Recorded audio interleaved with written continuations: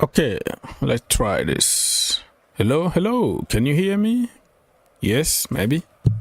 Maybe not. Can you see me? Can you hear me? Good. Here we go. Champions League night. So many games today. Get around, say hi to people, smile. Barcelona against Benfica, Leverkusen against Bayern Munich, Liverpool against PSG, and Inter against Feyenoord. Feel free to call us if you have time to do so. The link being provided there. And what else? Yeah, we're here to talk about football, not only about the Champions League, but any topic that we can find there. We have to talk about it. I think the lineups are already out, so let's double check.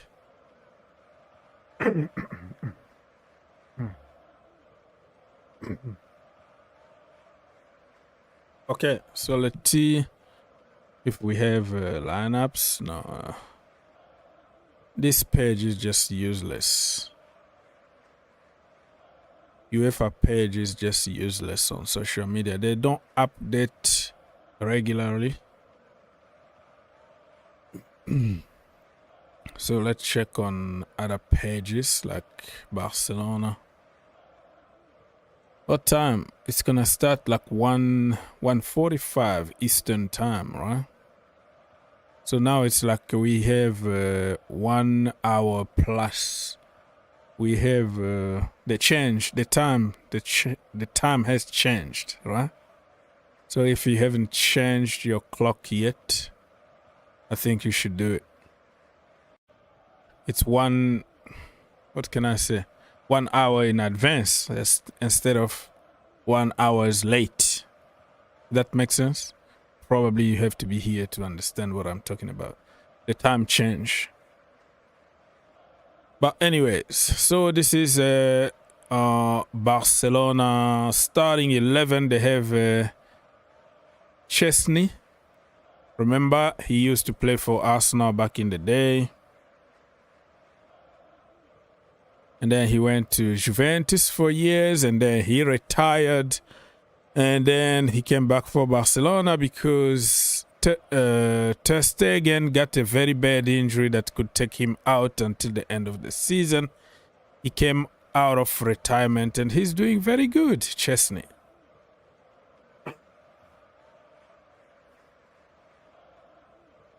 So they have Balde, they have Araujo, Martinez, Pedri, Lewandowski, Rafinha, Lamine Yamal, Olmo, De Jong, and Koundé. Interesting lineup, huh? Ansu Fati is on the bench. Fermin Lopez is on the bench. Casado is on the bench. They have a bunch of kids from the academy. What I like about Barcelona is they always give a chance to their own kid from the academy. They don't care about your age. You are good enough. You are old enough to play for Barcelona. So yeah. Again, Chesney in goal, Balde, Araujo, Martinez, Pedri, Lewandowski, Rafinha, Lamine Yamal, Olmo, De Jong, Koundé. What's going on, brother? It's the SK. Oh, how are you? How's everything? Yeah, I have some kind of cold. Allergy outside with, spring coming and flowers outside and stuff. So kind of congested a little bit, but it's normal. You gotta make sure you have the allergy medicine. Just not the drowsy one. Yeah, okay. It'll be hard to do these streams, if you're falling asleep and stuff. But. Yeah, I can't like take allergy thing because I have to drive, and when you take those medicine, you read they will tell you not to drive if you're taking this because it's drowsy and stuff. But I'm good. Okay, no, I was gonna say don't worry, they got like non-drowsy ones too. But. Yeah, the one I have. Like last night, I was checking to get some, and I read all those stuff and like don't do this and drive, and I'm like, no, I'm not gonna take anything. I'm gonna just have some hot ginger and the honey or something. But I'm feeling much better though. That's good. No problem. So I know from I see you're previewing the Barcelona game Against Benfica. What do you think about this game? I mean, because I only got the chance to watch the highlights for the first leg. I know Barcelona, they got the red card. From what I saw, it seemed like they defended well. You know, Rafinha came in clutch with that long range goal that he got.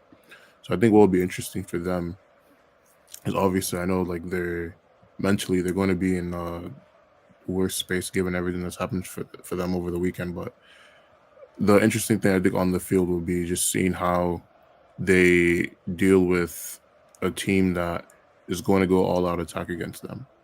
Just because, you know, right now they're not in a position that they need to, do too much to win because they're already winning the tie. But Barcelona are a very high octane, all out attack type of team, whether they're winning or not. So it'll be up to Benfica to see if they could take advantage of that.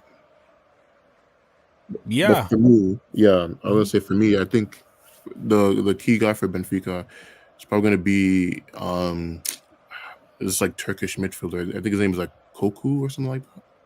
Yeah, I'm trying even to find their lineup now and put on the screen, but I can't find it. I'll find it eventually. But yeah, he's good, right? Isn't? Yeah. I think he came from, I forgot which team, but I know he came from the Eredivisie. Benfica. He's a midfielder? Yes. So he kind of replaced Enzo Fernandez? I think he's more of an I'll see. Yeah, you could probably say that because he's more of a, I don't want to say a 10, but definitely not like Odegaard, Pedri like role where, you know, they can play as an 8, but they're more attacking than their other midfield trio. Okay. So let me remind you the lineup for Benfica. They have Trobin. Okay, so Antonio Silva, Osnes, Koku. Yeah, that is the guy you were talking about. Koku. Pavlidic. Oh, how do you pronounce this? They have a lot of Turkish guys that got some complicated name. Atakoglu. Oh. And they have Dahl, Ontamendi, Thomas, Florentino, and all that. Let's check on the bench. No, they didn't put the bench here, but yeah. Antonio Silva is there. I don't think he's gonna be there next summer. I think if somebody is gonna buy Antonio Silva, he's good. Yeah, I mean, from what I've heard, because I'm not gonna pretend like I've watched too much of Benfica this season. From what I've heard of the Benfica fans, it seems as if he's been stagnating a little bit this season. Oh yeah. But I mean, like, yeah, that is a normal for a young player, right? Yeah, exactly. He's only 21, so you know, like, you're not expecting them to make, you know, world-class leaps every single season. That's what people don't understand. It's like you can have a bad patch, you know, your road to the success is not gonna be linear, and that's why I'm patient with people like Colwill and Palmer and stuff like that. They're still young, and it's gonna be a little bit up and down, and sometimes when the entire team is not performing, and then they get affected. That, and especially at Chelsea, when we lack leaders. We don't have those men, you know, those talking leaders, vocal leaders that can encourage them on the team, you know, during the game, and, you know, push them. Let's go, 10 minutes, 5 minutes. You need those men around you. But you have a team full of kids who are buddy friends, who are not gonna yell at your own friend or tell, it's just like it is what it is. So that's why. But yeah, I'm guessing that Antonio Silva is gonna make a move somewhere next summer. Maybe Arsenal to take him to replace Saliba, because I'm suspecting that Saliba is going to Real Madrid, bro. Don't you think so? Saliba, today he came out in his press conference and said, I'm happy, I want to be here. But that is what he's supposed to do. Supposed to say in the media. Yeah, I mean, there's definitely, because I think, there's 2 years left on his contract? Yeah. So, it's going to get to a point, if you're Saliba, you're looking at everything that Arsenal have been doing. Arsenal need to get to a point where they become a team that can keep their star and winning players. Stuff. Exactly. They have to win, yeah. Yeah, exactly. That's really the only way they're going to be able to do that. We've seen this song get danced before, with Luis Suarez and Liverpool, or Van Persie and Arsenal, Fabregas, Nasri, Kolo Touré, what was the name about Bakary Sagna? So many Arsenal players in the past. They've left in search of greener pastures. So, but I think it would hurt even more now, because Arsenal are so much closer to being that elite team now than they were, even when those players were there. So, yeah, it's going to be interesting, because I'm sure Mbappe is talking to Saliba for sure. Be like, bro. And it's funny that you bring up Madrid, because that has been something that they've been doing over the last couple years. Has been really using their free transfers, really using their pull to get free transfers. Like, you think of the likes of obviously Mbappe, Rudiger, Alaba, yeah. And I think part of that, funny enough, Trent Alexander-Arnold, now they are trying to get him on free. Yeah, exactly. And funny enough, I think part of that might actually be because of our club.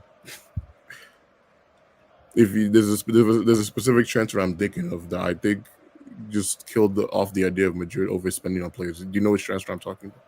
Which one? The Eden Hazard transfer. Oh, okay. Because the thing with Madrid is, recover money that there's lost on Eden Hazard without because the thing with Madrid is, I think, so since that Hazard transfer, I think they've only really spent over 80 mil on like 2 players, which would be Tchouameni and Camavinga. Jude Bellingham. Jude Bellingham. Oh yeah, I see. So outside of those 2 players, most of the other players that they've gotten have been for relatively cheap prices. Like Camavinga was 30 mil. Endrick was 47. Arda Güler is 20. Yeah. Asensio, he came from the academy. Yeah. Yeah. So they've done a good job of not overspending, and I think, and they've been using the fact that when you build up your club, when your club has such a certain stature, players will naturally want to play there. So they've been utilizing more of that. So yeah, that makes sense. But I also think that they are playing some dirty games behind the closed doors, because... Oh, you mean in terms of like tapping up players? Yeah, tapping up and saying, hey, don't sign the contract. They've been talking to your agent for years. Hey, you belong here. This is the best club in the world. So like you said, they use their stature. They use how big they are, the best team. You're going to win the Champions League, prestigious club. So people want to naturally play there. So if your agent is telling you, bro, don't sign a long-term contract, So when you have like 2 years left on your contract and you don't want to renew, because it's going to be in summer, it's like Saliba and Arsenal need to sit down and try to negotiate a new contract. And Real Madrid already told you, don't sign. So we're going to get you on cheap and we're going to give you sign-on bonuses, just like Mbappe. They didn't buy him, but they give him more than 100 million. on Exactly. sign up. So you start thinking about your life. You're like, man, I'm going to Spain. I'm going to win trophies, play for the best club in the world, play with Mbappe, win. The thing is now, and the thing is now, because they didn't sign you for a fee, they can even pay you more money than they would have if they did Exactly. sign you. So I'm not gonna sign here. It's gonna force Arsenal to say, you know what, we have to sell him instead of letting him go on free the way Trent is going on free. So it's gonna be, a game, a mind game for everybody to say, you know what, let's make it a win-win situation for everybody here. So I am suspecting that Real Madrid always do those kind of stuff behind closed doors. They target somebody for years. Well, Marina was there. Marina was like, no, forget it. 1 year left. You pay me 150 million. You take Eden Hazard or not. That was Marina. But most of the time, they will let it go. They almost got Davis, but Davis ended up by signing a new contract at Bayern Munich. And that's what they're doing. You know, it's funny too. I think for the free transfer part, I think because you were talking about how they always are locked into their targets, right? Because usually before they would just pay the price to get the target that they want early, and I think what's probably made them change their transfer habits specifically has been dealing with COVID. That's also because I'm looking at transfer market right now. I don't know if you want me to pull up my screen, but basically the season, like the season right before COVID, they spent almost 400 million in transfers. Oh wow, that was a lot of money. And after COVID, how much they spent? So after COVID, they didn't buy anyone in the summer of 2020, and they offloaded about 100. They made about 100 million in terms of transfers out of the club. And then the season after, they got Alaba on the free, and they only spent the 30 million at Camavinga, and then again they made another 78 million in transfers, and then 2022 they got Rudiger on a free. They spent 80 million on Tchouaméni, and they made 92 million in terms of transfers, for the club. And then 2023 was the first time they spent over 100 million in this decade, in which that was when they got Jude Bellingham, Goulet, which were their main two transfers, and then they didn't really sell that many people. And then even this summer, they only spent technically 49 million because Mbappe was free, and Endrick was about 47 mil, and they made about 16 million in transfer sales. So they've been doing good. They've been doing smart business, and on top of that, they still have a lot of revenues. Like they are not like broke like Barcelona or anything. Exactly. Their commercial value is just good. They have a lot of money in the bank, and now with the new Bernabeu open, another line of incomes there with concerts and all kind of stuff. They can turn the stadium to a rugby stadium or tennis.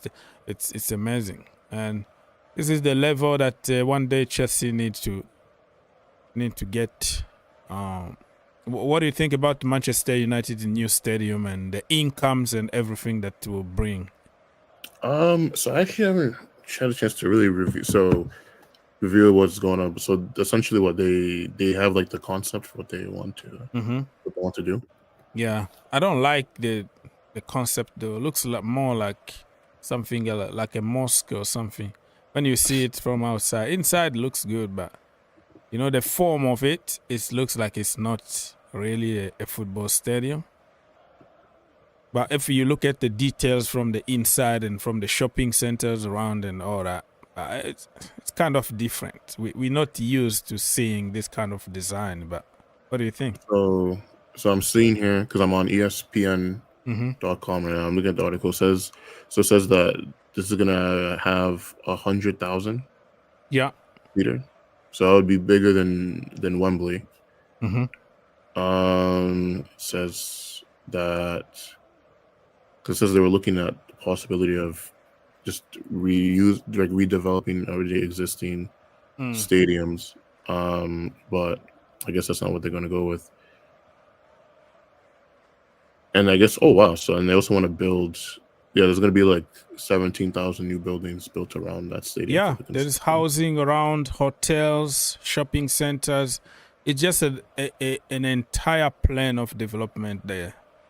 Like they're developing the entire area, and it's gonna be they project to attract a lot of tourists and a lot of money for the government too. So not only about the stadium, it's about everything around the stadium. Because in Manchester, I don't know, never been there, but I might be very boring. Like like there's nothing to do there, so you have to create something, right? Yeah, I do hear Manchester has like a bad reputation in terms of like quality of living. Bad or good?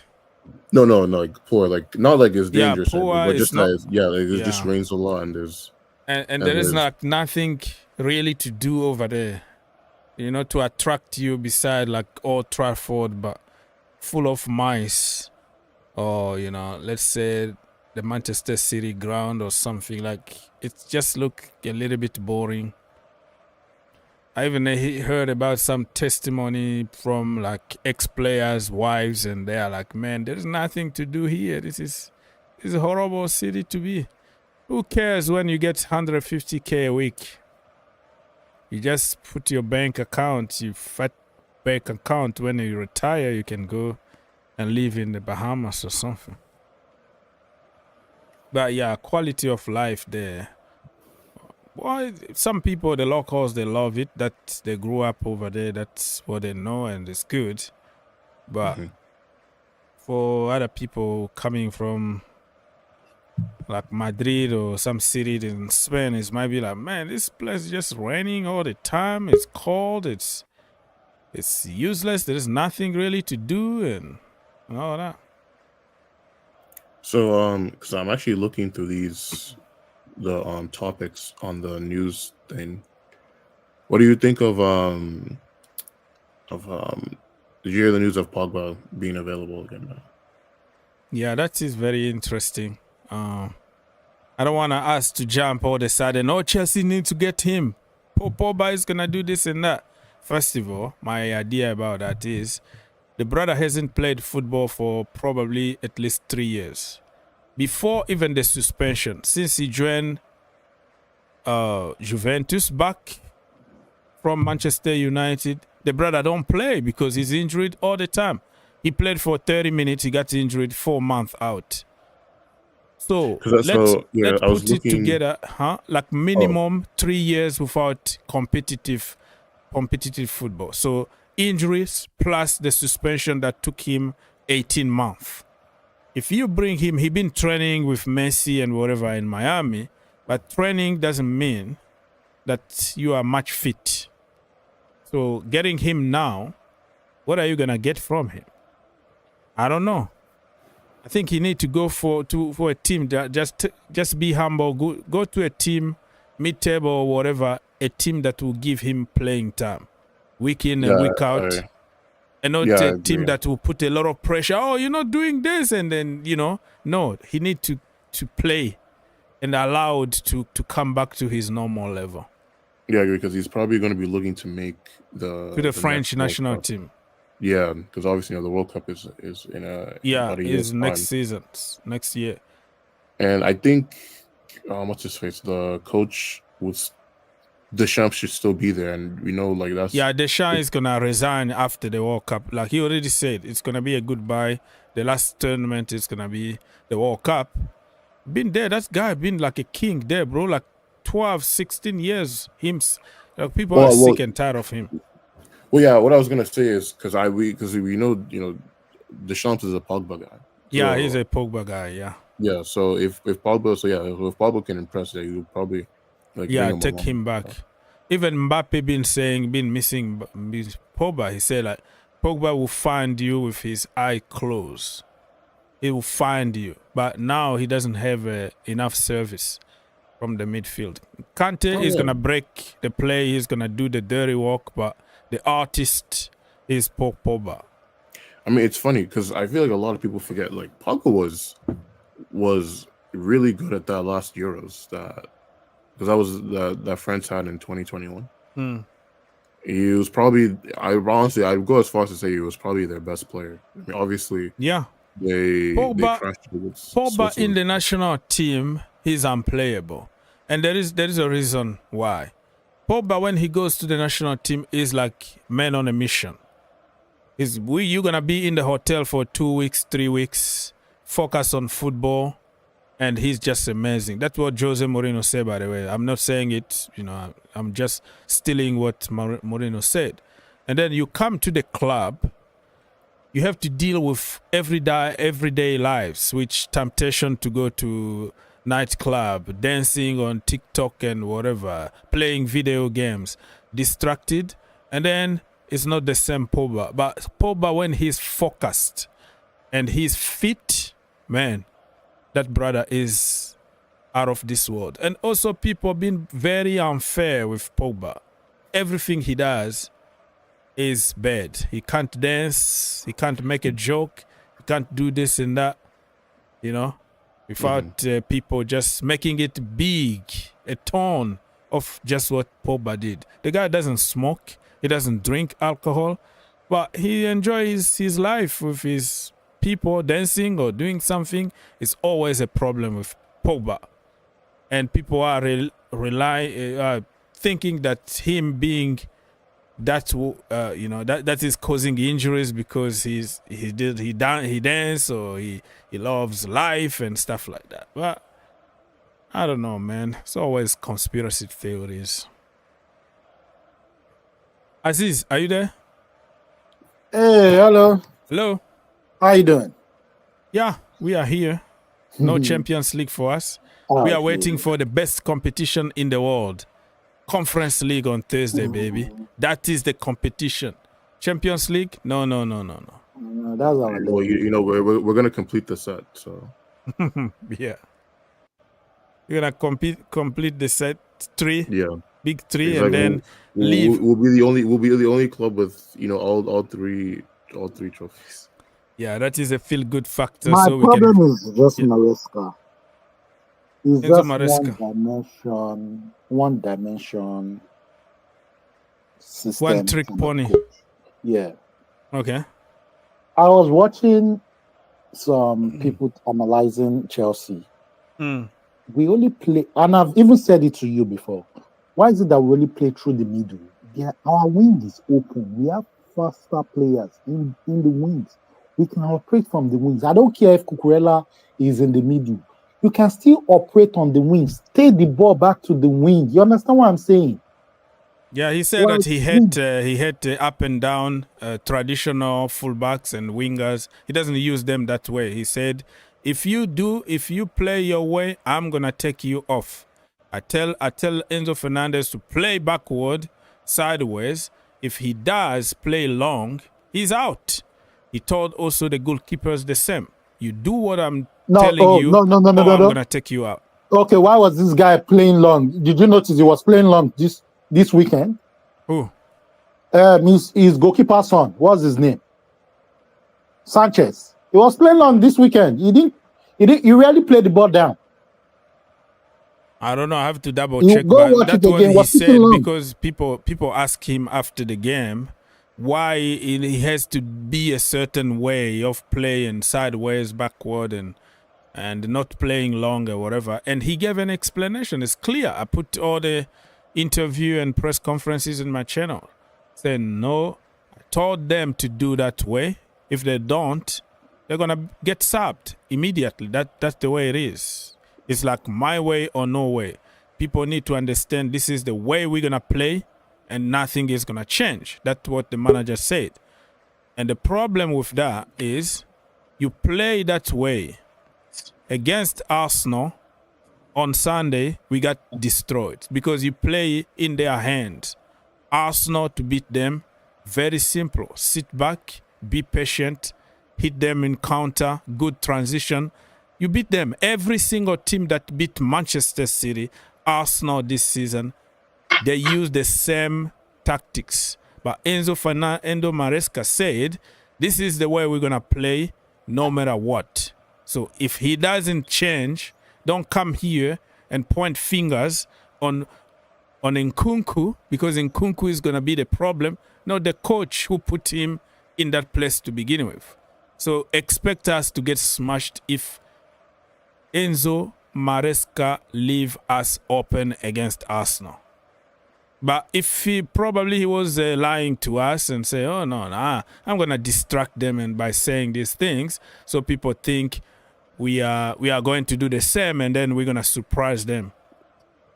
But if he goes man to man, all gun blessings against Arsenal, they got more quality, they got more experience, and they're going to punish us. The way we handle the game to Manchester City.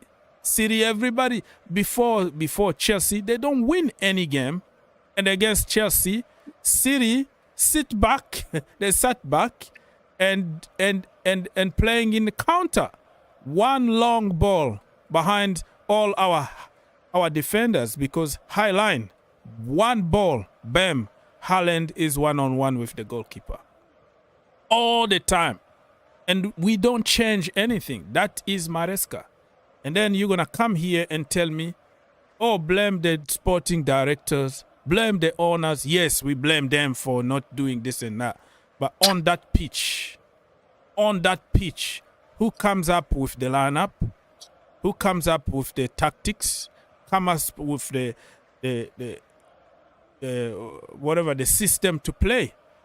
Are you going to tell me that Todd Bowley from Los Angeles is going to make a call and say, you have to play Cole Palmer because he been sick 2 days, diarrhea, with headache and fever for 2 days and he didn't even train, but you have to play him. All right? Like, I don't know what those stupid theories are coming from, but you are the manager, right? You make decisions. You save the player against themselves. They can say, oh, I feel good. Coach, I want to play. No, you are not ready to play because you didn't train for 2 days and you are struggling. You are weak. Go back to the toilet, all right? Do your business there, not on the pitch. Oh, no, I said it because it shows passion. Shows passion that he want to help the team. You're not going to help the team. You are hurting yourself. You are hurting the team. There's no bravery here by forcing players to play with injuries or disease. How that need to be praised? Praised for what? I don't know. Maresca is playing with a passenger, Nkunku. It does nothing. Get rid of it. Yes, this guy will get you sacked, I'm telling you. He'll get you sacked. Bench him. All he does is just blow balloons. How about you blow this, Nkunku? Saying you get rid of that guy there. I'd rather play 4-4-2 or something. But what's the point of Nkunku? He doesn't do any defensive work. He doesn't do anything up front. I don't see the point. And I know Mr. Oakes loves him and says no, he doesn't get any service. Blah blah blah. Nonsense. You know, a good striker will make himself space. A good striker will find the opportunities. A good striker is hard work. Mr. People Republic, you are beating what will I say it? The answer is easy. Where is Nkunku from? No idea. Ask Mr. Oakes. No. Where is he from? Bundesliga. No. What country does he play from? France. Okay. Where is Mr. Oakes from? Okay. I see. Okay, that way. So stop beating the bush. How do you say that in English? Stop beating around the bush. If we talk now, Mr. Oakes will say, oh, we're against some players because of their nationality, which is wrong. I didn't even know he was French. So the brother is French, man. But if we talk now, they'll say, what about Enzo Fernandez? And let me even say something. You know, Mr. Oz, you need to apologize to us here. And you know Enzo Fernandez has been the most consistent player in this squad so far. Correct. So far, he has been the most consistent, even when they are playing shit. This brother is always the one trying to bail the team out. Against Leicester, this guy was the one doing, I can't remember the stats, but he was the one doing the most, even in the Leicester team and even in the Chelsea team.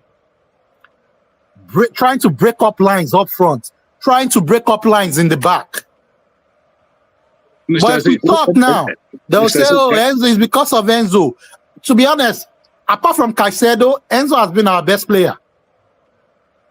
Mr. Aziz, let me ask you a small question. Yeah. So, everybody's all talking about, Champions League, must qualify Champions League.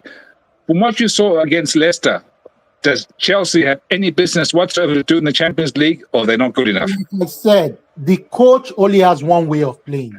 That Leicester game, we had opportunity to beat Leicester 2-3. You know why I said that? The wings were open. The left and the right wing was open. We could have penetrated on that. We have faster players, but he only has one way of playing through the middle. And that was how Leicester was able to choke the middle. If you play through the wings, Leicester will be forced to defend, and they will cost penalty. But do you want to go play Manchester United? Manchester United have put five man in defense. Are you going to play them through the middle? You have to play them through the wings. That was why Arsenal couldn't beat them, couldn't break them, because these two coaches, they learn from Pep Guardiola. Even Pep Guardiola doesn't make that mistake. He still uses his wingers to attack, but not these useless body coaches we have here. I just want him gone. And that idiot coach was saying, "Oh, the fans are not backing the team." Are you doing something that the fans will back the team? Mr. BG, are you there?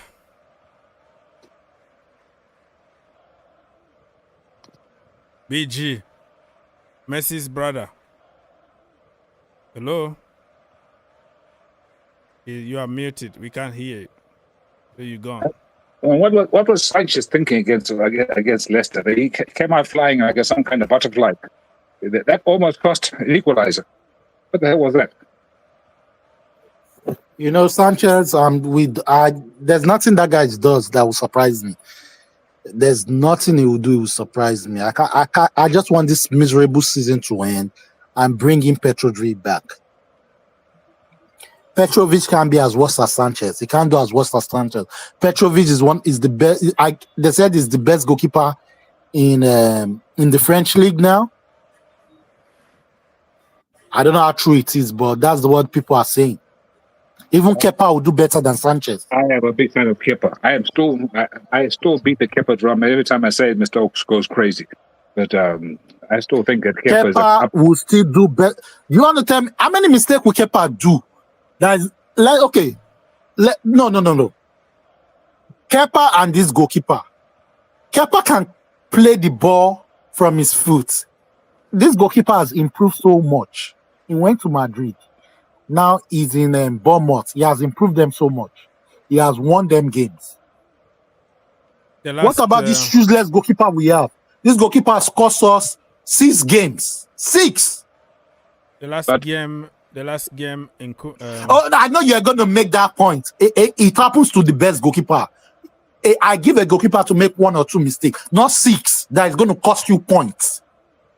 6. Okay, but calculate, Mr. Oaks, and those 6 games, we lost them. Those 6 games, we lost them.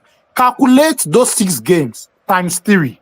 6 times 3. I'm not trying 18, to defend anybody here. I'm trying just to balance the debate. No, I'm balancing it. 18 plus 49.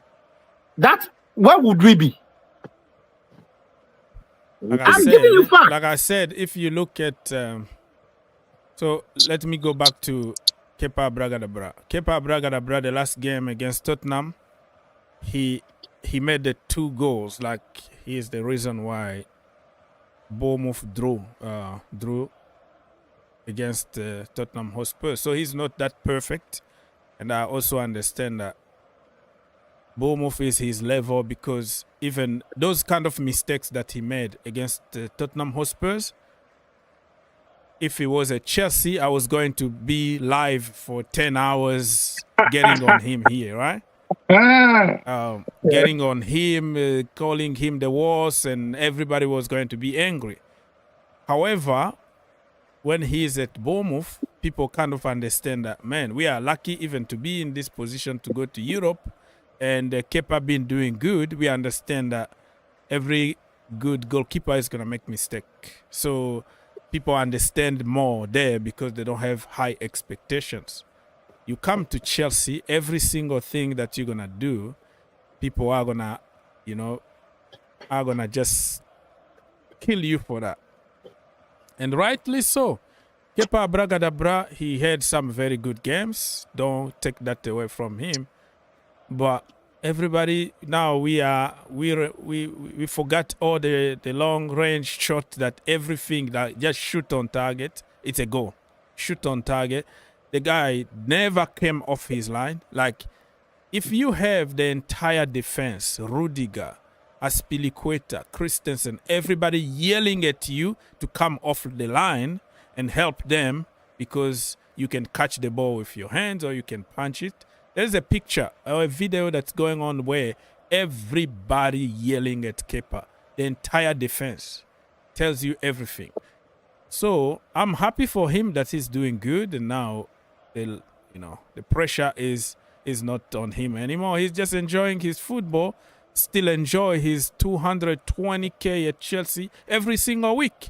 You keep on paying half of his salary for him to join Bournemouth. So he's good. He's a healthy and wealthy man. So leave Kepa alone, because there's one thing you failed to mention, Mr. Oaks. That guy is the leader in a team. Depending on your definition of a leader, though. Depending on your definition. You always try to overhype the people that you like and put other people down without using any kind of context. Just because you stand against Mauricio Sarri, I'm not coming out, and you won by standing out, I'm going to stay here, you're not going to take me off, doesn't mean that you are a leader. You are just stupid. No, it's nothing to do with that. Come on. Because probably Chelsea were going to win that game by Caballero, who actually knows better the entire Manchester City team, who could probably save a couple penalties or something. This guy didn't even save one. Even the softest one, he couldn't save anything. I mean, the grass was wet, so what did you expect? And the grass, the conditions of the pitch wasn't more the good. Conditions now it's the condition. If we say the same for another player, that it was not favorable. It wasn't very good. It's not the weather, right? All right. But if you look at how the other players react to him, they have respect for him. You know that guy is a leader of that team. This Chelsea team, what is your definition of a leader? This Chelsea team, if you look at this Chelsea team, we have good players. That's not a lie. It's a good team, good squad, but there's lacking leadership. There's lacking a man's man. There's lacking somebody's who, when things are not going well, who's a leader is what is your definition of a leader? Yelling at people, pushing people on the pitch. What is your definition? Leader, motivate, what that yell, means? grab somebody by the hair, whatever. I don't know anything. When Kepa Arrizabalaga did that, when Kepa Arrizabalaga, give me one example that told you, wow, this guy is the guy. He's a leader. Tell me, an interview or during the game or whatever. Just give me one example. But you just see his body language. You see how he speaks to his body language. Player. Well, you see Sanchez yelling all the time, blaming other people, pointing fingers. Is that leadership? He's pointing finger at himself because of his stupidity or the mistakes he does. So every time he makes Sanchez makes a body language. Yeah, but that's language. But Sanchez's body language is always on point. Hang on. Let me finish. Sanchez's body language is coming from a perspective of feeding of what do you call it, guilty conscience of having made another error. So you know how sometimes, like even Peter Schmeichel, if he let in a goal, then he just start screaming at the defender or pointing, "Why did you close him down?" or blah blah blah. You know, goalkeepers are like that. They will make excuses for their own failings. That is what they do. So they point fingers at somebody else. What makes Kepa Arrizabalaga body language different than Sanchez? How you judge from your TV? He's calm. He's in control. So being calm is being a leader, right? He's calm and he's in control. He has what can you say, when you can see everything ahead of you. What's that called in English? Or oblique. When you got, I don't know, what's the word in French? When you're able to, you can see you can control many things. You don't panic, you don't stress, you keep calm. If that was the leadership, and then James is a leader, but James is absolutely crap as a leader. Are you going to say just because you are calm, you don't yelling at people, talking to anybody on the pitch, it's calm? So that is leadership. So Mr. James is a leader for, according to me- your own criteria, are you going to call Rhys James a leader? Hang on. So let me ask you a question. As you said it yourself, every human is different. We all have different personalities. We all have different ways we react to things. So everybody has his own way. Some people need a kick up the backside. Some need a head over the shoulder. Some need to tell them, "Oh, it's not your fault." Every player. So this is as a leader, you got to know your players. You got to know, okay, this one, I got to treat him this way. I got to motivate him this way. This one, I just got to scream at him. So this is, you've got to have a high IQ as a captain, as a leader. And Kepa has a high IQ. How do you know he's a high IQ? He never been a captain. He never talked to anybody. You never watch his interview. But because he's calm, according to your criteria on TV, because he's calm there, and then he's a leader. How do you know he's a leader? You can see it. You can see it. You can feel it. All right. That is your own criteria. You can't explain every single thing in this life. Good. You just can see. Just like you with you, you know that you're a fucking person of high IQ because the way you speak, the way you analyze things, you're a calm person. You have control. You know what I'm saying? Ice is not gonna say that, but yeah, it's okay. It makes me feel good, but I'm not that smart. Ice is gonna tell you the opposite, but it is what it is. It makes me feel okay, but yeah, I know I'm not, but yeah, go ahead. But I don't think we should judge leaders based on what we see them. The body language, because if the body language was the problem, and then Jorgensen and was going to be a leader. I don't think Kepa is a leader. I think leadership sometimes also good on the pitch. And I respect Kepa. He won us trophies. But I don't think the place that you're trying to make him right now is the place that he belongs. Every long shot, remember, it was a goal before we got Edouard Mendy. And he went to win us the Champions League. The guy was so arrogant. He wanted to take a penalty in the final against Liverpool. What happened? The penalty went like 11 against 11. He went there. Oh, yeah, I'm a leader. Let me go take it. He didn't save any freaking penalty, and he missed his. Or the other goalkeeper saved it. So I don't know what your definition of a leader, but I think one penalty. Come on, grow up. It's not about the one penalty. It was so many penalties. Listen, out of like out of 5 or 6 penalty shootout that we went through since Frank Lampard to Thomas Tuchel, he only saved probably 1 in the Super Cup against Unai Emery. Back then, he used to be at Villarreal. So 1 out of like 7, 8 shootout. And then all of a sudden, he never saved.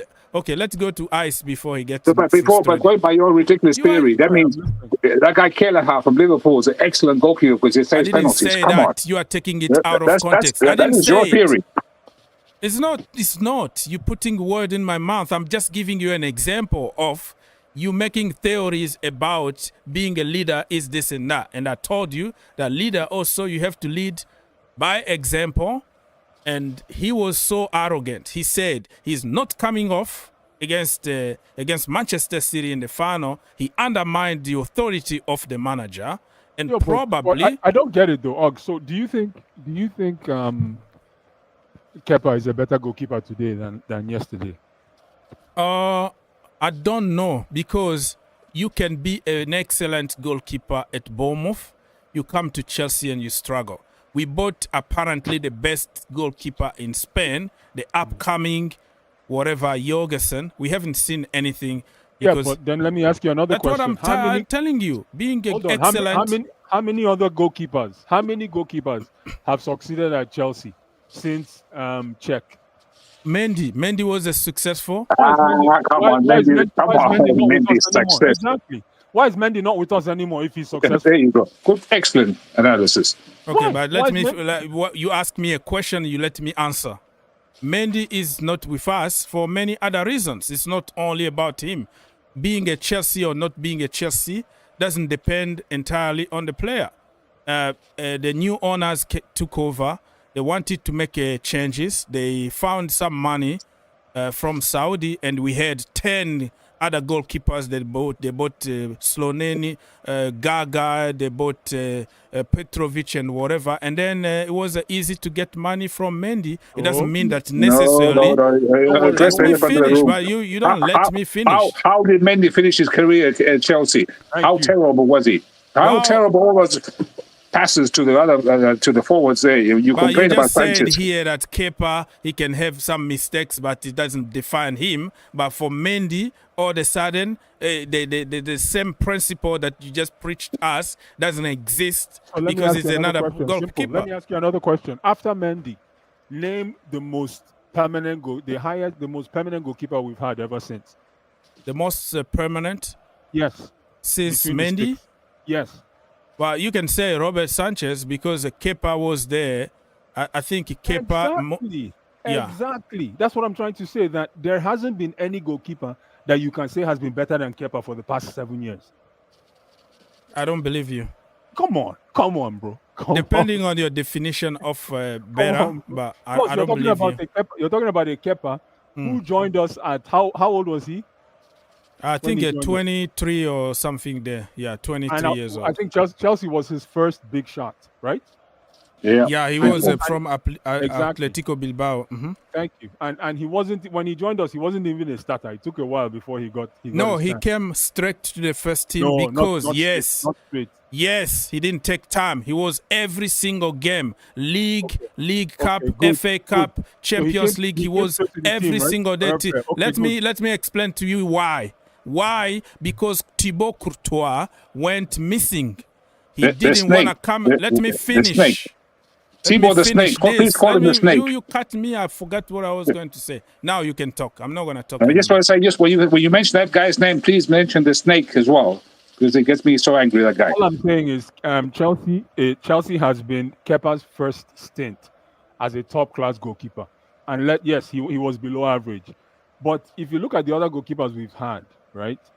Sanchez, he started at Brighton before he came to Chelsea. Who else? Who's the other goalkeeper? Like our main goalkeepers had initial stints before they joined us. Kepa, in my humble opinion, has gone to Bournemouth, right? And has gotten stronger. I don't care whether it's because he plays at Bournemouth. If you say playing at Bournemouth is different from playing at Chelsea, we have the worst defense amongst the top 6 in the league right now. You can breach our defense very comfortably. So what kind of pressure does that put on a goalkeeper? But the problem, sorry to interrupt you. The problem we have is that Peter Cech set the bar, the standard, so damn high that there's no other goalkeeper can ever even reach that standard. That is the problem. What you don't understand is Kepa Arrizabalaga played with people like Rudiger. He played with Aspilicueta. He played with one of the best, David Luiz. Don't tell me that all the time because of the defense that he was poor. When he come to one-on-one or long shot and you can't reach. The thing is, there hasn't been any solid goalkeeper that we've had. That means that doesn't mean that you are good just because you've been there that's for what 7 years. So I think it's a system failure, not the person. That's what I'm trying to say. It's a system problem. Because even after Thibaut, Arrizabalaga and post Arrizabalaga, we've been piss poor in terms of selecting a goalkeeper. Piss poor. So again, in all honesty, it's a system problem. Go ahead, Peoples. Yeah, but you're right, because we got this goalkeeping coach from Brighton, who apparently is supposed to be the best. But goalkeeper, it's a personality. He's got to fit in with a team. Goalkeepers are very strange animals. And some fit in, some could be fantastic, one club, and then go to another club, be disaster. It's not because they forgot how to goalkeep, but it's the environment. You know, you got to fit in with your teammates and what have you. It's not easy. It's and plus this business of rotation. That's another business. If they keep constantly rotating your defenders in front of you, the manager is chopping and changing. It's hard for a goalkeeper to find some kind of stability. Yeah, but if Kepa is not at Chelsea today, then for me there's a system problem, because Kepa was the closest thing we had to check because of that Champions League victory. But he didn't. That campaign, he didn't even play. He played like the rubber, dead rubber games, like against Sevilla when we already won 4-0 away, and at home they gave him that. But he was our goalkeeper in the finals. He was our goalkeeper in the finals. Edouard Mendy. Edouard Mendy was the goalkeeper in the finals of the Champions League that season when. No, he was on the bench, bro. What do you mean? Who was our goalkeeper against in the finals against Man City? No, Edouard Mendy. It was Edouard Mendy. What are you talking about? It's Edouard Mendy, bro. Do your research. Do your homework before you say that. Hold on. Who was it? Edouard Mendy was in goal. That's what I'm saying. Mm-hmm. I'm not saying Kepa. Edouard Mendy was in goal. That's what I'm saying. I didn't say Kepa. You just changed now because you say I said Edouard Mendy. Edouard Mendy was in goal. Now, if you look at Edouard Mendy, then look at the others. The next Champions League with Tuchel, Edouard Mendy was below average, my brother. He fell off the cliff. He fell off the cliff. Come on, look at this guy used him and was eating breakfast. What's his name? Benzema. And you know what? And you know what? If you allow me 15 seconds to explain before you cut me, you know why he fell off the cliff? The second season of Thomas Tuchel tried to play from the back. When he came for those 3 months, it was intense. It was about the result. I don't care about the system or whatever. Let's be solid from the back. Let's hit them on the counter, score, wins. The second season, Thomas Tuchel changed the system. He tried to play from the back, even 4 at the back. Mendy started passing those stupid... He's horrible with his feet. And when we install that system of from the back thing, he started passing the ball all the time to the opposition, and his confidence went down. It doesn't mean that the rest of the season or the next season he's gonna be that level because you were poor in one season or in few games. That is not how the world works. You're setting very low expectations for world-class players that are supposed to play for Chelsea. Terrible. I'm not saying that. I didn't say that. You're trying to put the word in my mouth.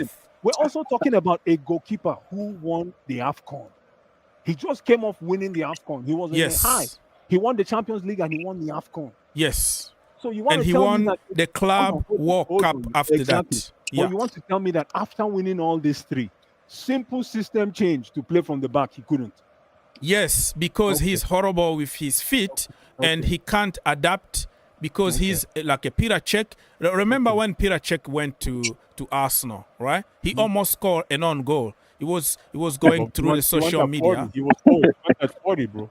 Huh? He went to Arsenal at 40. He was old already. No, what the point I'm trying to make here is Peter Cech never kicked the ball with his foot. I'm exaggerating here, but that's what I'm trying to say. Even when Peter Cech was in his 20s and you tell him to play from the back, he doesn't know how to do it. Peter Schmeichel. I'm hearing system. I'm not hearing player here. Thank you. I'm hearing system. If you're telling me playing from the back doesn't work, then maybe that's the reason why we haven't been able to register a goalkeeper. What do you mean? Well, let's go. Let's listen from another brother who's been waiting here. Mr. SK, you wanted to say something? No, I just joined in, so I wasn't sure. Were we just talking about Mendy or what was the... Yeah, well, the problem is all these 2 gentlemen here, they come to punch me and tell me that actually Kepa Abrakadabra is the best goalkeeper ever, and they will prefer to have him back. So I don't think they said that, but thank you, SK. But I'm not gonna lie to you. I don't think I ever want to see Kepa play at this club ever again. Ooh, okay. They try to make him like he's the best that we had since Peter Cech. So I'm like, He's the best of what we have available And right he now. said- The 15, we have 15 goalkeepers. He's the best of a lot. The best of the So best. that's saying a lot. yeah. Kepa, the issue with Kepa is he doesn't have any presence because he's too small. Yeah. What? I said He's it. He's 6'3". very He's small. 6'3". What are you talking about? Small. He's very small. Listen. For a goalkeeper, that's not that. That's not that Also, another thing that you forgot. Pickford at Yeah, no, Everton. listen. He's a small. But He's a that small is guy. his level. Also, Pickford's not that good. What? Pickford's not that good. He's excellent. He's England #1. What are you talking about? He's not that good. He's a He's decent, excellent goalkeeper. He's a decent shot stopper when the pressure is when he needs to be, but he's not a top level goalkeeper. Well, he's England Pickford is #1. another. But I would say that says more about England than it does about him. Like, how many good English goalkeepers have we had in the last decade? Barcelona just scored against the Benfica people 1-0, 11 minutes. What was the score in the first leg? Barcelona, Benfica. Yeah, they're They won Barcelona are 1-0 in the first Barcelona. leg, so it's 10 2-0 against 11 the aggregate. entire game. So the Benfica curse is going to strike again. But Benfica are cursed for 100 years. No, this Yamal guy is too good. Oh my gosh. Yeah, but you know the Benfica are cursed. Yeah, the ex-manager who didn't get the salary raise and he cursed them and stuff like that. You love conspiracy theories. Oh, I love these dark stories and what have you for the past. And shout out to my guy Eusebio, man. He still got them that European Cup before the curse. Yeah, it's the same thing. Remember that guy Bruce Grobbelaar? He peed on the goalpost, and then Liverpool was cursed for 30 years. Remember? Yeah. That's why during AFCON you have to monitor your post in the field. I'm telling you, I've seen games with my country where somebody has thrown a feather or something in the goal, and the other team refused to play. They refused to play because of juju, fiti, whatever. You know, these things are true, and. True, there's football superstition, my brother, man. And they came and they only played when a shaman came and did some ritual to get rid of some evil whatever spirit, and they still lost. They kept on missing the goal, and these guys have cursed us. Oh, Benfica! Immediately they 1-1. Benfica. They might break the curse. Huh? They might break the curse. If they've done, 1-1. You know, Liverpool, you know how they broke the curse? They got some guy, some medicine shaman from, I think, America. He came there and did a ritual at that pitch, and then suddenly they won the league. So, you can say what you want. Because they got rid of Carragher. Jamie Carragher is stupid. They called him Spitty. Remember when he's spitting at the fan? Spitty Carragher. Spitty. They called him red-handed spitting in the fan. How disgusting is that, man? It was terrible. But, he went to fetch that guy. That's terrible defending on the corner, man. Oh, yeah. Yeah, when you don't have Andreas Christensen, my boy, you're gonna have a defense like that at Barcelona. But Barcelona have a chance to win today. Would you take him back? His contract is they're trying to get rid of him. He's not coming back to Chelsea, so it's useless even to talk about. But would you take him back if he wanted to come back? How old is he now? We don't sign anybody more than 25 years old now. He's probably like 28. So he got the experience, he got the skills, he got that sauce, that flair from the back, breaking lines. He's a good one, but I don't think Maresca and the project are gonna go back to the leftover. What project? I don't even see the project. I just see shambles week after week. Well, we have another 14 years old from Soweto who is very good that we can sign. 14. Yeah, he's 14. Another one is 12, and he's from Monaco, so we have to buy him instead of 28 years old. I saw Monaco was Nice. Those Nice got smashed by Lyon this weekend. Sunday night. It was quite a nice game actually. Nice, no fans. I don't know, empty stadium. I don't understand that, but Nice versus Lyon. Monaco. How do Monaco create so many good players? Yeah. I mean, that's a good question. There are so many good academies in France, not only them. Yeah, because yeah, you like can Paris go is to Paris is a gold mine of you can of go to football. Rennes and you find people like Dembele, you find Doku, Camavinga, you find Guirassy. Kamavinga, you find Edouard Mendy, you find Piracek. So they Yeah. are I think Rafinha came from there too, actually. yeah, Rafinha also, but he wasn't from the academy. Yeah, he I'm wasn't talking from the about academy, but They bought him from. He played first of all for in Portugal with Sporting when he came from Brazil to Sporting. Sporting sold him to Rennes, and in Rennes he really did very well. That's why he switched to the Premier League with not back then they were in the second division with this guy Bielsa, Leeds, and then they came to the Premier League, and then he did pretty good that season, and then now Barcelona. So development is not linear. You can be bad today and you are improving, and until now he's one of the best in the business. How many players have Chelsea bought from what do you call them? The team I mentioned before, Monaco. Badiashile. The one that people don't want to even hear his name is Bakayoko. Monaco had like a golden generation, golden team. You see the Falcao, you see Kylian Mbappe, Bernardo Silva, so many of them. I can't go all of. You didn't mention the Prince of Monaco. Huh? Victor, you didn't mention the Prince of Monaco, Victor Cueba. My goodness. Oh, okay, yes. We're just talking about another thing. No. You didn't mention the Prince of Monaco. I'm talking Victor about Cueba. that team that was out of this world. I'm trying to find their names. You didn't watch Victor Cueba play. Oh yeah, you're a young man. I forgot. Because I know when they. I know you're taking final. this out of context. I'm talking about how Chelsea, out of 11 like excellent players like Mbappe, Bernardo Silva, that team, that particular team. Nobody. If you go back to Monaco, you're gonna find Thierry Henry. You're gonna find tons. We're talking about that team when they dominated and everybody went there to buy the best, and Chelsea went for Bakayoko. I'm just talking about the Prince of Monaco. Anytime I hear Monaco, I have to think about Victor Cueba. Yeah, that's you're right, but you're taking it out of context. We're not talking about the Monaco in general. I'm talking about that team, how Manchester City went to get Mendy before he got in trouble with ladies in England. It was unplayable. They got also Bernardo Silva. PSG got Mbappe and such. And we went for bloody Bakayoko. We went for the walls or the walls. He was good. He was good at the time. Come on, guy.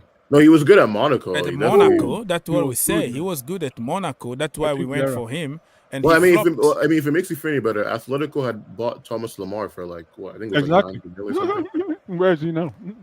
Yeah, he's still there, Arsenal also wanted to buy. They gave even 90 million for Lemar. And they refused because it was the last minute. So where is he now? Everton, right? He's still there. He's still at Atletico Madrid, but he's not playing enough. Yeah, he's on the bench often.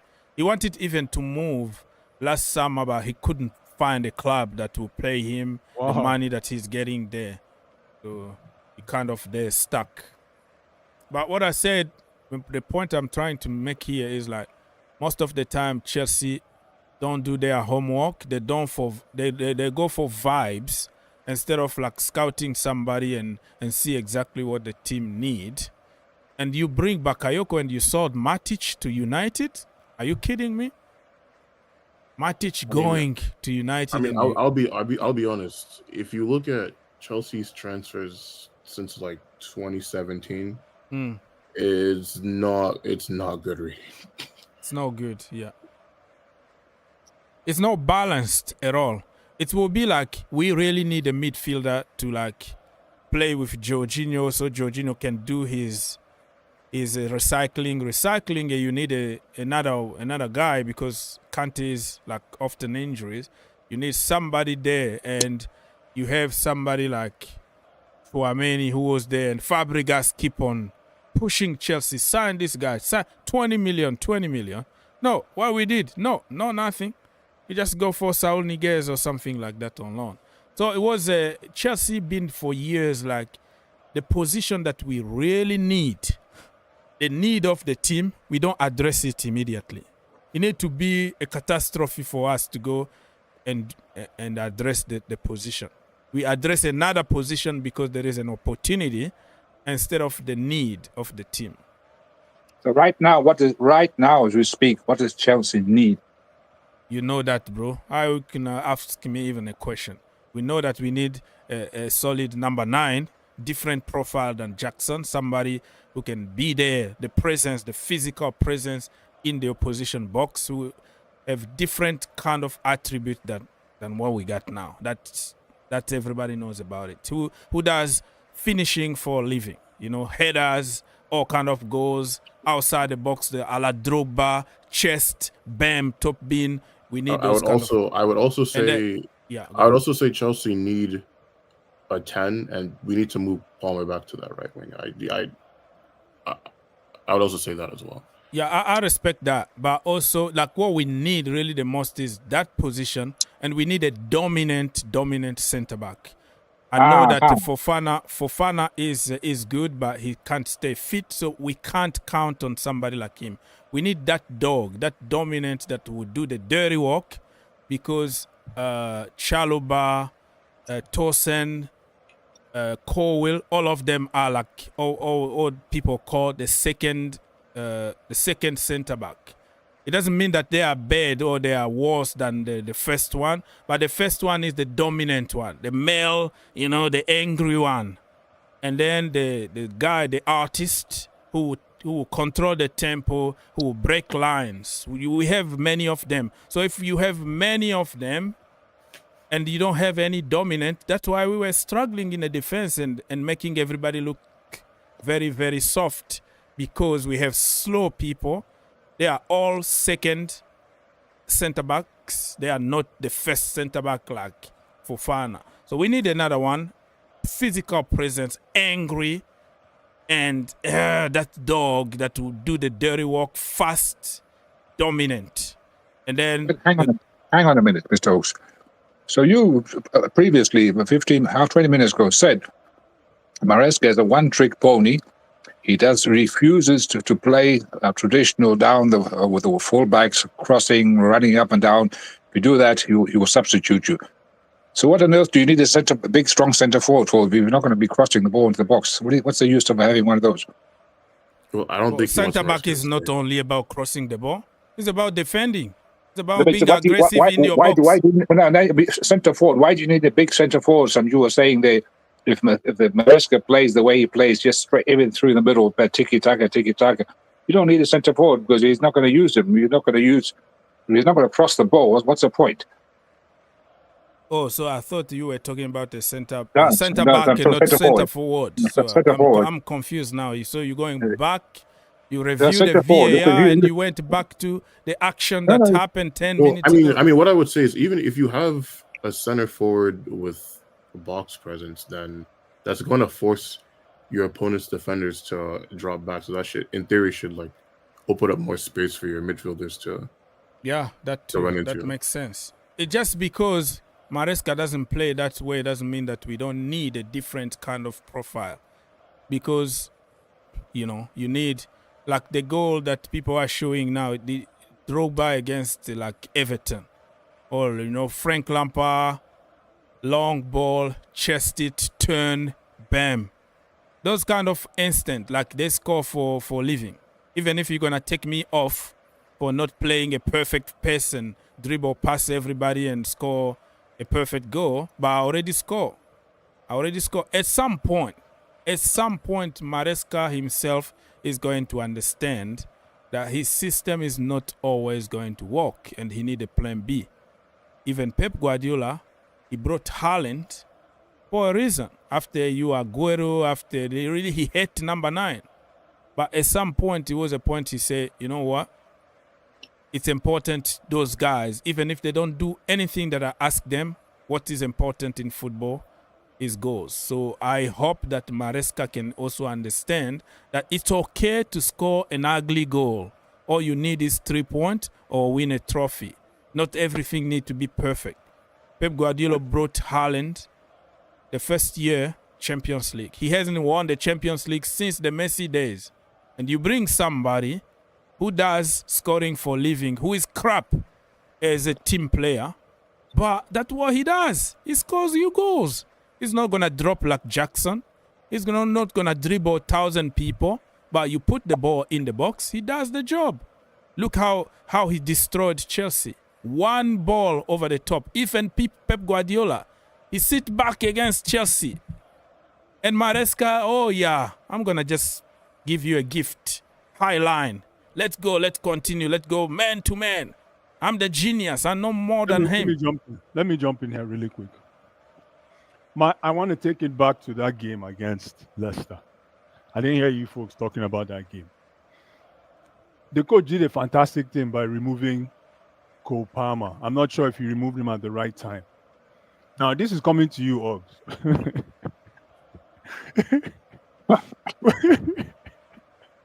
When the coach... Oggs, I hope you won that game against Leicester, because this question is I have for you.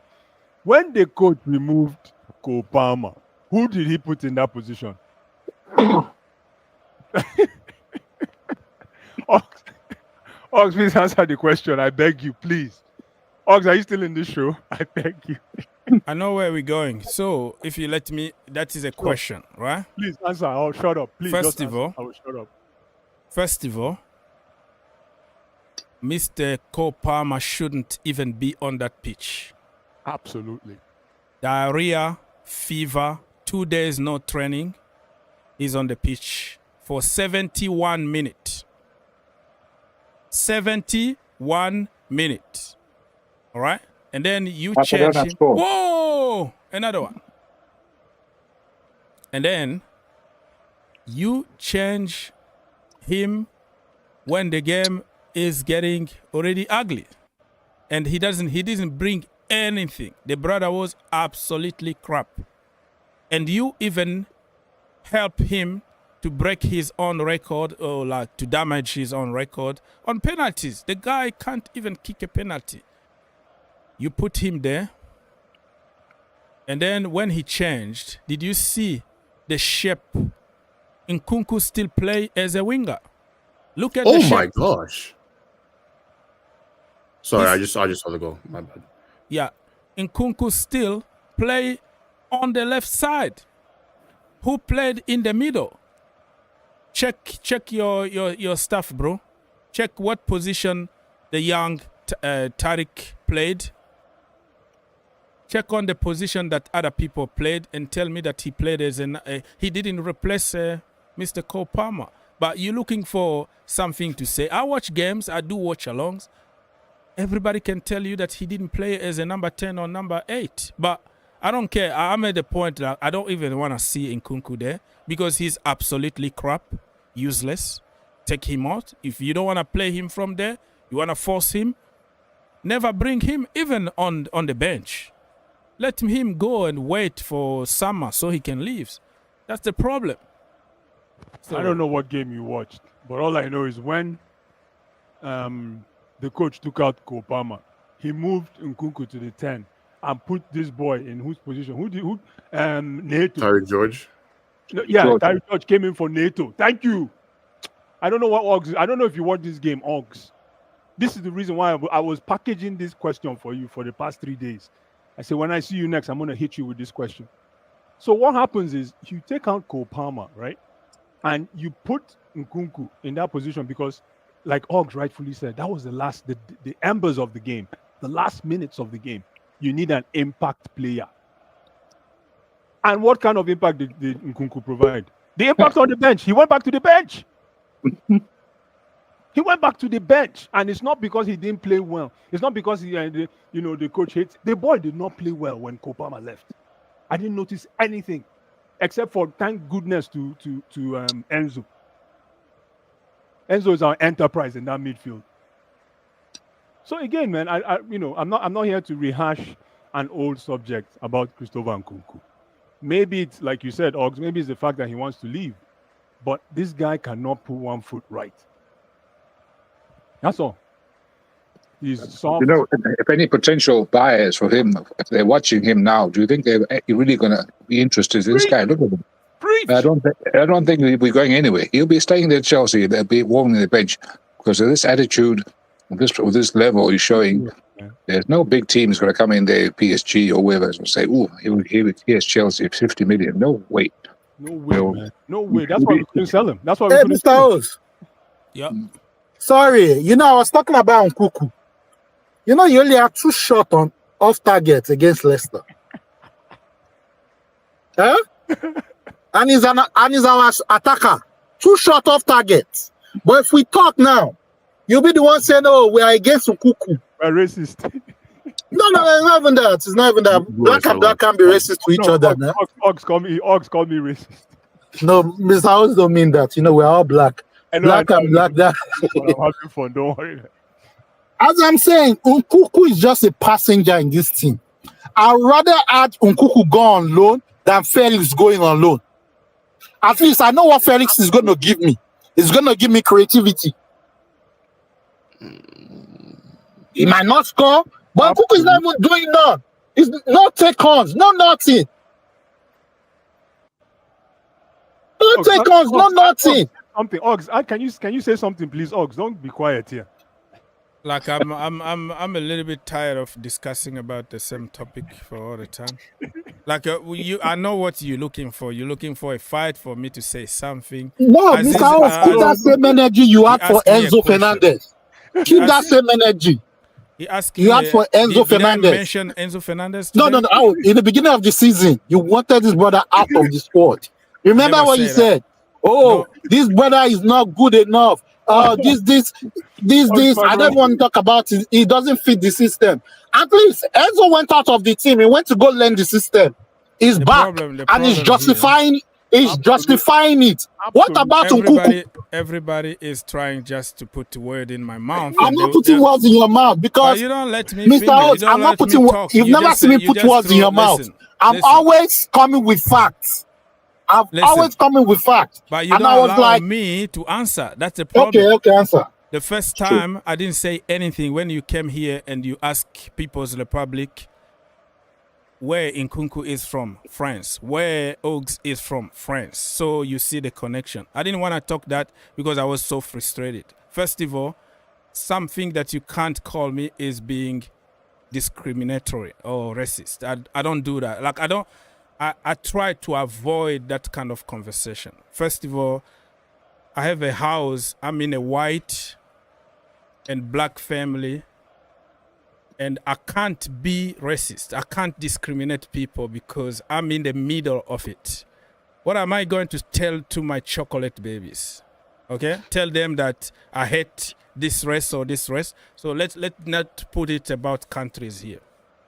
I defended Chukwuemeka more than anybody in this team, in this panel. I defended Joao Felix more than anybody in this panel, and he's white. I defended who else? Ben Chilwell. Enzo Fernandez. When I was defending him, let me finish. Don't cut me, otherwise I'm gonna cut the show because it's getting. Let me set the record straight because I don't want to such a thing stay online and my kid are going to watch and they say, why you didn't say something? All right, so Enzo Fernandez, last season under Pochettino, when I was defending him 24/7, same channel. Here we go. Let me finish. That's the problem with you. Let me finish. You accuse me of something you don't want me to answer. Okay, now, go ahead, Enzo Fernandez, I was defending him 24/7 in the same channel. You guys were in the other side. So it's like gimmick. It's like WWE. You have to be in the wrong side so we can have a discussion. I'm not interested on discussion that lead us Let's nowhere. talk about Nkunku. No need for this Let long me story. finish. Talk Bro, about I'm setting the record straight because I've been accused of, oh, you say that Enzo need to go. No, let me answer. Give me few minutes. You're going to have even 10 minutes if you want. Don't cut me, please. I have to set the record straight. I appreciate you. Go ahead, my brother. So, appreciate you. If anybody is honest here, they will say, when I was defending Enzo Fernandez, Blue Eyes was calling him and Caicedo Jonas brothers. They are not good enough. Jorginho is 10 times better than them. And then when Absolutely. I said that the boy is playing with injection, he's sick. Give him time to have surgery. After surgery, let's judge him properly next season. Oh, here we go. Excuses after excuses. Excuses of even People's Republic, Blue Eyes, or Aziz. All of you say you are giving stupid excuses, blah, blah, blah. Enzo is not good enough. But every time that I start questioning that player, all of a sudden I'm the bad guy. And you switch to the you pretend, oh, I'm a good guy now because I'm supporting him. I want to say something. Nobody's accusing you of being racist. You are one of the mention nationalities. You are one of the people that come out you always and fight about racism. Mention nationalities. What I said is that you are being biased. There's difference between biased and being racist. When I talk about Chukwuemeka. When I defend, I'm talking about this season. Moses. Let's go back to your video against you never Manchester say it. United. Did you see how you ripped Enzo Fernandez? Exactly. Saying this brother came in, he was losing ball. Don't mind you, it was the same brother that came in second half to give an assist for this guy, Mr. Holt. I'm talking about this season. I'm not talking about last season. Last season, I can come out and say I accused Enzo Fernandez. I'm talking about this season. Before the starting of the season, I'm not even talking about what he said. I'm talking about, he's not giving effort. And he was taken out of the team. We all agreed he wasn't giving effort. But I'm saying give the same energy to Nkunku. He has been giving at least 90 minutes. I need the same energy everybody gave to Enzo Fernandez. I'll give the same energy if Enzo wasn't playing well. And I'm going to give the same energy to Palmer for not playing well. To clarify my record, set the record straight. I never ever say that Enzo need to go and he's such and such. You are making up stories. We have all the record. Everything is on the record. Why are you trying always to blame? You can make your point without mentioning me. I question. Listen. I have what you don't understand from me. I'm most of the time in the middle. When everybody is slashing and insulting Jackson, I will come here and give context behind it. Enzo Fernandez was poor at the beginning of the season. He was taken off the team by the manager himself, and it was rightly so. He learned from that. He was a fair critic for everybody. Even in this show, people say, man, why did you lose the ball? Why did you do this? He's improving, and I've been making videos lately praising him, how he's world class. Look at my edit and everything. So I'm not gonna be like, I'm not a cultist. Nobody pays me money. You do good, I'll say it. I'm a Cole Palmer boy. Every time here I don't want to see him play. It doesn't mean that I want him out. Don't try to exaggerate and make it sound like, oh, you wanted him out. No, now Cole Palmer is poor. Take him off. Give him rest and play somebody else so Cole Palmer can come back refreshed and score goals. So I'm not going to be like bad, evil, or good because you are Cole Palmer or you are Enzo Fernandez. By that time, if you are bad, I will say it. You are good, I will say it. That's my position. I agree in what you say, Mr. Host. I agree in what you say. My own issue is that, let's call it spade a spade. I don't have an agenda against Nkunku. I want that brother to flourish, either in Chelsea or anywhere. I'm always happy if he flourishes at Chelsea. But a spade, this brother is not playing well, for Christ's sake.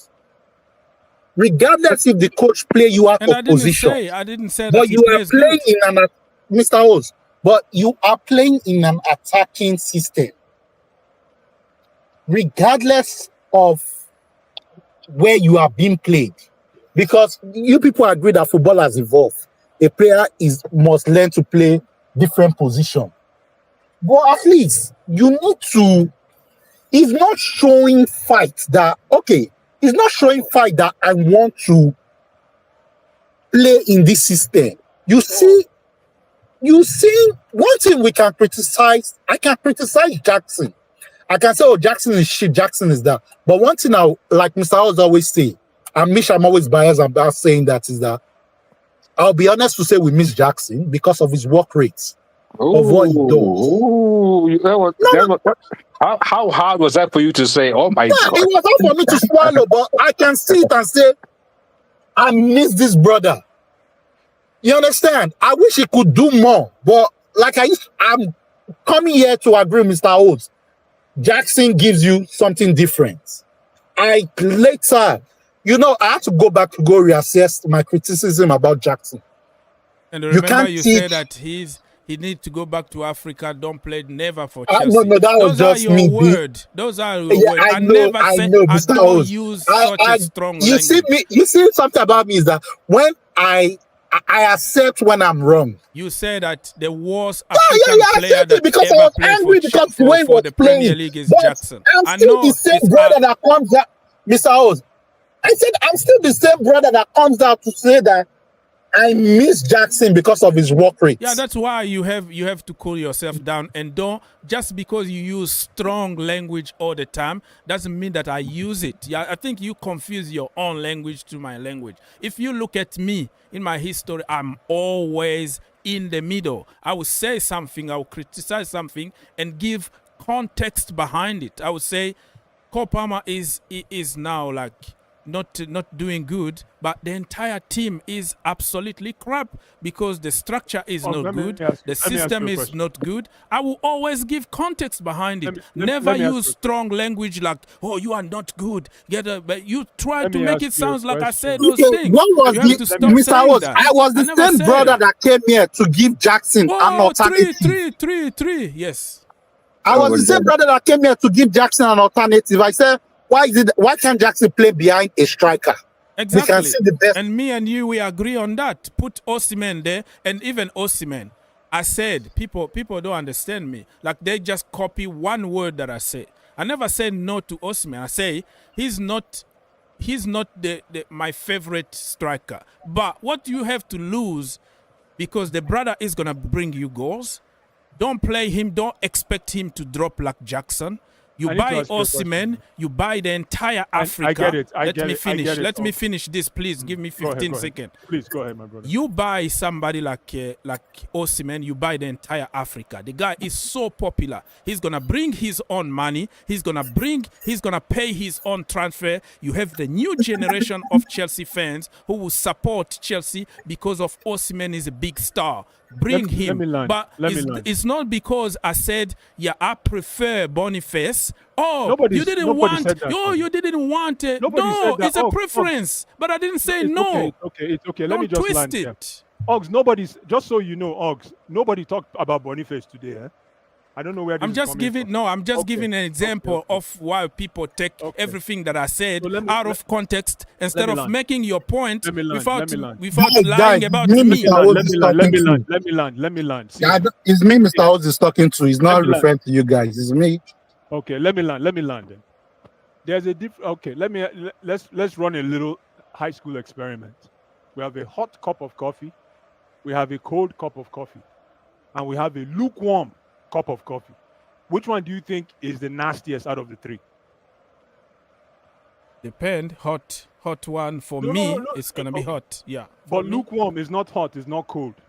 Anybody, I bet you $1 million if you walk up to a restaurant and there's a cup of coffee on the table and it's hot. At least when you put it in your mouth, you're reassured that it's hot, so it's safe. Even though you might not drink it, you wait for it to cool down because you know that at least it's hot. When it's cold, people have cold coffee.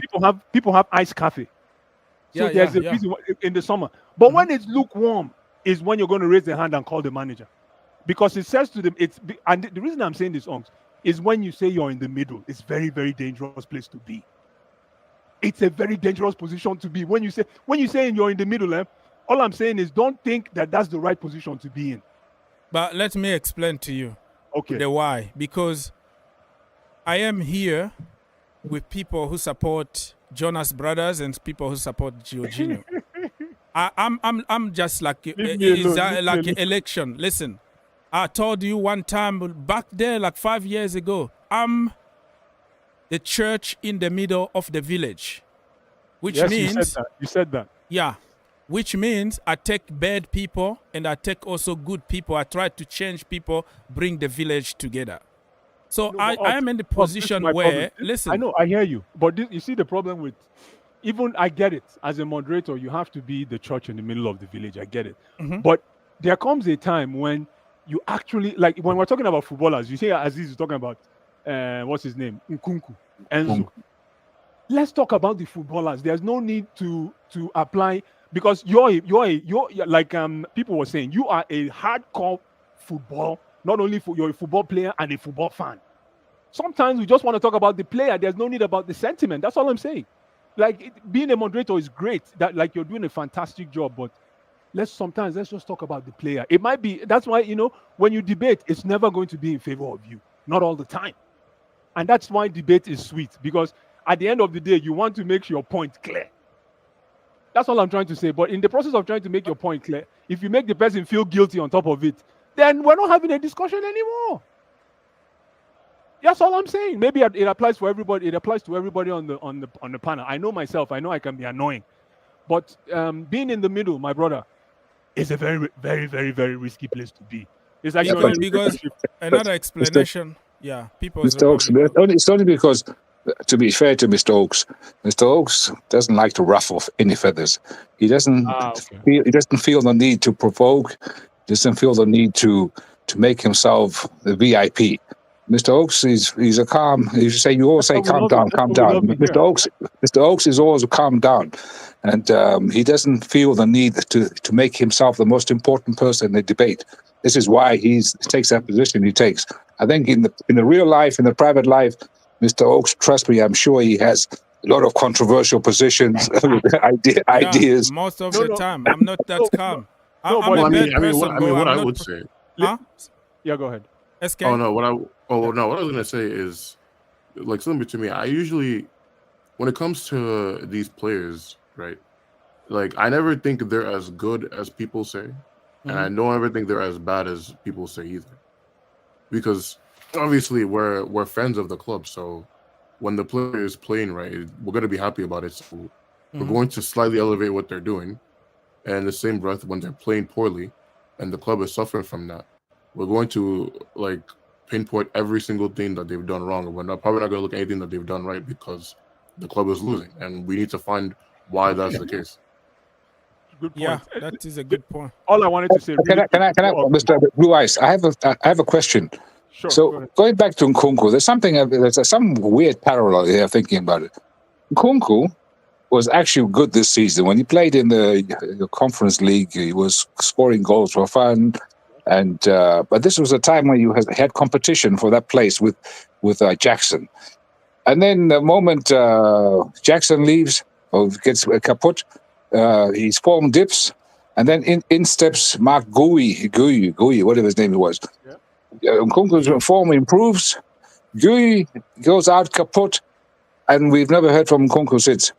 What does he need? Does he need pressure? Does this guy need pressure to perform? I can tell you what it is. Even when Jackson is there, I can tell you what it is. But before we get there, just to round up my discussion, I didn't mean to ruffle any feathers. All I'm saying to you is, feel free to say, man, be as direct as you want to me, man. I always look at this, and that's why I'm so comfortable coming to this program, is because I feel like I'm in a beer parlor. I'm in the beer parlor.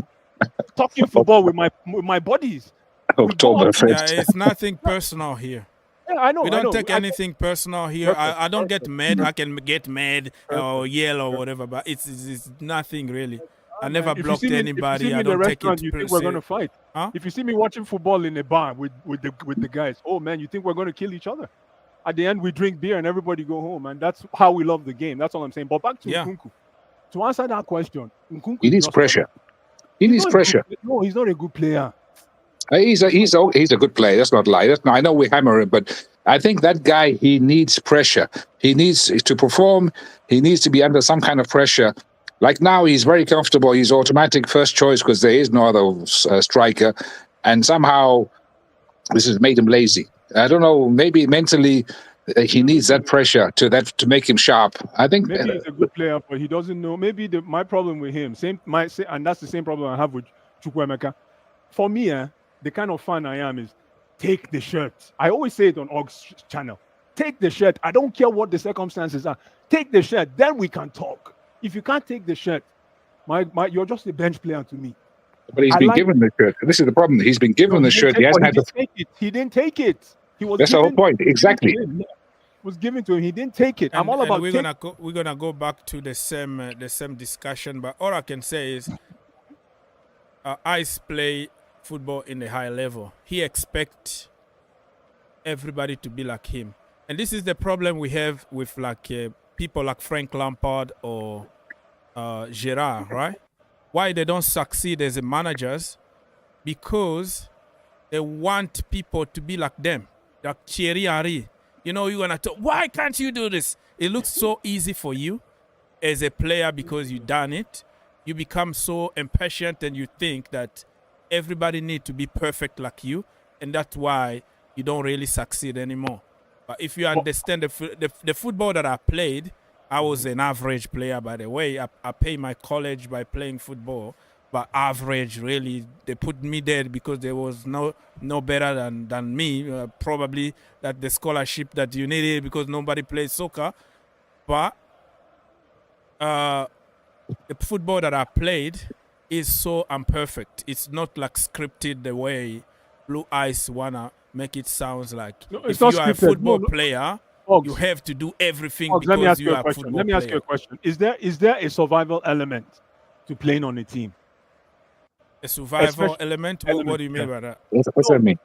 No, survival element meaning you have to be able to showcase your skill. You have to be able to be on the... Listen, anybody joining a team, you're not joining a team to be part of the 24. You're joining a team to be in the first 11. I don't care who you are. That should be your goal. You want to be a regular in the first 11. So, especially when you have close competitors to you in the same role, you have to be able to say, no way, man, this guy isn't touching my shirt. I don't know how they're coaching these kids these days, man. But it's a bit like what you... excellent point, by the way. It's a bit like when you're in the workplace. You know, if you show up for work and you basically stamp in, but you're there, you don't really do that much. You're sort of like lethargic. Absolutely. You know, it's just a question of time before the bosses or whoever they notice that this guy is just collecting a paycheck. He's not really producing anything for the company. Absolutely. Out of here. You know, if somebody is putting money in your pocket, they also want to return for it. So they expect something back. My friend, let me tell you something. Absolutely. Football is different than normal life, like me and you work in the normal factory. And let me finish this. Football demands a specific skill. This is the reason why I couldn't make it, and many people couldn't make it, because it's a specific skill. So when you got already there in that stage of professional football, now it's time for you to start developing. The problem is, there is a reason why there are specific area on the pitch. There is a goalkeeper, there is a striker, and you need a tall goalkeeper, and you need this and that, and even some people like Mourinho will prefer some physicality and all that, and Pep is gonna be with his technical players. So there is a reason for everything. The pitch is divided the way it is for a reason.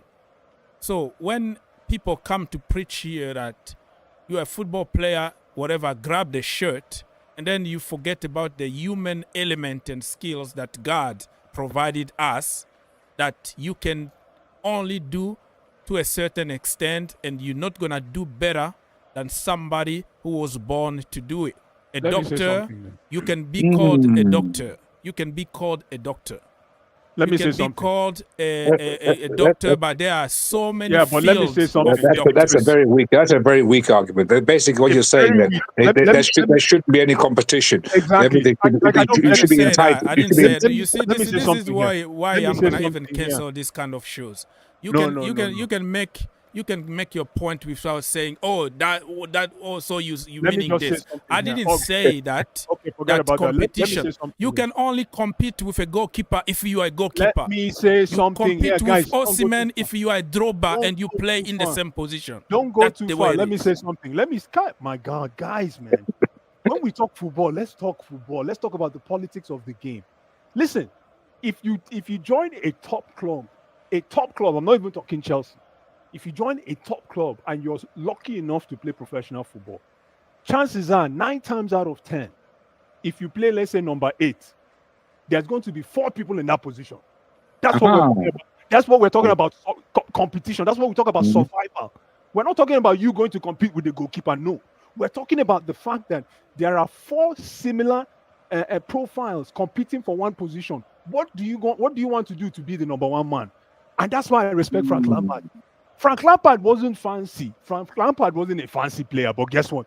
Frank Lampard said anybody that can take this shirt will start in this team. And nobody could take that shirt because he was a 9-to-5 guy that made sure he got the job done. That was his strength. Most midfielders came to that team and left Frank Lampard in that role. Nobody could take a shot from him. That's what I'm saying. In the case of Nkunku, there are 3. How many players do you have in that position? Let's count. How many players? None left. There's none left. Okay, And so still- my brother, still- you just yeah. said what tell us. You made a very good point, and I want you to answer honestly. You say how many people are from that position? Keyword that position. Tell us what is the position and where are the other competitor, and let's start from there. Let me tell you the okay, before Chukwuemeka left, there was Chukwuemeka, there was Kopama. That start Hold by the on now. position. That position. No, What is the Listen, position? Indicate what? Okay, you tell me what is Nkunku's favorite position. Nobody Oh, has been my able to bro, give me. my bro. What is You it? try to What is it? complicate. You ask a question by another question. You say Let me- from that position. That means Yes. one position, 10 people. Tell hold us on. what Okay, is the position Okay, hold and on, what hold are on, the 10 hold people. on. Let me make you feel good. Pause. Let me go with your argument. You said Nkunku is a number 10, right? Chukwuemeka left, so that means it comes down to only 2 people. Only 2 people. So the competition is even less. That means he has a higher chance to make that position. And this boy still cannot. He still shit the bed. What? You He still said shit that the bed. position, and now we're gonna go there. Just let me honest, go ahead, not go for ahead. the sake of argument. You said ahead. that position, number Yeah. 10. Let's Yes. keep that way, number 10. What the position in Nkunku is playing? Because he cannot grab the shirt from Kopama, even when Kopama No, has listen, diarrhea. listen. Hold Cole on now. Palmer, listen. You're not listening to me. Even when Kopama has diarrhea, he cannot play in that position. That's what you see how bad it is. Oh, Diarrhea. even when he had diarrhea last week against Leicester, a bottom team, this coach is still not willing to experiment with Nkunku. Why can't you Yeah. let me fail and make a point that, hey, this is the reason why I don't play this guy. I gave him 90 minutes big as a club. We number don't have time 10 for this. We are a because big club. Palmer, hey, look at me. We are a Look big at club. me. We are come on, man. This is $1 billion The club. coach is not there to throw a player under the bus. Come on, man. $1 billion club, man. He's supposed to build up players. So there's Come no on. point of trying to humiliate him by using him as a scapegoat. The coach will do that when he's under pressure, when he's about to get fired. Then he'll do. Come on, man. We're not You are giving just away. going out of context. You don't answer the giving real away question. opposition. You say We're number not- 10. He never played number 10. Even when Because he's somebody not good is enough. sick, expose me. Give There's me a no test. need. Don't There is no- assume. listen, Ogs. Do listen, not there- assume Ogs, that I'm a Ogs. black man. I There- can't do computer. Where are you going that now? Where are you going there? Because now, I want to make it to the That's so level soft. where you That's can so use soft. common That is sense. so soft. That's so soft. Don't go there, man. Let's talk football. Don't have to add those We're kind of talking social football. elements. Listen. The truth is, Even a blind man knows that Cole Palmer on a bad day is still better than Nkunku. It doesn't matter who you want. It doesn't matter how you want to look at it. Even if you want to use DEI, let me use your language. If you want to use DEI, Cole Palmer is head and shoulders 10 times better than Nkunku. And even with diarrhea. Even with diarrhea, the coach did not look at. And you know what Oggs is saying? Give him a chance. This is not a charity. You got to come grab the shirt. Tell me that this is your. I like that. This is not a charity. It's not a charity. We're not here to hold hands. We are the world. We are the children. No. This is a professional workplace. It's a business. It's a professional business. It's cutthroat competition. So if he was that useless, and why the manager is playing him every single game? Because he has nobody else. Let me finish from the wrong position.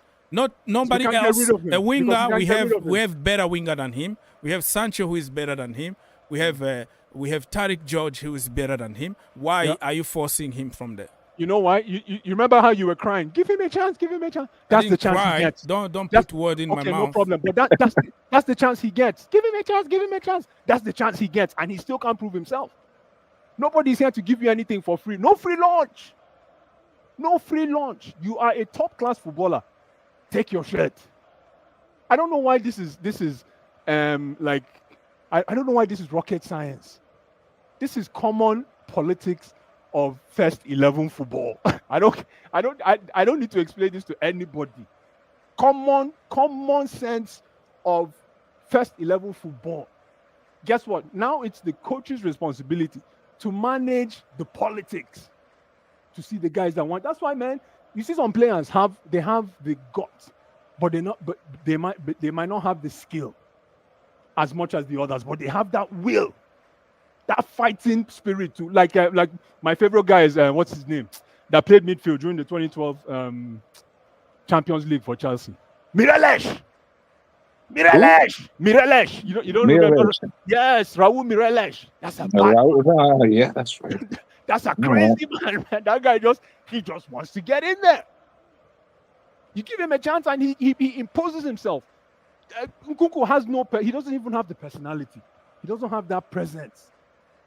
So again, I think Nkunku at a different club he probably will do well. But here, I think just the pressure is too much for him. That the big lights of Chelsea, London. I think maybe he's got too much that he can't chew. And I don't know what it is. I don't know what it is, bro. I think his mentality is for a big club, but not like a limelight club like Chelsea. A big club like, let's say, this guy in Nkunku could probably be excellent, like Man City or somewhere like that, one of those kind of teams. But in Chelsea, it's very toxic place, and the fans, we have no patience, as you know. But this man, I'm just surprised. I'm just thinking, are they just trying to showcase him and say, this guy is for sale? No, you have to play him because he's on big wages and there's no other alternative. No, I mean, me with that guy playing like that in Nkunku, I would have chosen a guy from the youth team or academy, whatever it is, rather than that rubbish I've been watching. Look at Tariq George. Look how he's growing. That guy is improving game after game. He's confident and you can see there's something about him. He's just growing every game. And when I first saw him in the team, I said, "Oh my God, this guy is." But now every time I see him, his confidence and this guy is becoming somebody. Oh, my brother, you hear what is going on here? Yeah, I'm not listening. That's why I don't cut you. But every time I try to talk, you cut me 1,000 times. People, I can let you talk for 10 minutes now. I don't say anything. It's not because I can't talk. But every time you let me talk, you cut me after 2 seconds. So I got discouraged. I don't have anything to say because this is just like a debate that you're not gonna win. It's just like Palestine against Israel. No, God, don't even start. Let me finish. Don't start that business. Let me make a point no because politics. you're gonna get politics. me in trouble. What I mean no is... No politics. See? I'm trying to make a point. You cut me. People might take it out of context. What I say is you're going to find two people who have different kind of opinion. No matter what you say, you're not going to bring them together. That is the point. Before I make a point, you cut me off. And people might take it out of context and then say, oh, did you? It's not about politics. What I'm saying is we are all university graduates here. We all work in corporate and whatever. We all in families and all that. So sometimes I find it like this is not our level anymore of, okay, it's my way or no way. Because we can't come together and conclude something because somebody just want to win. I don't want to even win. My problem being, expose that guy, show people that I told you so. This guy is absolutely shit, whatever position I play him. Expose him. Somebody got diarrhea for 2 days, headache and whatever. He's weak. Let's expose this guy. Finish him. Put him there and say, I told you so. And whatever I put you, you are just crap. That's what I'm asking for. I never defended him as, whatever, but justice for everybody. When Enzo Fernandez was playing as a number 6, he couldn't do it. I was defending him here, that push him a little bit, because defensively, he's not good defensively. He can impact more in the final third. That's what I was saying. Back then, you are just giving excuses because everybody need to cook whatever position, blah, blah, blah, blah. Today, he's playing from where he feels more comfortable. He's providing a lot of assist and creating, making things happen. Because why? Because he's playing in the right position for him. You bring him back, you know that he's not fast. He's not going to put a tackle. Why are you wasting him down there? Put him where you can have something from Enzo. It's simple common sense, but we don't use common sense here. It's about let's fight like WWE. No, I'm tired of this. I never even say play him. Don't play him at all if you don't want to play him there. One game. Give us one game to judge this guy and you will see me here come back and say take him out. You were right, guys. You were right. Even he's just not bad. He's not good. One game. He's going to get his one game. Don't worry. It wasn't against Leicester. That's not a game for him. That was a matured game. That's why we beat them 1-0. Not a game against Leicester. He's going to get his one game. He's going to get his chance. Besides, he's gotten all the chances in the Conference League. Let's not talk about this. Let's not talk as if this boy hasn't gotten chances. It's just that when it comes to the big leagues, I don't think he's ready. Yeah, he's got a stomach for it. When he recovered the ball and risking his life, putting headers, scoring goals, putting tackle, recovering the ball, passing the ball. No, it's not even in the Premier League. You just refuse to say it because it doesn't fit your narrative. So I'm tired of this discussion. This time is the last time that I discuss about Nkunku until he plays 90 minutes, at least 50 minutes, at least 45 minutes in a real game. No problem. From number 8, number 10. No problem. I'm not discussing anymore because we're not going anywhere. Nkunku should be looking at himself in the mirror when the coach decided to use a player suffering from diarrhea instead. I can ask Mr. Oaks a question, please. So, Mr. Oaks. Favoritism. Yeah. Mr. Oaks.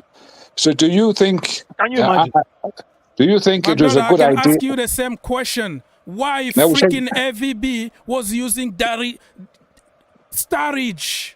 Daniel Sturridge, Didier Drogba on the bench every single game. I don't know if anybody was watching those games. Didier Drogba on the bench. How the freaking hell Sturridge is benching bloody Drogba?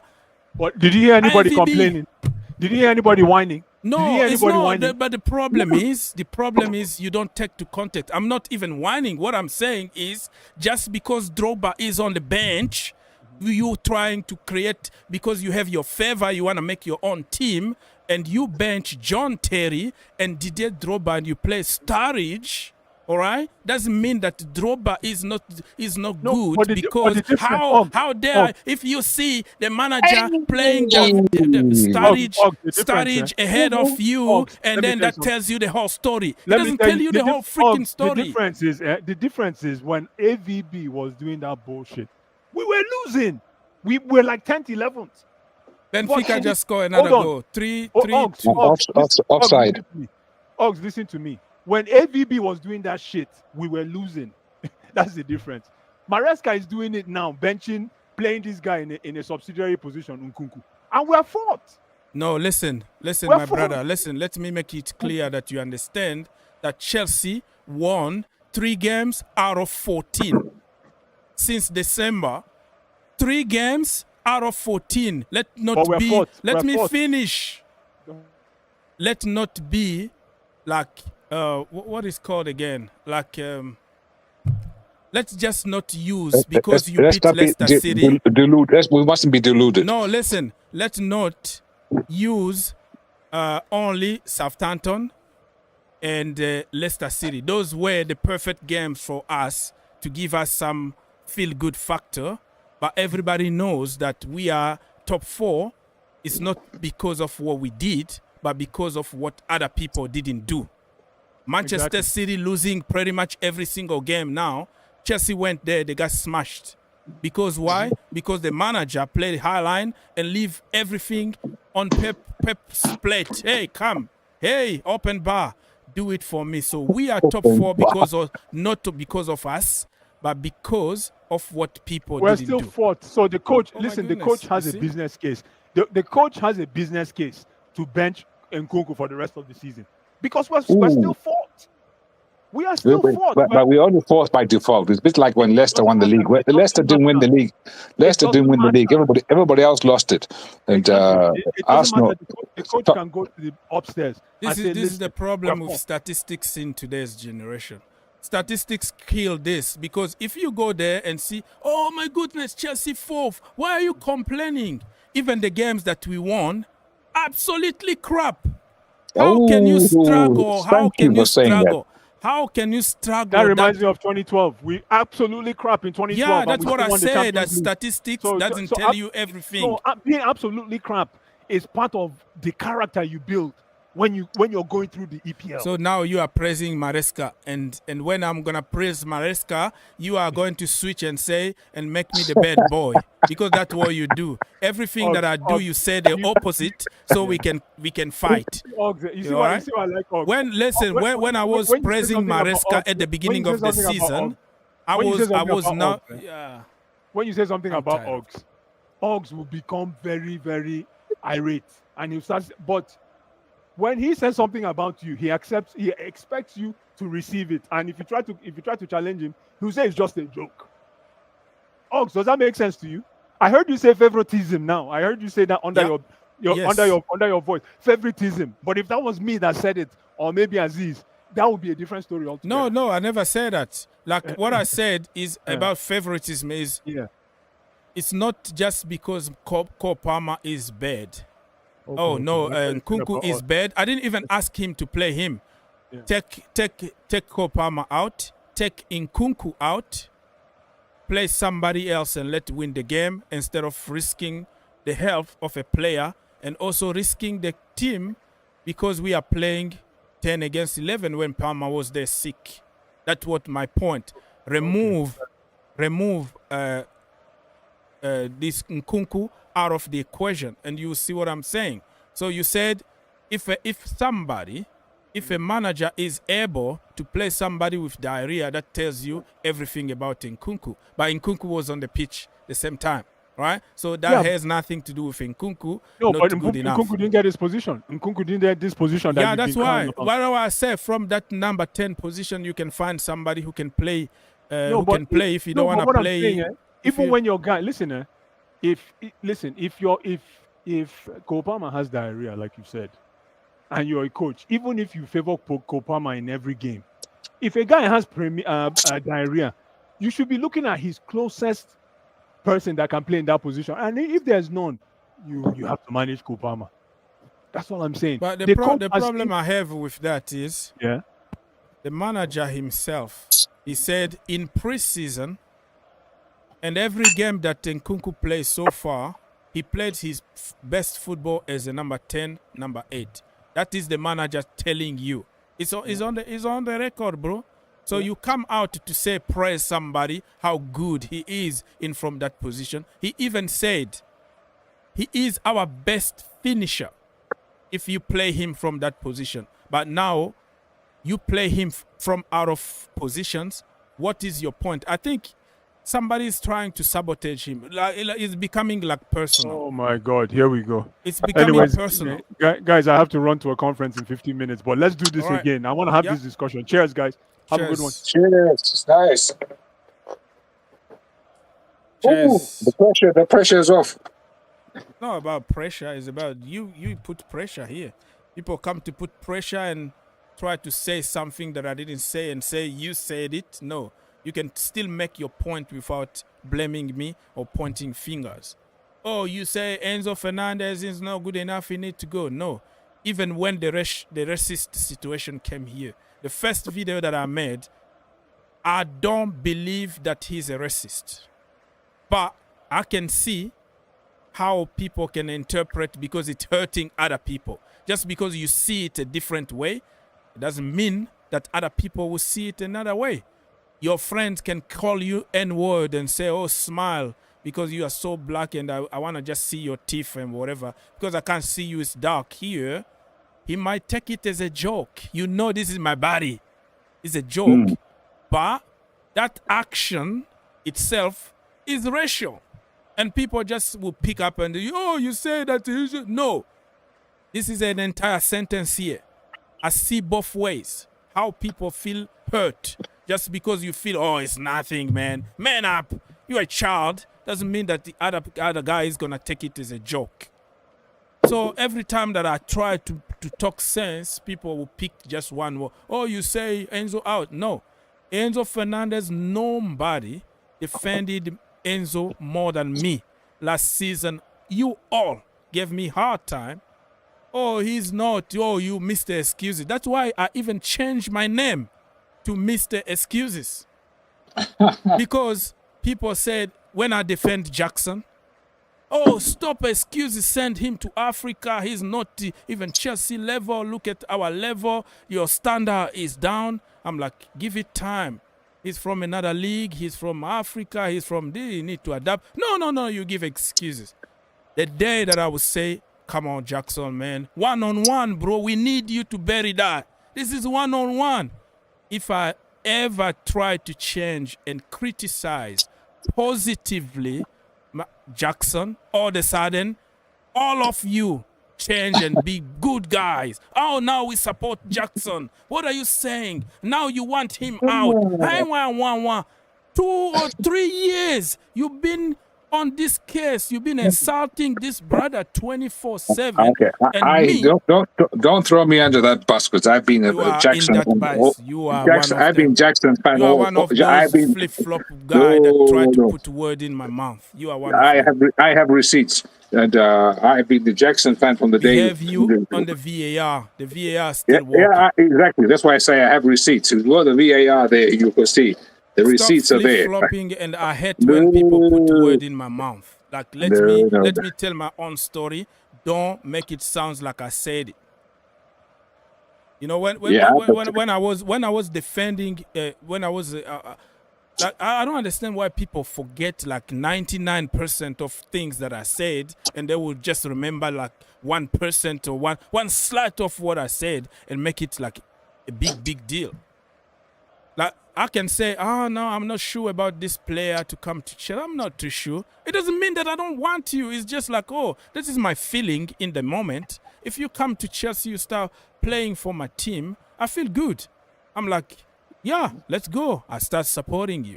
Even Mikhailo Modric, when he came to Chelsea, I didn't know who are we buying, why are we going for him and all that. You sign for my team. You are my boy. I support you and I criticize you fairly. That's me. I'm not gonna be. But you're not the village idiot who supports somebody blindly if they're not performing. That's the problem, though. Yeah. People have to earn your support. You have to earn your support. That's right. And even when I was criticizing Enzo Fernandez, because I supported him for 2 years, when everybody was hammering him, get him out, waste of money, I was there for the boy. I was there when he was having a surgery every single day. Now, my brother, I'm running out of excuses. Surgery, done. Copa America, won. Everything working good. What's wrong with you?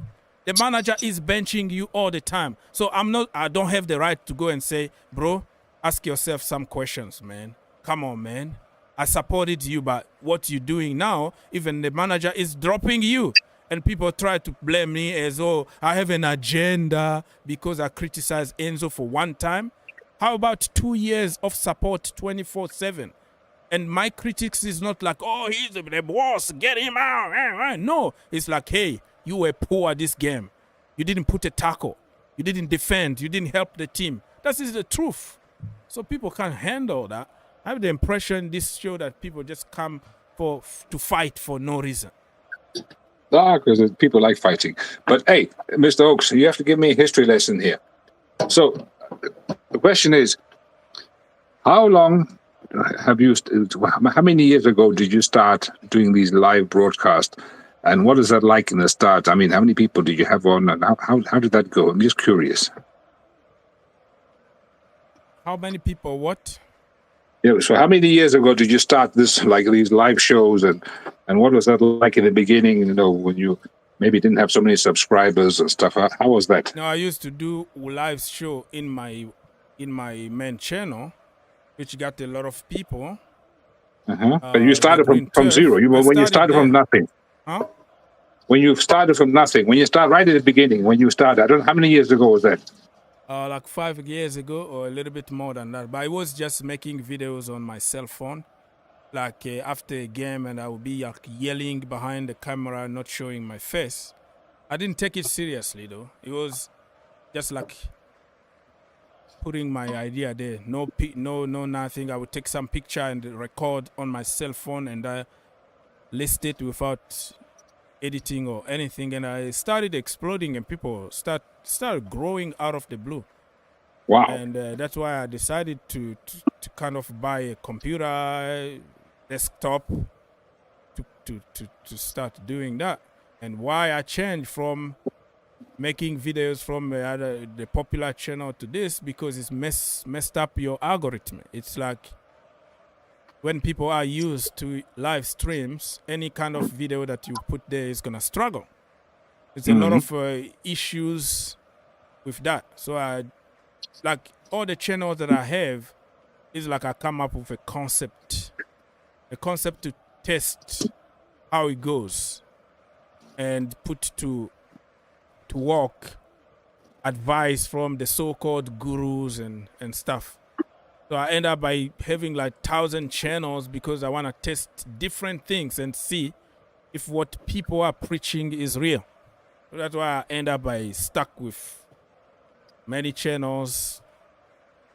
I'll close some of them soon. But I don't know if that's... Sell one to Blue Eyes. Huh? You can sell one to Blue Eyes. He's always asking to buy one channel. Well, the way he said, it looks like he's going to be very successful. He can start from zero. All the time he fight me here, every advice that I gave him about, YouTube, they don't. Oh, no, I never heard that. I never, you are talking BS and whatever. Like, he never listened to anybody. So the good thing for him is to start because it looks very easy, huh? It's very, very easy. Just make it, do this and that, it's going to work. Blue Eyes is a very positive guy. I like him. I like him. He's a positive guy, but he doesn't listen to people. He thinks that the world need to be on his image. It need to be that perfect world of if you do this, it's gonna be successful, or you don't do this and that, or I never heard about it, and then you're talking crap. Just because you never heard of it doesn't mean that you might hear it. Now you hear it and you know it. But he's a guy that's gonna win a debate. He's a lawyer in real life, isn't he? So you can never win. The way he makes his sounds is like YouTube is easy, everything is easy. You do this and that. You don't know what you're talking. Grab the shirt. It's always perfect, huh? It's always perfect. Football is perfect. You are, you know football. You can play whatever position it is, but it's not the football that I played and pay my university. It's not the football that I played. It's not a scripted game. Nobody is gonna be perfect or Swiss Army knives do everything. People have different skills, and some of them can expand their skills to other positions, but that is a very small portion of people, and that's how I see football. So me and him, we see football in a different angles, very, very different. When I was supporting Enzo Fernandez, he's the guy who came here every day to hammer on me. What do you see in this guy? You don't understand anything about football. Let's talk football here. Hey, here we go. You're giving excuses. Oh, surgery. Oh, underpen or whatever. But he's the same guy today who is saying, man, this is the guy. Enzo Fernandez, look at this. Bro, a few weeks ago, he was the worst thing that ever happened to Chelsea. I'm like, hello. Oh, man. You know, man, by the man. way, I know we all attack Nkunku, but there's other players in this team which get a free lunch ticket, who somehow escape criticism. Sancho, the one we loved, he was so good. What happened to him? He's fallen off the cliff. We don't hear you see, even Ice, the first word in his mouth is, let's talk Nkunku. But remember when we were signing Sancho, he was like, Sancho, remember that, right? Even myself, I must admit, I'm guilty. He's the thing. And when I try to question that, you know how I know nothing about football. Let's talk about football, man. Let's talk about football. I'm like, yeah, Sancho is good, but it's not like I'm going to be all over the place and start celebrating. Let's wait and see what's going to do at Chelsea. Now he's not even mentioning him. Sancho's good, he's but you got to ask the same guy who sold me Raheem Sterling. Raheem Sterling, he's the best player in the world. He's going to take Chelsea to the next level. I'm like, brother, this guy, I don't know if he's going to... No, you don't know anything about football. So that's the problem with me in this channel. It's like people bring theories, and when you try to challenge those theories, they bring thousands of other topics in the discussion just so they can distract you and forget about the main topic. We can look at. I'll give you examples of other players. Colwill, another one. You know, he doesn't get any criticism, but he's... No, that is not true. That means you are not on social media. He's one of the most hated people in the Chelsea community. Because, but I always tell people, I started this show by telling you, everything is a pairing in life. That's how God created this world. Men and women, blah, blah, blah. Even technology, they just follow what God already created, right? Male, female, strong, weaker, blah, blah, blah, check and balances. Wait, hang on. You are from America. Remember back before Trump, they had male, female, and you had so many other, I don't know what even races. So they went against God, made up their own races and genders, and I don't know whatever. And so this is what happens when you go against God. It doesn't always end up well. You know, you got to... The point I'm trying to make here, that is another topic for another day. The point I'm trying to take here is balances. You're not going to have the world continue with a bunch of men only or a bunch of women only. I'm trying to talk about the balance.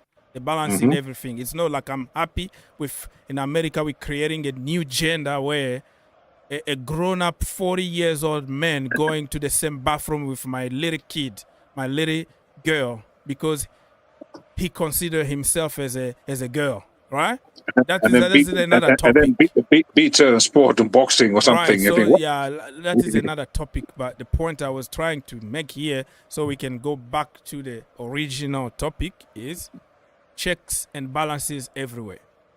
You People Republic, you have your own people and your own agendas against certain people that you can't afford to say anything. No, not agenda. You will never say anything good about them. You are just hiding, and you just confuse people by throwing stuff all over the place. Somebody like Colwell, somebody like Chaluba.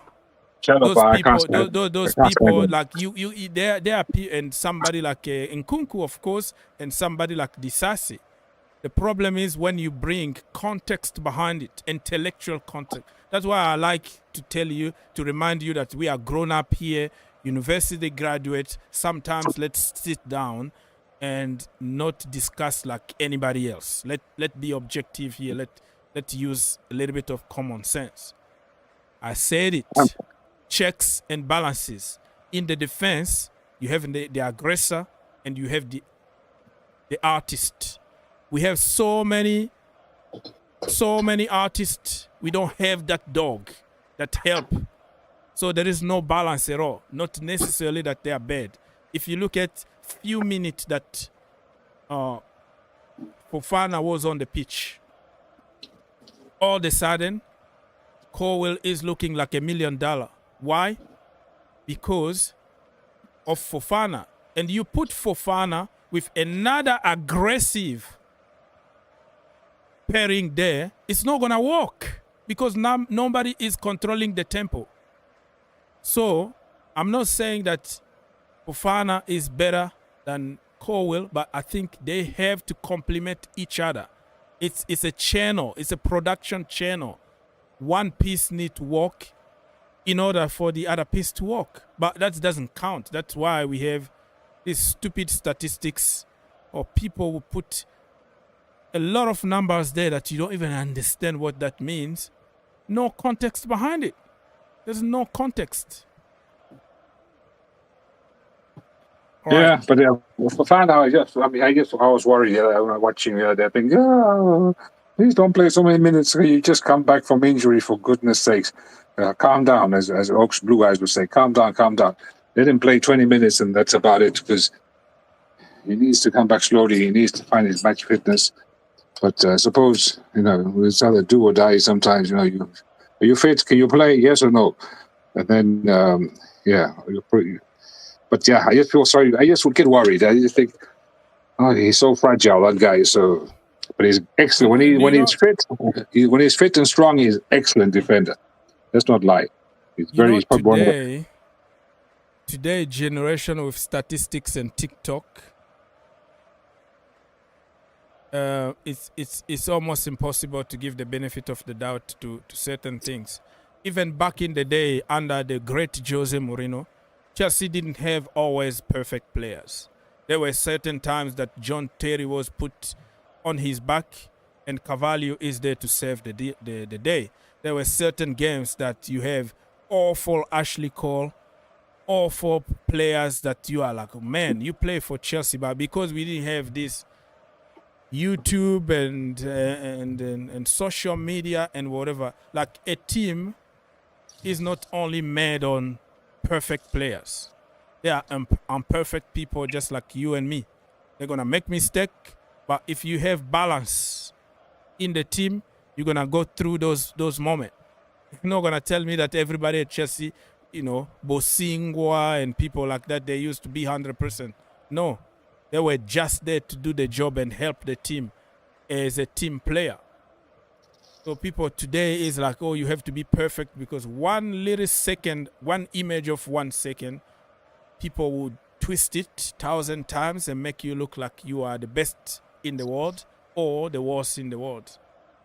So somebody said this. Statistics are like bikinis. So I was like, what do you mean by bikinis? I say, bikinis, what you see is interesting. And what you don't see is equally as interesting. Just think about it. This is statistics. What they show you is interesting. Oh, look at the number. Oh, my goodness. Tiki-taka, pass. What they don't tell you is that 100% pass completion was sideways, backward to your goalkeeper. 100%. Empty stats. Empty calorie stats. That's what you have today, and people rely on statistics. So what doesn't tell you is equally as interesting. There's a book. There's somebody wrote a famous book, How to Lie using stats. So you can actually You can paint a make narrative. anything you want. You can paint anything you want using statistics. So this is politicians. They use stats to get to gain votes and political power by using stats falsely or using stats in a way to paint a certain narrative. And this is how you can also, use. my friend, when it comes to politics, if you hire an agency to do statistics, you pay them money with the goal for them to find something. No, but if you have an agenda, if you have a narrative you want to push, you can hire an agency to do like they can go and ask, what you call the Gallup, when they phone up and ask, they do opinion polls. So you can ask questions in a certain way. Exactly. So you're looking for a certain answer. Yeah, you look for a certain answer. So it's then you can say, but 75% of the people believe so and so and so. But it's just the way they ask the details. You see that it's absolutely crap. Exactly. So I say how to lie with stats. So when they say, oh my God, 75% of the people think that we should go to bed, everybody at 10 o'clock in that night time. But it depends. How did you ask the question? What context? But people just take the answer. Oh, people must be crazy. But then, okay, then we must all the lights, electricity. Politicians can use any kind of stat, any kind of stuff, just to push a narrative, an agenda, or get political power or whatever. And the same with football. Football is exactly the same. People are using now goal, GTA, or whatever. They're using all the bullshit stats nobody's ever heard of and nobody cares. But to push a player, if it's an agent, maybe trying to get more money for a sale or whatever. So you can use these stats. But at the end of the day, when it comes to football, the so-called eye test. When we talk about eye test, what you see is what you see. You can use all the stats and lie all the stats you want, but what you see on the field, you can know that this player is doing it or not doing it. I don't give a shit about whatever stats, all that means nothing. As a guy, is he been working hard? Is he a good teammate? Is he, is he got a little bit of imagination or vision, whatever? But, all these other stats there, I don't know. Now look at Harry Kane. Harry Kane scored like 10,000 goals. But, what does that achieve? Nothing. It's, it's just empty calories. It's just goals. Yes, he's an excellent striker and all that, blah, blah, blah. But he still hasn't won anything. Maybe this year, Bayern. I don't know. I think so. Could be. Unless he jinxes so I am going to take a break because there are so many other games. I'm going to just put the thing behind so people can... What game are we watching? What game shall I watch after this one? Bayern against Leverkusen. It's already 2-0, 3-0. It's already 3-0, so that game's dead. So which other game shall I watch? Inter Feyenoord, if you want, or Liverpool PSG. What's the score there? Inter Feyenoord. I think Inter won away 2-0, so it's like, and they're playing home. Dead. So Feyenoord forget about that one. Already. So what about the other game? What about the other game? Liverpool won away against PSG 1-0. Yeah, bro. That was crook. That was thieving. That was theft. That was highway robbery. That was terrible. But I think I watched that game. If that's that's the one I watched. They're playing Anfield. Yep. I think I watched that game. I just got tired of watching Liverpool. I'm always watching Liverpool. Liverpool, Man United. I seem to always stuck watching those two teams. I don't know why. Man United are terrible. Okay, they played well against Arsenal. They should have beaten Arsenal. Arsenal were very lucky to escape with 1 point. So there was something there. But maybe they need, again, a bit like Nkunku, they need pressure. They need to play good teams to perform. Teams which play high line up front. United, play like they're counter-attacking. So maybe, I don't know. But anyway, okay, they're not playing, fortunately. They're playing tomorrow. Not so. They're playing in the...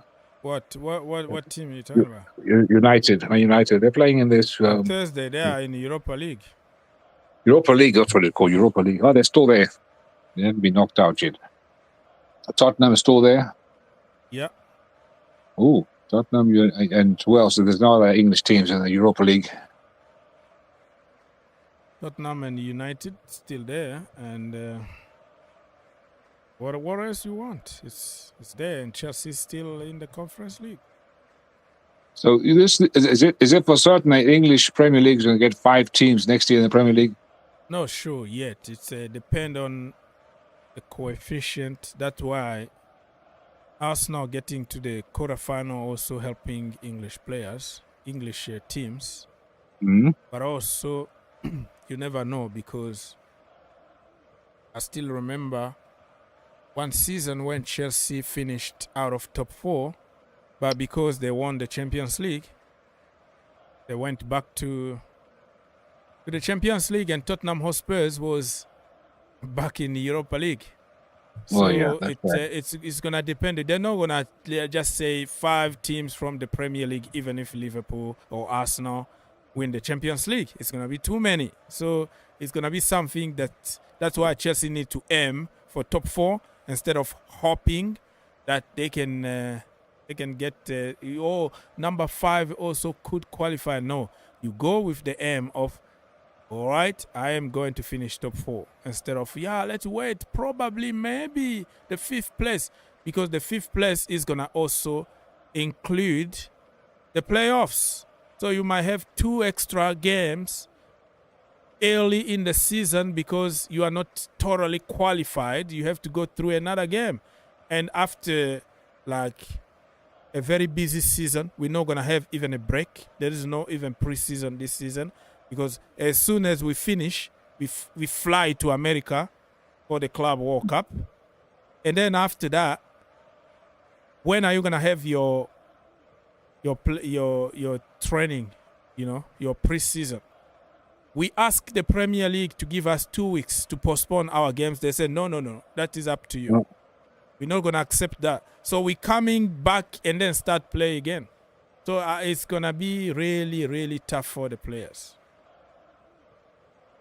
And then if you add to that 2 extra games in the Champions League playoffs to qualify, actually, that is too many games for players.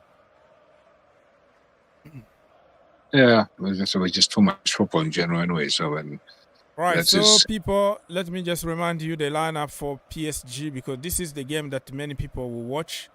Also, I think people are going to be very interested in the German derby, if you can say that. Germany derby. So for PSG, they have Donnarumma in goal, Hakimi, Marquinhos, Willian Pacho, Nuno Mendes, Fabian Ruiz, Vitinha, Joao Neves, Vasquelia, Ousmane Dembele, and Bradley Barcola. Let me scroll down a little bit. Ousmane Dembele, I don't know why. What he's eating, that brother is just so good at the moment. He's not injury prone anymore. He's disciplined. Okay, for the team of Liverpool, Alisson Becker, Alexander Arnold. Yesterday they were fighting in training ground. People had to separate them. Him and Mo Salah, they got to a very heating argument. People needed to separate them in training last day. So Alexander Arnold, Konate, Van Dijk, Robertson, Ryan Gravenberch, Alexis McAllister, Mohamed Salah, Dominic Soboslai, Luis Diaz, and Diogo Jota. Interesting to see what's going to happen in this game. But I feel sorry for PSG. I don't like them, by the way. But I feel sorry the way they played that football, that game. That was good. That was good. Ended up by losing. Oh, my goodness. It was so good. It was so good, man. Football game is so unfair. And you think, if I was a PSG fan, if I was watching that game there, I was, you say, I hate football. I'm never going to watch football again. This is an unfair sport, That is football. And on top of that, I think PSG deserved even a penalty. I think the foul from Konate on Bardley Barcola that was a penalty for me. And possibly a red card for Konate. But it's just like a big one playing against a small one. It counts. Favoritism exists in this world. Liverpool And PSG, you know that PSG are not legendary like Liverpool. So I think it was not fair. But anyways, and PSG they need a goalkeeper for sure. Yeah, he got a terrible injury, didn't he? One game. The Italian guy, what's his name? Donnarumma. But he got smashed by somebody like stamp on him or whatever. That is in the past. He had like a very ugly face after that, but you know. What I'm talking about is he's very, very bad. Like in a system like from Luis Enrique. His nickname is Lucho, right? So from him, he likes goalkeeper to play from the back, and this guy can't do it. And he got those bonzo moments on him. Like even the game that they conceded against Liverpool. Come on, man. A good goalkeeper, you know, a very, very focused goalkeeper saved that. I think it was a soft goal.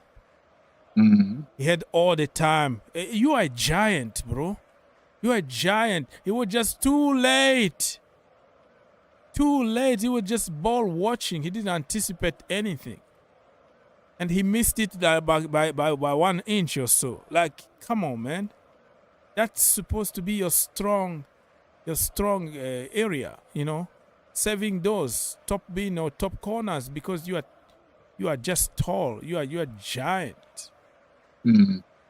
That's true, but yeah, and that guy who scored was on top of that. He was a substitute. One of the guys, what's his name? The young guy there. What's his name?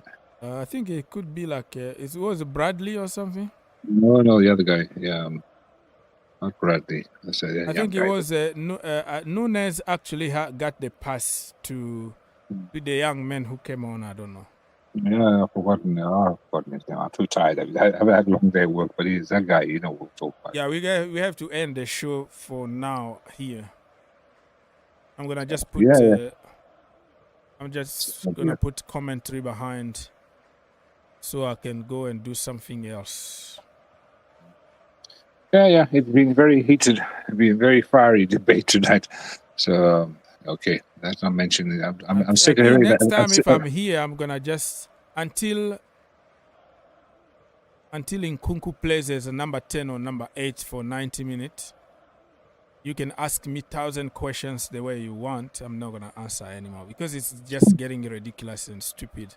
This is not my level anymore. Like the same thing every single day, and when people are protecting other people and don't want to touch the other one, if you ask the same question, attackers can do this and that. Can you play Enzo Fernandez as as a winger? Oh no, that it doesn't apply because it's Enzo Fernandez. Oh, can you play, Cole Palmer as a left winger? No, he doesn't do good there. So why he has to be somebody who need to be perfect in every position, but other people, no, don't touch them, and you are making excuses if they don't play beautiful football and they are not versatile. So it's just becoming stupid for me.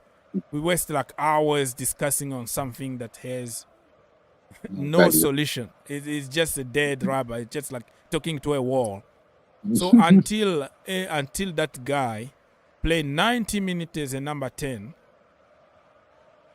okay, I'm not going to discuss about him anymore. I don't blame you. It gets very tiring. I'm tired of that. All right, listen, People's Republic, God bless you. Yeah, lay back, eat your dinner, whatever, and watch the Champions League, and you're going to sleep in the middle of the Champions League. And you're going to wake up like 2 o'clock in the morning and, the game, yeah, that's what you're going to do. That's what. Yeah. How do you know this? How did you know this? Because sometimes I hear you like snoring, and I would take you off so people don't hear. So I know, it's too late in his country. He walked the entire day, so I understand that. Yeah. So before people notice, I can tell exactly that. No, this guy is gone. The problem is if I watch the whole Champions League game, it means the game finishes our time, maybe around 11, maybe, and then I got to be up at 4:30. So this is 11 night time. I got to be up like 6 hours later. And at my age, I need 7 hours of sleep minimum, because it's just hard to be every day, 5.5, 6 hours sleep is not good. It's not healthy. So you need sleep is very important, as you know. That's true. The body needs to rest, needs to regenerate, it needs to. Yeah. Anyway, it is what it is. So I'm going to be sleeping 1 hour anyway. Yeah, so I'll see you next time. Probably tomorrow if I have time, or on Thursday when Chelsea play. I don't know when I have time because I don't really schedule this stuff. I will be disappearing for a while from live stream because we are moving slowly and surely. Not like one day, because you can move one day, but when everything goes like it's gonna get intense on like moving stuff and whatever, so I will take a little break, but making videos every single day. But the live stream might be pushed back a little bit. Yeah, this is what it is. Yes, sir. Be good, stay lucky, and God bless. Yes, sir. The same to you. And people, I'm gonna leave the comment on the screen, and I will be back at some point if I have time. So you have all the games on your screen. Don't go away. Amazing commentary and all the good stuff.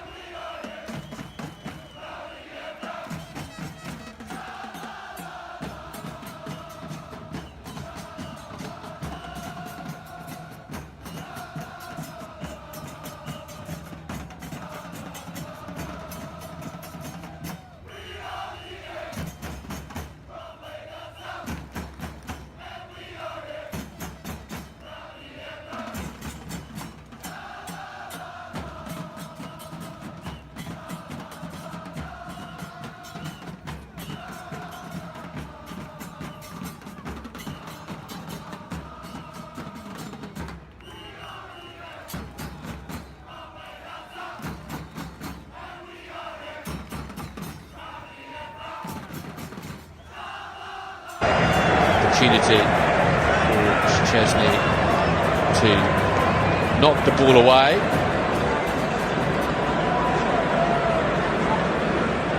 Chesney is going to do just that.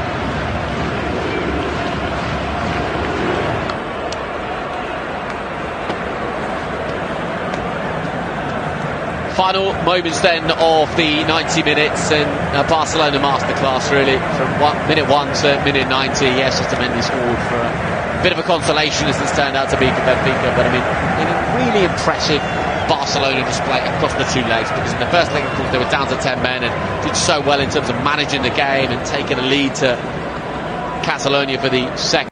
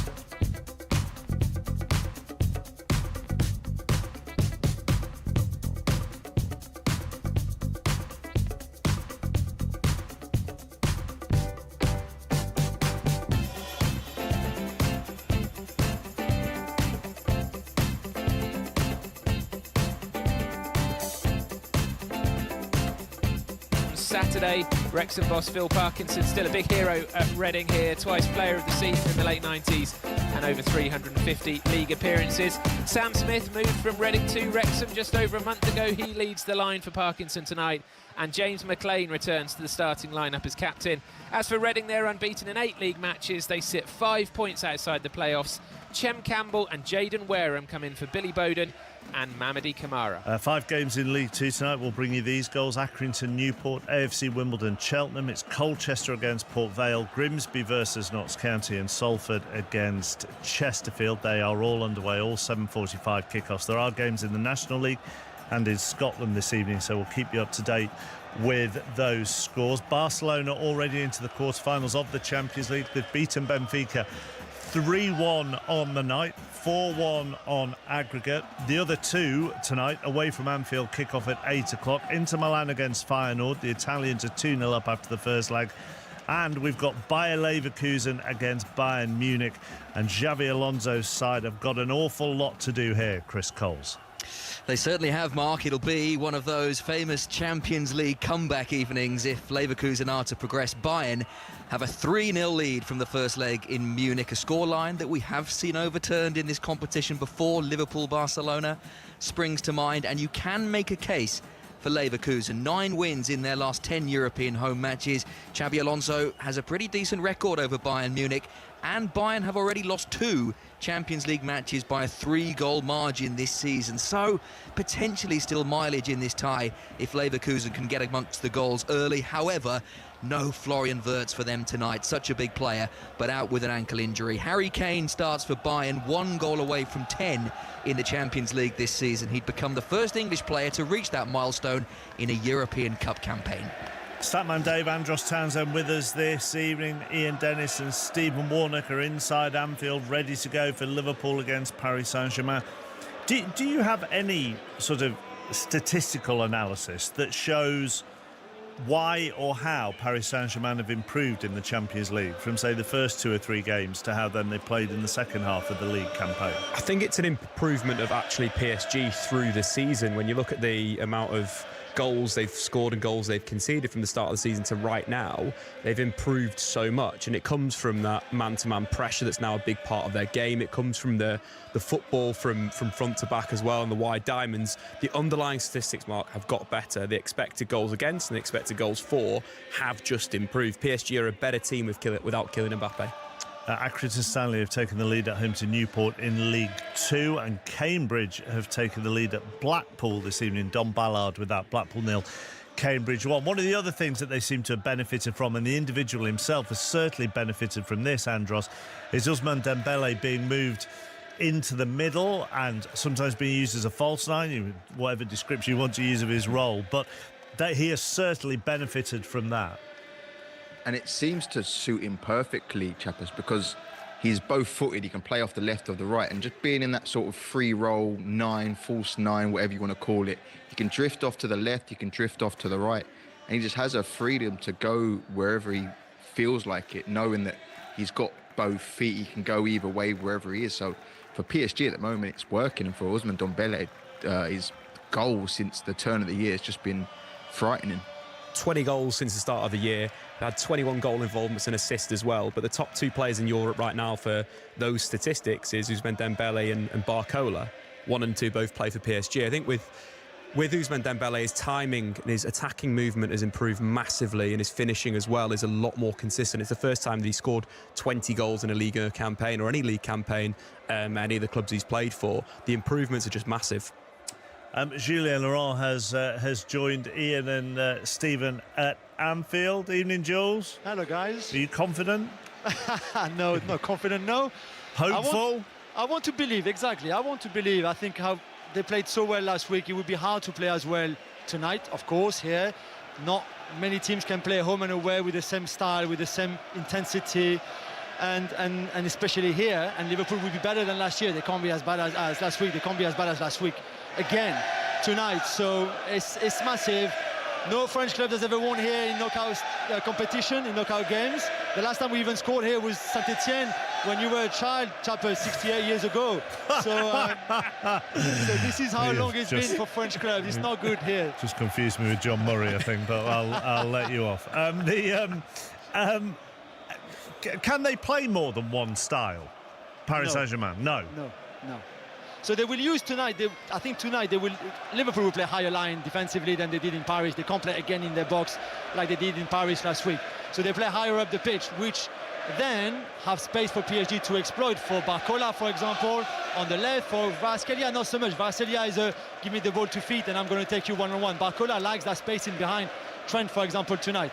So that would be one of the keys, because they could not do that last week at all, because Liverpool were so deep into their own box and it was crowded over there.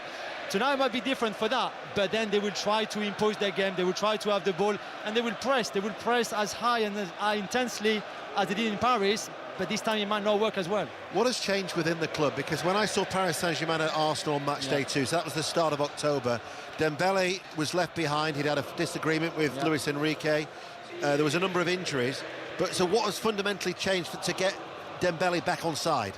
Yeah, him and Luis Enrique had a long chat, and Luis Enrique said to him, listen, Kylian Mbappe left last season, in the summer. We need you to step up. We can't have you being 1 week good, 1 week bad, 1 week not efficient enough, 1 week sulky a little bit. We need you to be the leader of this very young team, because Dembele and Marquinhos are the two oldest players in that squad, in the team. And I think it took a bit of time for Ousmane to understand it all. It took him a lot of hard work in front of goals at training. And also, I think the Luis Enrique philosophy and style is quite complicated. What you have to do with the ball, without the ball, is very demanding, and just he had to click, and it took a long time to click. Julian, does Luis Enrique seem more comfortable this season having a squad of players who he can coach, as opposed to last season have to maybe make exceptions for superstars like Kylian Mbappe? Yeah, you're right, absolutely. This is what they wanted in the summer as well. They wanted a real team, not just a sum of individuals. They wanted cohesion. They wanted everybody to run for each other, to fight for each other, to work hard for each other, which was not the case really, even with Kylian last season, but certainly not in the Messi, Neymar and Mbappe era, where the front three never defended and it was the rest of the team that had to basically pepper over the cracks. So it's a very different mentality, and Luis Enrique loves that. He has to be the star. He doesn't like egos. He wants to be the biggest ego at the club, and that's what he has now. Young players who listen, who do what he says, and then when it's working, it's beautiful. Bristol Rovers lead Bolton by a goal to nil in League One, and Exeter lead Mansfield by a goal to nil. Dimitri Mitchell with that goal he scored at the weekend. He scored again this evening. L'Équipe, Jules, just finally reported this week that the Paris Saint-Germain players were surprised that they dominated Liverpool, and that they found Arsenal and Bayern in the group stage to be tougher opponents. Is that true, first of all? And secondly, what on earth are they doing allowing that to get out ahead of tonight? I mean, what a ridiculous thing to allow to get out.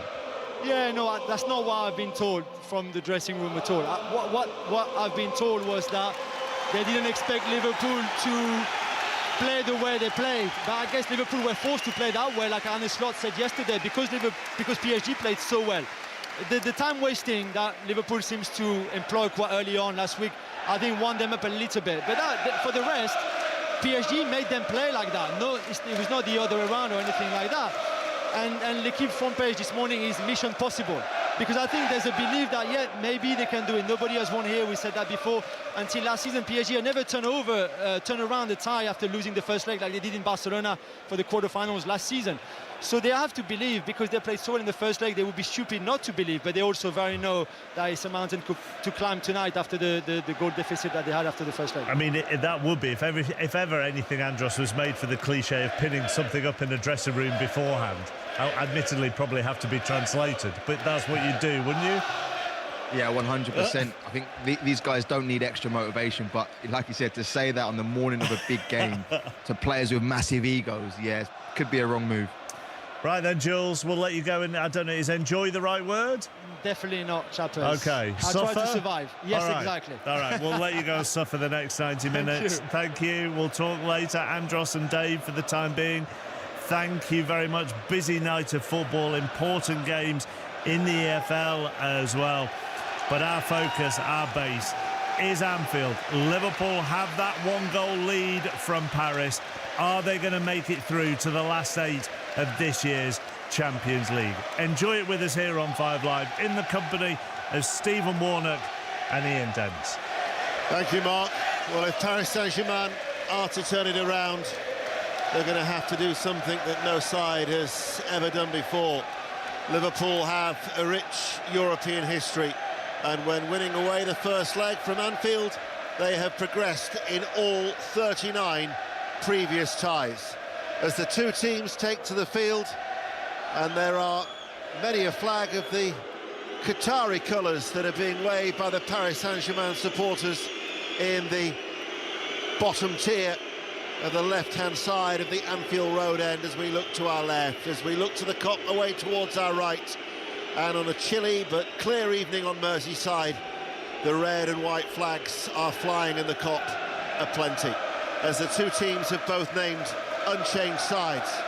I'll run through the two teams after we've had a word from Stephen Warnock. We've had You'll Never Walk Alone, we've talked about the atmosphere, and the Liverpool supporters certainly appear up for it too. Yeah, they certainly do. I think when we got into the ground nice and early, but the images that we've seen of both sets of fans heading into the ground, it seems that they're both ready for this. But the Liverpool fans, they're trying to be vocal at the moment. They're trying to drown out the Paris Saint-Germain fans. It's going to be a huge night for these fans, but the Liverpool players have to give them to something to react to. Well, they made 3 changes against Southampton in the Premier League here at the weekend, but both managers have actually named the same starting 11s from last week. Alisson in goal, Alexander-Arnold, Van Dijk, Konate and Robertson, a midfield of Szoboszlai, Gravenberch and McAllister, Salah, Jota and Luis Diaz. Gakpo is amongst the substitutes as the Liverpool team, all in red, pose for a team photo. Paris Saint-Germain, all in dark blue, will wait to do the same on the other side of the pitch, and they have Donnarumma in goal, Hakimi, Marquinhos, Pacho and Mendes, Fabian, Vitinha, João Neves, Kvaratskhelia, Barcola and Dembele.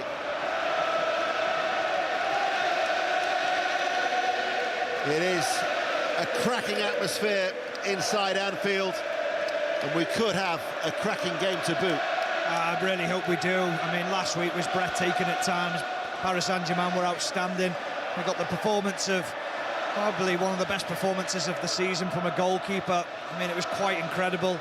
But this game just, it's got that anticipation of what's going to happen. What are we going to see tonight? Are we going to see Liverpool come out the traps, or are we going to see Paris Saint-Germain really go after this Liverpool team because they feel like they can hurt them after last week?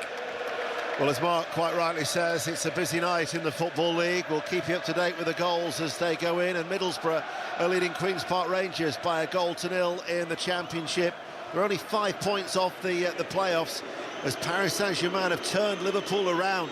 They will not be attacking the Kop in the second half. You think back to them recent games in recent years against Borussia Dortmund and Barcelona.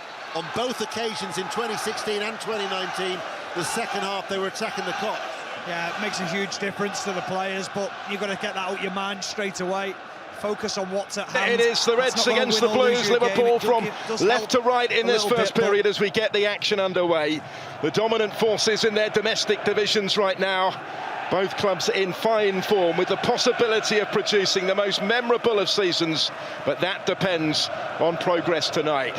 And there is only room for one of them in the quarter-finals. Isvan Kovac is our referee. He's just had his first decision to make with Achraf Hakimi going down, and he wants a prolonged word with Diego Jota, preferred as Liverpool's starting centre-forward. His foot was high as he caught Hakimi. The studs were off the floor. He did win the ball, it appeared, as Hakimi went down. Paris free kick is given, and Jenna, maybe it set the tone for what's going to be a frenetic affair. Yeah, absolutely. I think Jota had to go into that, leave his mark there, but as you say, boot was high, got the ball, and Paris get the set piece there. But yeah, an early sign of what's in store for this evening.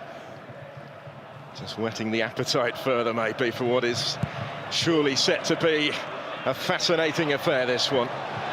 Liverpool with that first leg lead, despite the fact that Paris were the dominant force at the Parc des Princes. They have the ball on the edge of their own penalty area here. The centre-backs Marquinhos and William Pacho combined, and now Hakimi again wide on the right-hand side, the far side as we look at it. Liverpool return it, though, towards Mo Salah on the edge of the penalty area, and it's just nicked away from him by Hakimi, who headed towards his own corner flag. Salah's taken it away from him and has it back here, looking for support in red.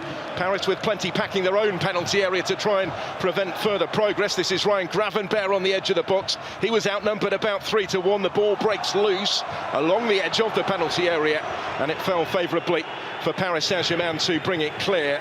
Nuno Mendes had covered good ground in doing so. Kvaratskhelia then takes over, cut out by Konate, who just got there first, and a long way out of his penalty area to his right comes Alisson, the Liverpool goalkeeper, to clear it away and get involved straight away, looking to build on his heroics of last week. A lot going on already. It was just uncharacteristic defending there from Paris. Bit unorganised. Salah got on the right side of Hakimi there.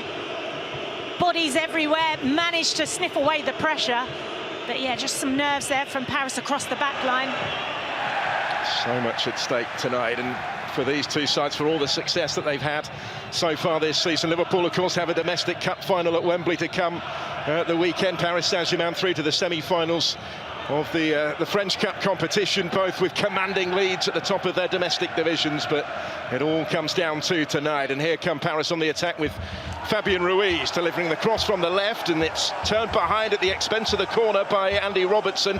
A little hesitant maybe, but he did what he had to, I guess. It was the quick throw there from Paris, and then Ruiz just trying to spot his fellow winger at the back post, but cut out early on. But I think that's what Paris will look to do tonight, like they did last week. Stretch that back line of Liverpool, get in behind them. That's where they really hurt them last week. They have this corner to come, which is delivered directly into the danger area, headed out by Dominic Szoboszlai. And when it was returned in the direction of Dembele, the offside flag went up. Liverpool launch it long and quickly towards Mo Salah. Luis Diaz battling for the bouncing ball as well on the edge of the penalty area against William Pacho. And this is where the Anfield crowd can play their part, because they are certainly making themselves heard, and any moment's hesitation from Paris, they are pouncing on it. It was, and it was the long ball that time from Liverpool over the top, looking to find Salah on the counter, and got in between the two centre-backs, nearly caused them a problem. Szoboszlai teasing that one in towards Alexis McAllister, cuts it back behind Diego Jota, came for Mo Salah, and it's just over the top. It was deflected over the bar in the end when it fell the way of Mohamed Salah, just as Liverpool would have wanted it to. Dominic Szoboszlai did well, he brought it under control, he played the pass for Alexis McAllister. Salah was in space, and it brushed off Nuno Mendes on the way over the top. What a crucial contribution that was from the fullback. Yeah, at first I thought Jota had made the wrong decision, but he was actually cutting the ball back to find Salah. Great block there. Liverpool corner to come. Action at either end already at Anfield inside the opening 5 minutes of their second leg in the round of 16. Liverpool with plenty packing the penalty area. A lot of movement in the middle as Alexis McAllister opts to play it short, gets it back from Diego Jota. Deeper delivery this time from McAllister, has missed out those in the middle, and it's gone out of play on the far side of the field for the Paris throw. Well, we thought it would be a frenzied fair in the early stages. It certainly has been, Chris, in the first 5 minutes. Still 0-0 on the night. Yeah, it's been a brilliant listen. Bayern have just had an effort cleared off the line at Leverkusen. They're 3-0 up, remember, from the first leg. You fancy if they score again, that will probably be tie over. They've begun well in the all-German clash, and it's 0-0 between Inter and Feyenoord. Barcelona earlier through, beating Benfica 4-1 on aggregates. Liverpool keep the ball in play around about the halfway line on the far side of the field, but it's won back by Kvaratskhelia for Paris Saint-Germain. Chase on for Dembele, will carry through to Alisson to gather on the edge of his own penalty area. Notable that Kvaratskhelia has started on the left-hand side of the attack for Paris, and Bradley Barcola on the right. We thought it might have been the other way around. Mo Salah in familiar territory, darting forward for Liverpool. Down there, right, comes back his way to get his shot away from just inside the box. Curling left-footed effort, has just missed the angle of post and bar and gone behind. And that's a couple of big sights of goal for Mo Salah already. Salah, unbelievable skill there, just knocks it through the legs on the halfway line, drives infield. He's got 4 defenders in front of him, he wiggles away, and he's just trying to bend it into that left-hand corner. Vitinha just launched in there. Bit of a risky challenge inside the box. Excellent work from Salah. All his own work, wasn't it, as he advanced from halfway. The ball did break maybe a little fortuitously back to him in the midst of all that on the edge of the penalty area, and he was very close to taking advantage. Mo Salah scored 27 goals in the English Premier League so far this season, more than anybody else. Diego Jota to give chase, and just about Donnarumma doing enough as he cleared it to his right to Hakimi. Put under pressure though, and you can certainly sense that pressure right now. I think he breathed a sigh of relief there. That was pressure closing in on him. Done well to get away from that one. I'm not sure the fans would have enjoyed that moment. Well, we've seen openings at either end, but Liverpool with much more attacking intensity really than at any stage at the Parc des Princes last week, when they were forced back so deep for much of the match. Not how they wanted it to go, said Arne Slot. It wasn't how they intended to play the occasion. It was simply the quality of the opponent that forced them into that backs-to-the-wall defensive job. But they're certainly asking plenty of questions in attack already tonight. Here goes Mo Salah again, but Nuno Mendes is able to stop him. Marcus Thuram has just scored for Inter. Brilliant finish. They're 3-0 up now on aggregate against Feyenoord. And remember, they barely concede a goal, Inter. You would think that is them through perhaps to the quarter-finals. 0-0 at Anfield, 1-0 Liverpool still lead then on aggregate in the second leg of this round of 16. We've played almost 8 minutes on Merseyside so far. Mo Salah with a couple of chances for the 6-time former champions. Paris Saint-Germain back in possession, albeit still inside their own half here. Nuno Mendes, he's the one that got the block into deny Salah a few minutes ago. Plays it back to Gianluigi Donnarumma.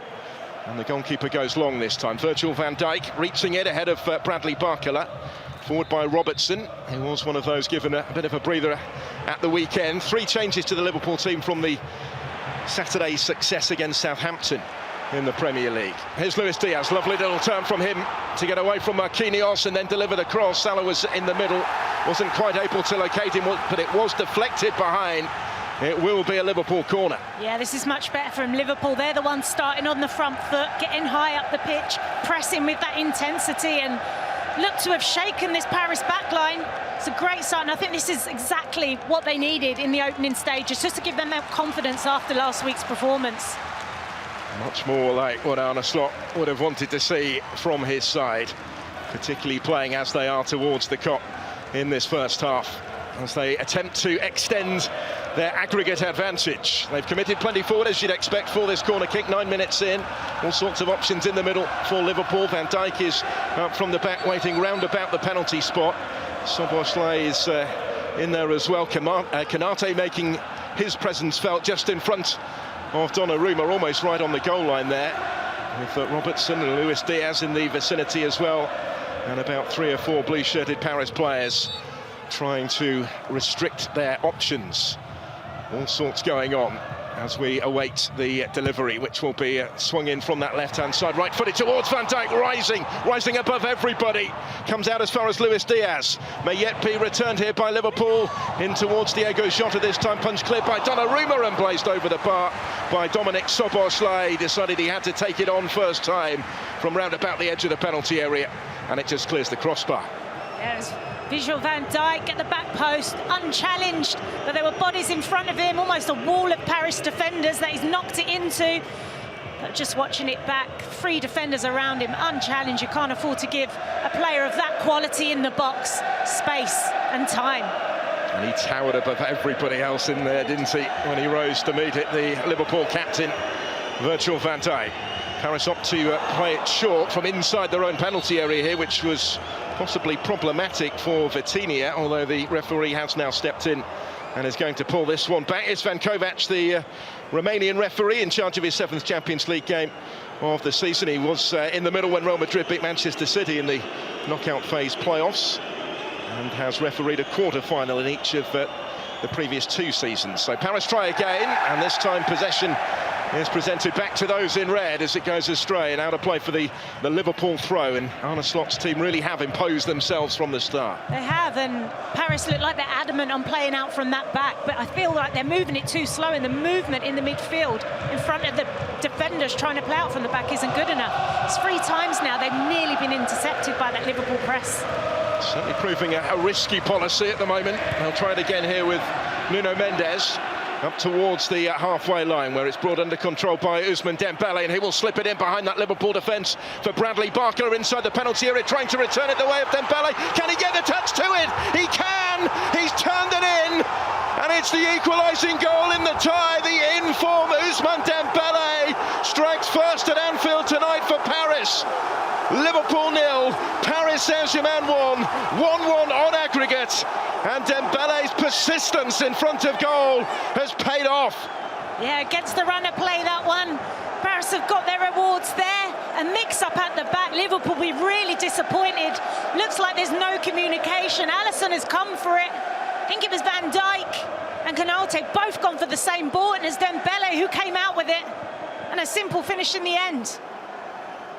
It was played initially from the edge of their own penalty area into the feet of Ousmane Dembele on that halfway line. They're just checking to see if there was an offside in the build-up against Bradley Barcola, who was on the receiving end of Dembele's pass and then returned it towards him, and he got there despite the presence of both Konate and Dominic Szoboszlai to apply that finishing touch.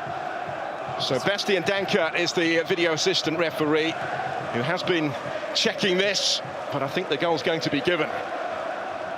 Yeah, it looks very tight, doesn't it? I think there's a huge let-off for Liverpool there. You can see Konate there. If it was to go in, he had to go for the ball, because actually Alisson had misread it, so he had to get something on it.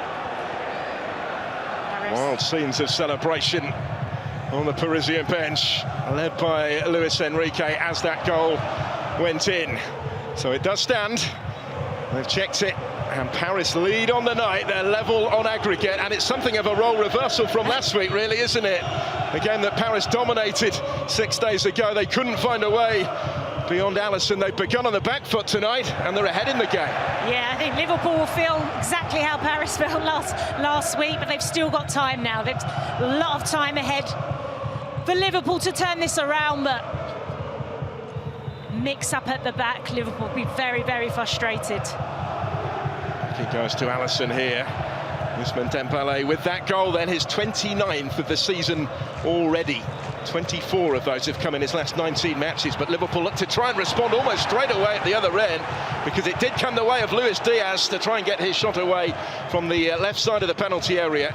Closed down by Willian Pacho in there, and behind goes the shot. Liverpool stung into an immediate response. They need to keep doing what they were doing, I guess. They do, and Paris just need to remain focused now. This is when they're most vulnerable as a team after you've scored. They've gone against the run of play. They've just got to remain disciplined and switched on. That one went wide from Luis Diaz, so it will be Donnarumma to clear it away. He's taking his time in doing so. For Paris Saint-Germain, who have been in such fine form recently, that defeat against Liverpool last week being very much the recent exception, despite the level of performance that they produced.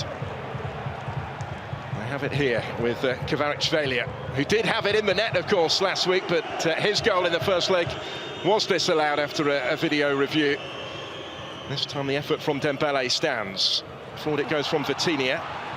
Loose in midfield, Dominic Szoboszlai takes over. There's a touch in there for Mo Salah, and then from Alexis McAllister. Out wider for Robertson. Back he goes down the line. Virgil van Dijk will return it to his full-back. He's got Luis Diaz on the move in front of him. Back again to the captain, Van Dijk, operating inside the Paris half here as he goes short and square to his fellow centre-back, Ibrahima Konate, to take the shot on, and it needed to be turned away from trouble by Donnarumma. The goalkeeper getting down to his right to make the save from the French centre-back against the French champions. Well, the space just opened for him, didn't it? He was driving into the space. I think he's taken Donnarumma by surprise, but he managed to react in time. It's a good strike. He's trying to aim for the bottom corner, but Donnarumma gets down, gets a strong hand and parries it out for a corner. Did well, the goalkeeper, because it did bounce once just in front of him quite awkwardly. And he was able to turn it behind for the corner, which Liverpool are readying here again. Of course, they brought Van Dijk and Konate forward, and it goes to the penalty area. Konate rising with the goalkeeper. Donnarumma got a very strong punch to it, really decent distance on that. Back in it goes towards Van Dijk again. Another punch by Donnarumma, returned by Luis Diaz and cleared by Marquinhos towards halfway, where Dembele was sensing the opportunity and putting the pressure on Alexander-Arnold, and now Liverpool have lost it in midfield. Kvaratskhelia opens up for him on the charge. Options either side for Paris. Slips it through for Bradley Barcola. He got in behind the defence, but he couldn't get the better of Alisson. He saves at the feet of Barcola just when it seemed he was set to score. Well, incredible drama already inside the opening, 16 minutes at Anfield tonight, as Paris pressed to try and turn the tie around in its entirety. And now here come Liverpool at the other end with Salah taking on Nuno Mendes, who did well, who was strong against Salah, and now has to concede only the throw. Well, this is quite some contest. Well, it's Alisson there to save the day again. His reaction, his starting position was excellent. The straight ball pierced through the centre-backs. Bakola's first touch takes him away, and Alisson, he doesn't dive in, he stands up, makes it really difficult, and just gets it, saves it on his knee, and saves his team again. It's another important save from Alisson, isn't it? To add to those 9 that he made in the first leg. This time denying Bradley Barcola. Liverpool was straight at the other end, and they have the corner to come. Alexis McAllister to take it. This time from the Liverpool right. Previous 2 have been on the other side of the field. So McAllister right-footed into the middle. It's a good one, and the header is just over the top from Diogo Jota. Well, it headed his way, and he couldn't quite keep the header down, but it was close. It was whizzed in just outside the 6-yard box. He was always leaning back. It's quite a hard header to execute from distance. He's leaning back, he gets the power on, but he just can't keep it down. Inches over the bar. Well, Liverpool are playing the part of Paris from the first leg, aren't they, really, with the way that they've started, creating chance after chance already, and not being able to take one of them so far. So Paris leading by a goal to 0 on the night. 1-1 on aggregate. 18 minutes in. Liverpool look for Luis Diaz this time. William Pacho getting a touch to it, the Ecuadorian defender, but only as far as Dominic Szoboszlai, who's done really well down that right-hand side to keep hold of it. Plays it back down the line to Trent Alexander-Arnold. Infield on halfway is Konate. He's on the move again, is Ibrahima Konate. Support this time from Ryan Gravenberch, just to his right. Szoboszlai was given a breather at half-time against Southampton on Saturday. As one of 3 substitutions that Arne Slot made. Always going to come back into the team tonight. Pacho under pressure this time from Diogo Jota. Liverpool with options, of course, in reserve in attack for later, in Darwin Núñez, who had such an impact last week, and Cody Gakpo, should mention as well, back on the bench after a couple of games out with an ankle injury. But they've gone with the same front 3 as last week, and here is Luis Diaz operating on the left of them, just cutting in field. His attempted crossfield ball is cut out by Fabian Ruiz, who found himself in the way, and then Hakimi sliding it forward into the path of Bradley Barcola, and he will go through the gears. He just showed a little too much of it to Virgil van Dijk, who needs no second invitation to step in and intervene in situations like that. Yeah, I think that's those kind of areas when Bakola's got the green in front of him and he's running towards his defender, and that change of pace, that electric speed is terrifying for any defender. Van Dijk times it well, he's in the right position there, but they're the kind of spaces that Bakola is so dangerous in. 1v1, running at a defender. There's another in such fine form at the moment, Bradley Barcola. Top scorers in Ligue 1 by a considerable margin. 16 points clear of Marseille. They've scored 18 goals more than the second top scorers, Marseille, in the domestic division. And they lead at Liverpool as Van Dijk goes long here for Mo Salah. Away momentarily from Nuno Mendes, who is still goal side, but support arriving from Alexander-Arnold. Just runs out of room in the battle with William Pacho, whose position was important. They're just stepping in and making that more difficult than it might have been. It's certainly as far forward as Alexander-Arnold has been in support of the attack so far. Yeah, that's what Liverpool want. Alexander-Arnold just overlapping Salah there. And Pacho just done enough there. Get across Alexander-Arnold to put him off in those areas. So Paris in front thanks to that early goal from Ousmane Dembele, levelling the the aggregate scores, profiting from right in front of the goal line, really, when it eventually came his way off Konate. And that first leg lead wiped out already.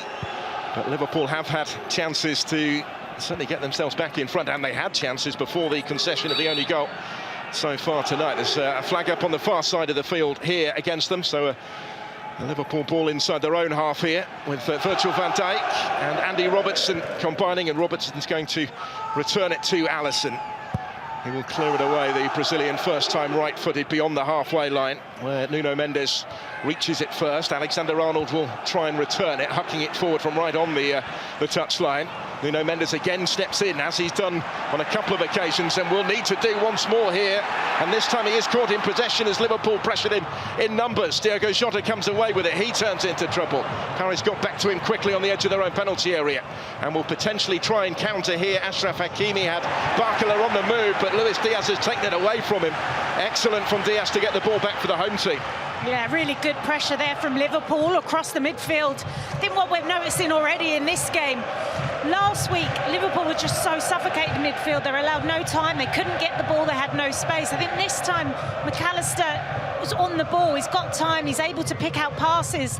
They're winning those duels in the midfield area, and that's exactly what they needed to try and get back into this game here, keep those midfield battles up. It really is, just to emphasise the point, of role reversal really from last week, because this is a much better Liverpool performance, certainly in terms of attacking intent and imposing themselves on the game exactly as Arne Slot wanted. But this time they are the ones trailing on the night anyway, but they do win the ball back high again thanks to Szoboszlai. McAllister trying to put the pressure on, breaks back to Dominic Szoboszlai, couldn't quite find Diogo Jota, but again he's breathing down the back of the net of anybody in blue on the ball. So Paris struggle to clear their lines, and it keeps on coming back at them. Salah has it round about the corner of the penalty area, goes back infield to Ryan Gravenberch. Now Alexis McAllister clipping out to that far side, and the run of Robertson on the left, but the whistle has gone against him with Achraf Hakimi down inside his own penalty area. Yeah, I think that was good play from Hakimi. I think he could sense Robertson coming in behind his head. He's just waiting for the contact there. Goes down, just takes that pressure off his team. Liverpool have been pressing relentlessly. Like you say, a role reversal to last week. They certainly needed that little bit of respite, didn't they? But Istvan Kovac, the referee, was in the perfect place there to award the free kick as we go beyond the midway point of the first half of this second leg in the round of 16. Liverpool 0, Paris Saint-Germain 1 on UEFA Champions League match day live. It's 1-1 on aggregate. And of course, it has to be decided tonight. Forward it goes by Paris this time, where it's repelled by Virgil van Dijk. Touch in there for Vitinha.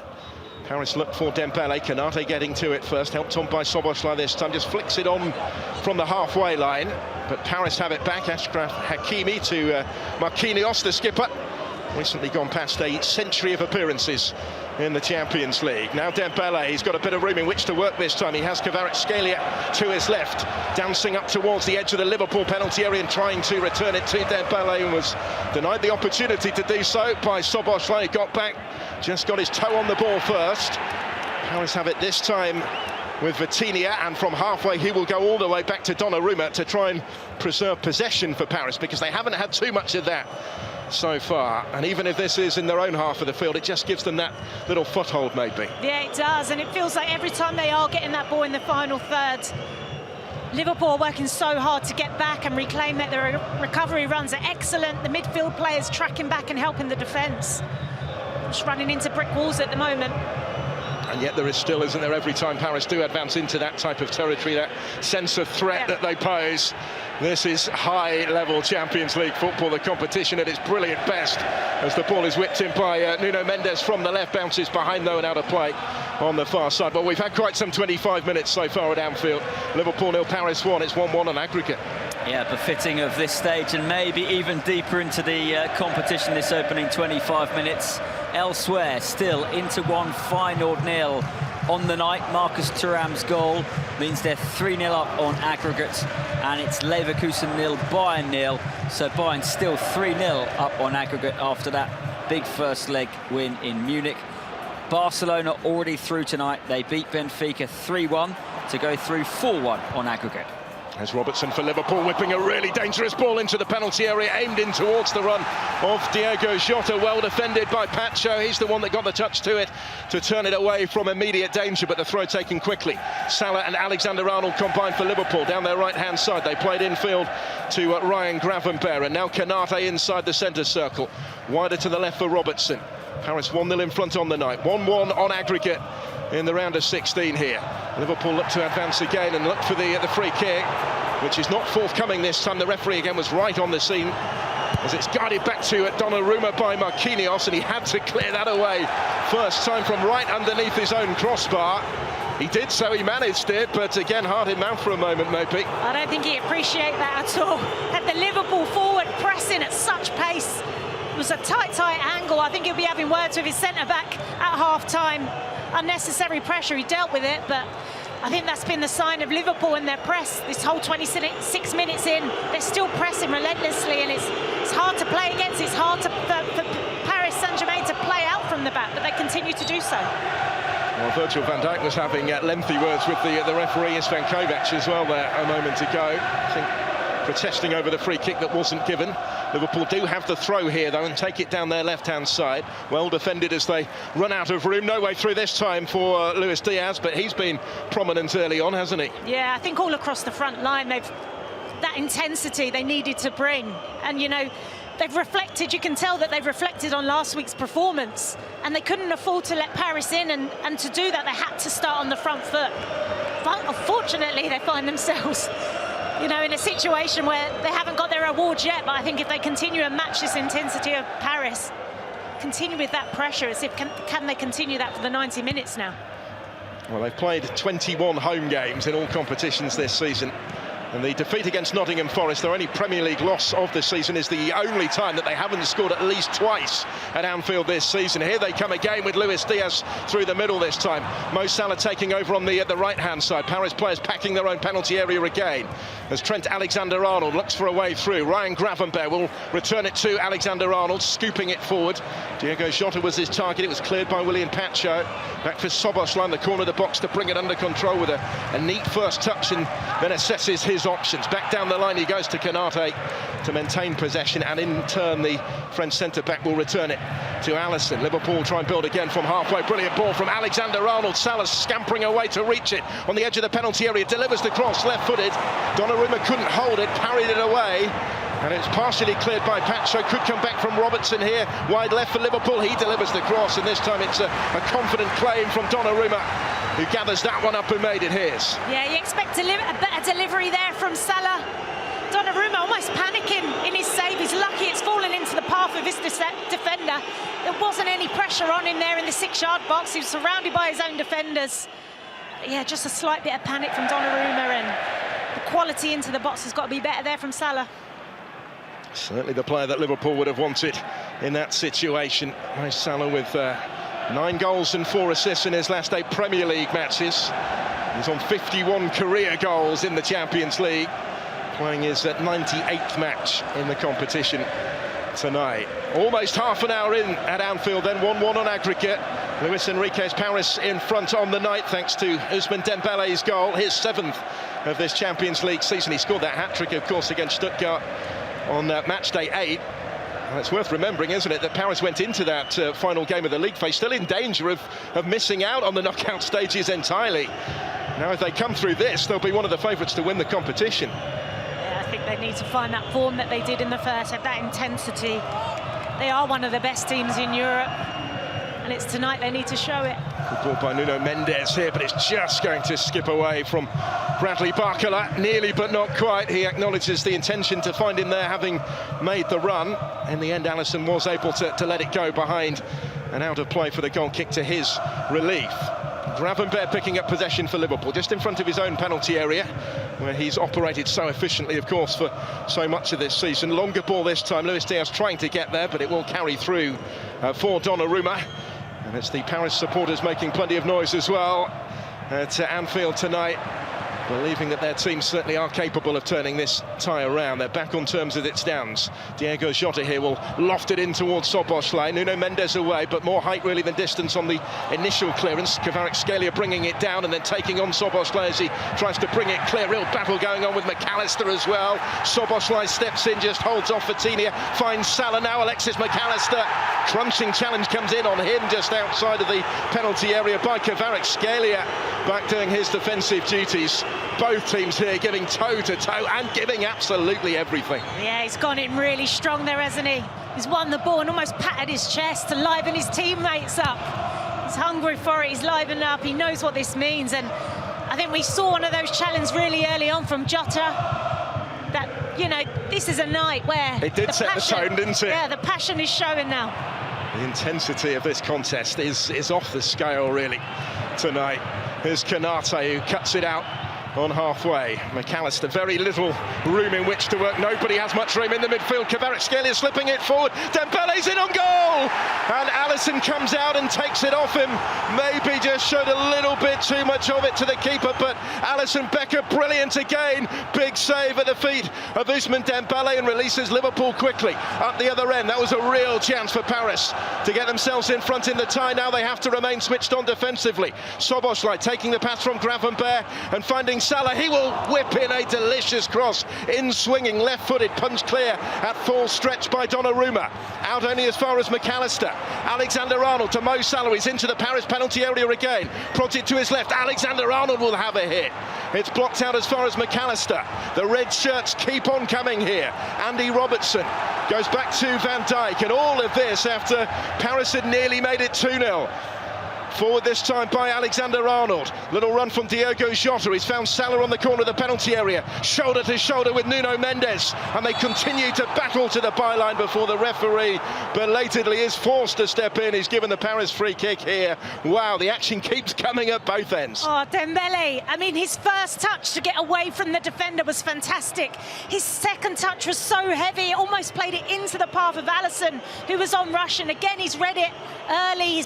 His starting position was fantastic and he's made himself big again, but Dembele, you expect him to do so much better there, especially the first touch there to get away from the defender. His second touch is a heavy one, and Alisson again saves the day. He's off his line early, makes himself big, and a routine save for him there. All came about after that Paris pressure. Alexis McAllister found himself outnumbered about 4-1, didn't he, on the halfway line? But here come Liverpool. Diego Jota taking the pass from Salah, tries to get the shot away, and then does get the shot away on the left foot. He was looking for that, was Diego Jota. Plenty of power, but it's just cleared the crossbar. Yeah, Jota done so well there. He's just shifting it to find some space. Marquinhos does really well. He doesn't dive in. He's forcing Jota wide. Jota does well. He gets his hips around it. Getting closer. He's looking for his first Champions League goal of an injury-interrupted season as the Portuguese Diego Jota. That wasn't too far away. 33 minutes on the clock. Liverpool 0, Paris Saint-Germain 1 on the night. It's 1-1 on aggregate. If it stays this way, we go to extra time with the possibility, of course, of penalties. A little early to be talking in those terms, given the action that we've seen at both ends already. There is so much still to be told in this tale, isn't there? But it could go the distance, given how closely contested it has been. Absolutely. I mean, it's been an electric 35 minutes, hasn't it? End to end. Can't take your eyes off of it for a moment. Promise of so much more. Achraf Hakimi taking possession over on the far touchline, the Paris right, and prodding it forward. Bradley Barcola has made a run and got the ball and looks for Dembele, who does have some space. He has Fabian Ruiz arriving in the middle. He's found Kvaratskhelia on the edge of the penalty area. Wickedly struck, right-footed drive that was dipping, but not quite quickly enough. That too has just cleared the crossbar as the chances keep coming. Yeah, excellent play there. Barcola slips it through to Dembele out on the right-hand side. Picks it up at the edge of the box. You can see what he's trying to do. It's almost like he's trying to get the curling it in. It takes a deflection over the bar, but it's the power on it. Looked like it was heading in. Actually just clipped Ryan Gravenberch, didn't it, on the way over. Hence the corner to come for Paris Saint-Germain. 10 minutes of this first half of the second leg to play. What can they conjure from the corner this time? Kvaratskhelia takes it and Alisson claims it, watched it into his gloves. Really confident claim from Alisson, and he's released it quickly. And Luis Diaz is on the charge, and he's covered really good ground already. Support either side. He's picked the pass for Mo Salah, who tried to play it forward first time for Gravenberch. And then Luis Diaz was almost still able to reach the loose ball, but not quite in the penalty area as Paris clear it away. And now the whistle has gone. And well, it's difficult to find a juncture to take a breath in this first half, isn't it? Do you want some water? Yes, please. Well, I think Mo Salah there, you could see what he was trying to do. It's a lightning attack. Just trying to slip it through. I think it was Mendes. Did really well, made himself big, almost tried to kneel down and got a slight interception to stop the ball being pierced through to Jota. So many nearly moments, so many big opportunities in this first half, but still just the one goal tonight for Paris, 1-1 on aggregate. Quite how, I'm not sure, given how this game has gone. Liverpool swarming forward in numbers there, just as Paris have done on occasion when they get the chance as well, maybe a little less frequently, but still effectively. This is Gravenberch once more, this time on the Liverpool right. He goes back down the line to Mo Salah, infield to McAllister, Trent Alexander-Arnold, Mohamed Salah once more with Kvaratskhelia for company, but he does have support from Gravenberch. A little more patient and probing in possession, Liverpool this time. Back to Konate on the halfway line. Ousmane Dembele, his international teammate, is with him, but it's Andy Robertson for Liverpool, and wide on the left is Luis Diaz. Skips away from Hakimi, cuts in field again. Hakimi did get a foot in there, adjudged to have won the ball. Luis Diaz first back to his feet, very nearly got on the end of the loose ball, and now Robertson, I think, will reach it and keep it in play over on that far side. He does, and he teases it back into the path of Alexis McAllister. Liverpool return it to Virgil van Dijk to maintain possession briefly, albeit only briefly, inside their own half of the field. A real scrap going on there for Fabian Ruiz. This time it's a Paris Saint-Germain free kick. Again, Istvan Kovac right there has given it to the frustration on this occasion of Ryan Gravenberch. Yeah, that's a couple of times now in that midfield area. Liverpool just getting frustrated, and it's because Paris are working with two players. They're almost hunting in packs in there. That's twice now they've won the challenges, and just frustrating that Liverpool midfield. Liverpool, I'd say, in the midfield areas have been on top. So I think Paris, this is good from Paris, just trying to frustrate them and break it up in those midfield areas. So keenly contested in that part of the pitch in particular, isn't it? Which is setting the template, really, for everything else. Paris leading by a goal to nil on the night. 38 minutes in, it's 1-1, Chris, on aggregate. Phil, have a 15-second breather. Ridiculous pace to this game. Still 0-0 in Germany between Leverkusen and Bayern. So Bayern 3-0 up on aggregate. There is a potential penalty check at San Siro into one. Feyenoord 0. I'll let you know if anything comes of that. Inter 3-0 up on aggregates and cruising at the moment, and hoping to extend that potentially. Earlier, Barcelona booked their place in the quarterfinals with a 3-1 win tonight against Benfica to go through 4-1 on aggregates. Heading towards the final 5 minutes of the first half at Anfield, and Paris Saint-Germain heading towards the Liverpool goal here with Nuno Mendes. He's covered really good ground. Finds Kvaratskhelia into the penalty area he goes, taking on Trent Alexander-Arnold and spinning to strike it. He does get his right-footed shot away, but that's, in the context of this tie anyway, a more routine save for Alisson, who's down to deny him. Yeah, he did well initially, picks it up on the left-hand side. He's so two-footed, it's really unpredictable for the defenders to know which way he's going to go. I think there were better options there around the penalty box, but he's chose to go for the shot, and as you say, it's a routine save down at the near post for Alisson. Kvaratskhelia made his debut in the Champions League for Napoli in a 4-1 win, you might remember, against Liverpool a couple of seasons ago. Last time Liverpool were involved in this competition, they finished second behind Kvaratskhelia Napoli in the group stages as they were then, and exited at this round of 16 stage against Real Madrid.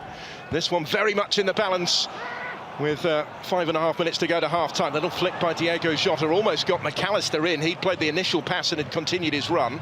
Gravenberch working it wider for Robertson on the left. He delivers the cross. Marquinhos rising, unchallenged this time to meet it and to guide it out as far as Hakimi. And then forward it goes up towards Bradley Barcola. Across came Konate, although the ball, I think, had just gone out on that far side. So 1-0 Paris, 1-1 on aggregate. Penalty has been given to Feyenoord. Hakan Çalhanoğlu with the challenge. Not initially given. VAR check. Referee went over to the monitor and did give it. And Jakub Moder newly arrived at Feyenoord, has the ball on the penalty spot, Phil, for Feyenoord.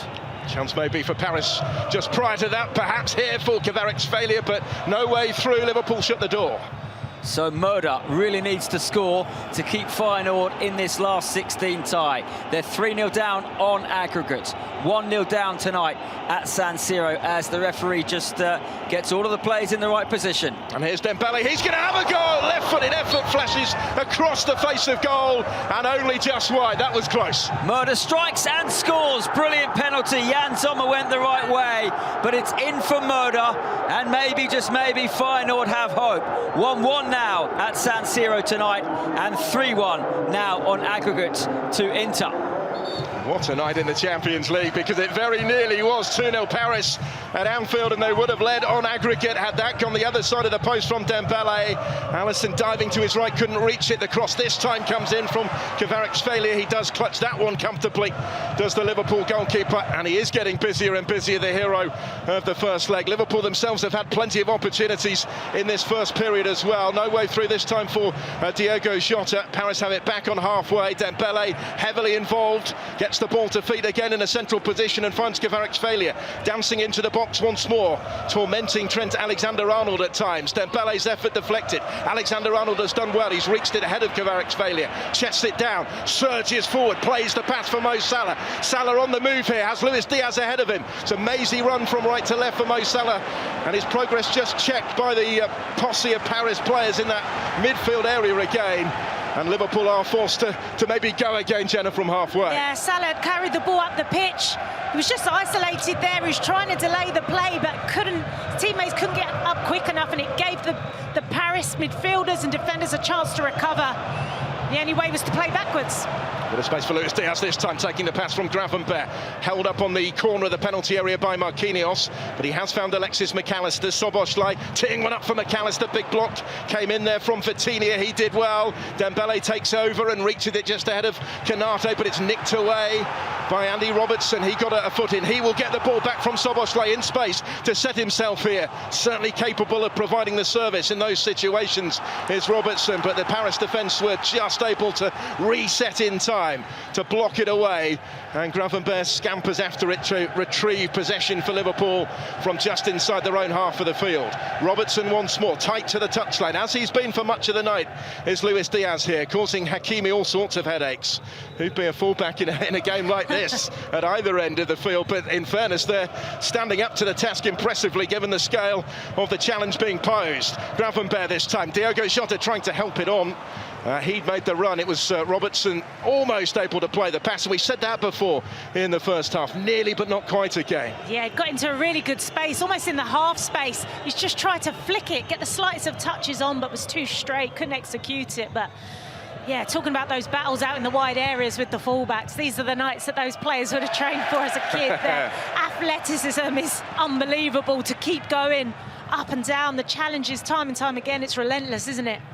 This first half has absolutely flown by, but so much has been asked of them. We have just over a minute of the first 45 to play. Liverpool 0, Paris Saint-Germain 1 tonight. 1-1 on aggregate in this most absorbing of round of 16 ties in the UEFA Champions League. Liverpool have it this time with Diogo Jota in a slightly wider position, briefly interchanging roles with Luis Diaz, as Virgil van Dijk goes crossfield with the expansive ball from halfway. Salah brings it under control first time, dinks it in towards the penalty area. Szoboszlai goes down with back to goal on the edge of the penalty area and looks in the referee's direction. István Kovac allows it to continue. Paris try and play their way out of trouble. Again, that's not without risk with the pressing that Diogo Jota is doing. But they still have it, the Paris, and they have beaten the initial press now. Marquinhos with a pass for Achraf Hakimi. He's on the charge.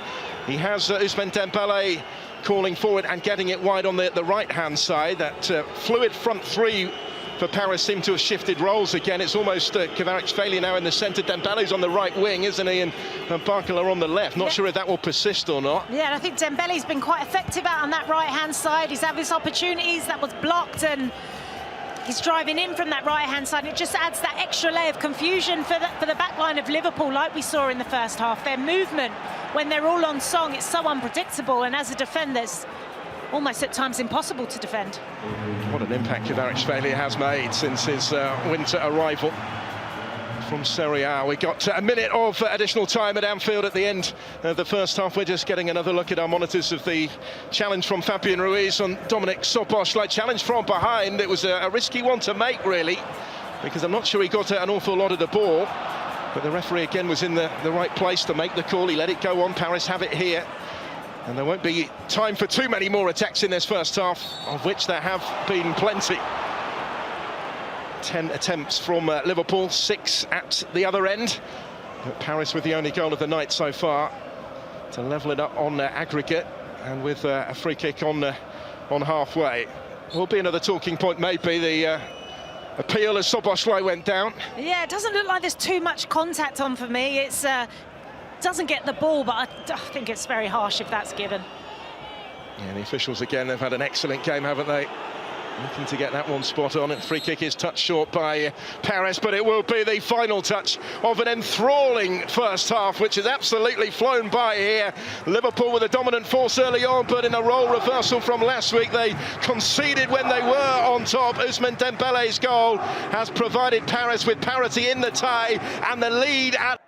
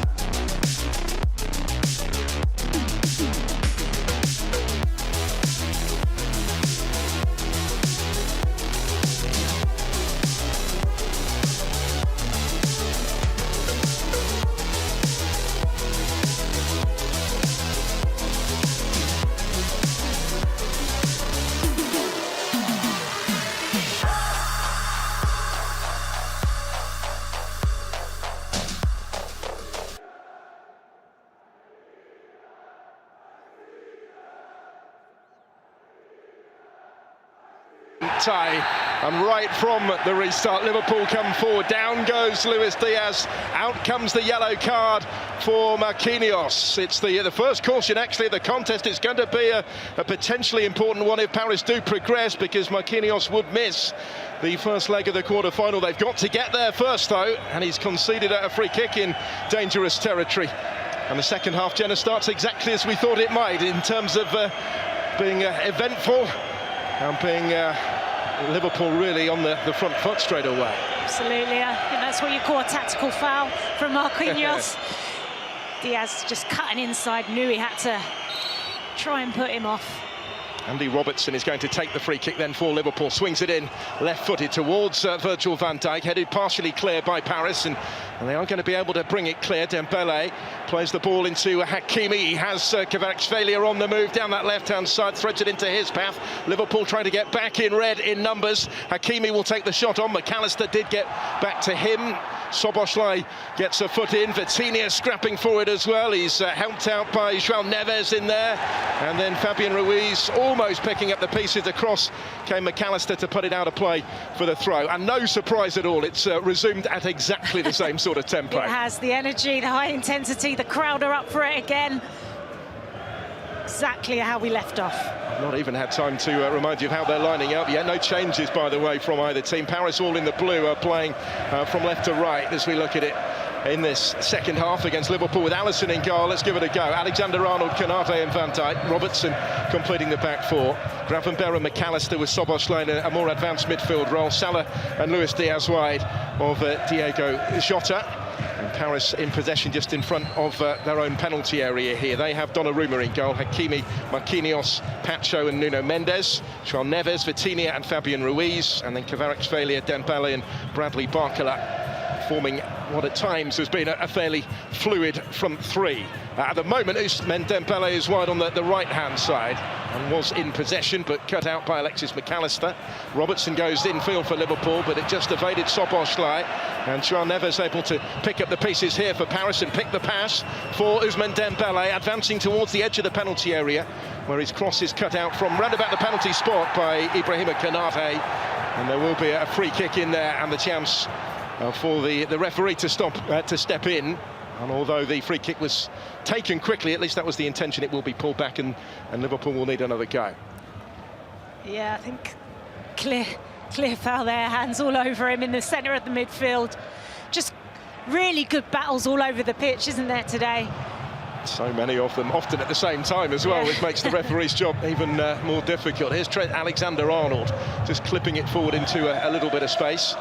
Mo Salah assesses his options, guides it back down the line for Gravenberch in field to Ibrahima Konate, who had an eventful first half. Couldn't quite prevent the concession of the only goal, but he did have a shot from distance that was saved from Donnarumma, or by Donnarumma as well, one of that posse of early Liverpool chances that they created in the game. Here's Virgil van Dijk forward into the feet of Luis Diaz. He goes down, no free kick forthcoming. Dembele picking up the pieces. Neither team able to hold on to the ball for too long. Just at the moment, McAllister dispossessed on the halfway line this time, and before Luis Diaz was able to come away with it, the referee has given Dembele in Paris the free kick. Yes, McAllister just trying to work in really, really tight areas, just trying to swivel away from three Paris players. Ends up committing the foul. That frustration may be creeping in early in those midfield areas as those battles continue. Worth pointing out as well, in that first half, of the 4 attempts on target, 3 of those were from Paris Saint-Germain. Liverpool with just the 1. They'll need to rectify that statistic in this second half. Trailing by a goal to nil tonight, 1-1 on aggregate. If it stays this way after 90 minutes, we go into extra time and then possibly penalties. Paris have only ever been involved in one shootout in their UEFA competition history. Liverpool with plenty of previous from the penalty spot, including a couple of finals in this competition. But that is for later. Paris looked for Dembele down the middle there. The ball from Fabian Ruiz was aimed in towards him, was just a fraction behind him though. João Neves intervenes, and now Kvaratskhelia picking it up wide on the left-hand side with support from his fullback, Nuno Mendes. And they're seeing a fair bit of the ball, Luis Enrique's team, just at the moment. They are just dominating the possession here, just moving it, being quite patient in their play, building up. That's fine work from Vitinha. gliding forward, finds Dembele in support. It broke just behind Nuno Mendes, but he will reach it, prods it back for Ousmane Dembele, edge of the penalty area. He feigned to get the shot away. Trent Alexander-Arnold wasn't having it though, stood his ground. He clears it up towards Mo Salah.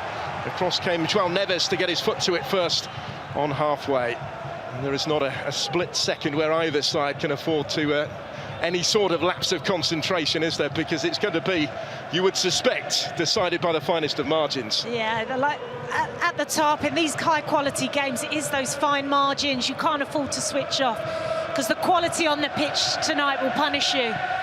It's so hard to remain focused for your whole 90 minutes and stay up for it. But I think here, the atmosphere that you're hearing, it's impossible not to be up for it. There is a penalty to Inter at home to Feyenoord.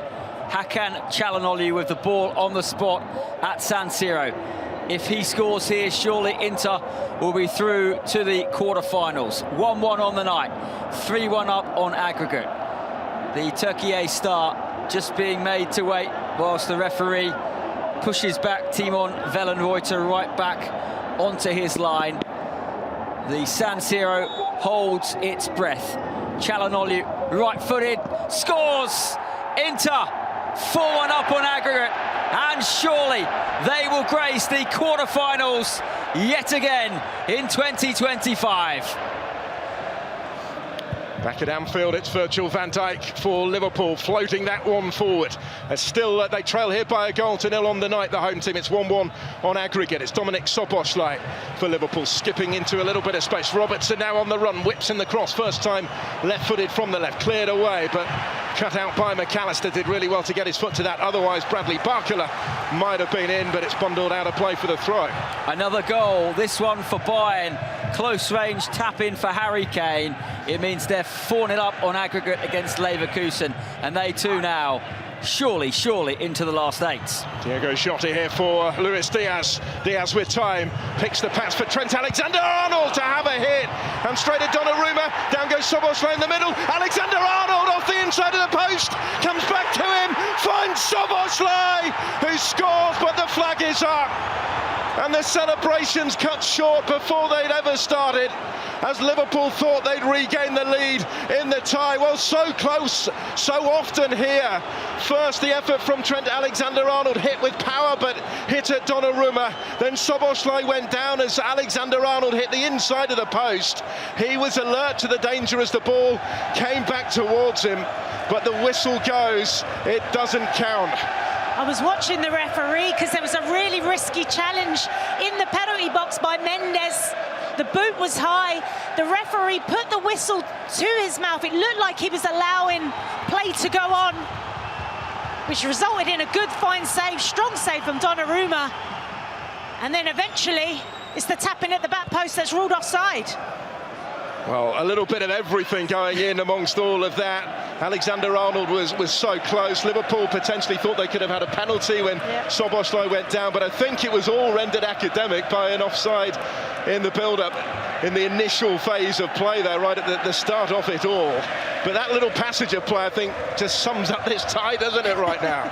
Chaos. Everything but an additional goal in the game. So after all of that, somehow, it stays Liverpool 0, Paris 1 tonight, 1-1 on aggregate, but for how much longer? Szoboszlai for Liverpool, in towards the feet of Diego Jota, just didn't quite have the room to fend off 3 or 4 defenders who surrounded him as he attempted to return the pass the way that it came. Alexander-Arnold wins it back brilliantly on halfway. He's right up for this right now, heavily involved at the start of the second half. Luis Diaz, we've almost played 10 minutes of this second period. Infield, Alexander-Arnold sizing up the shot again.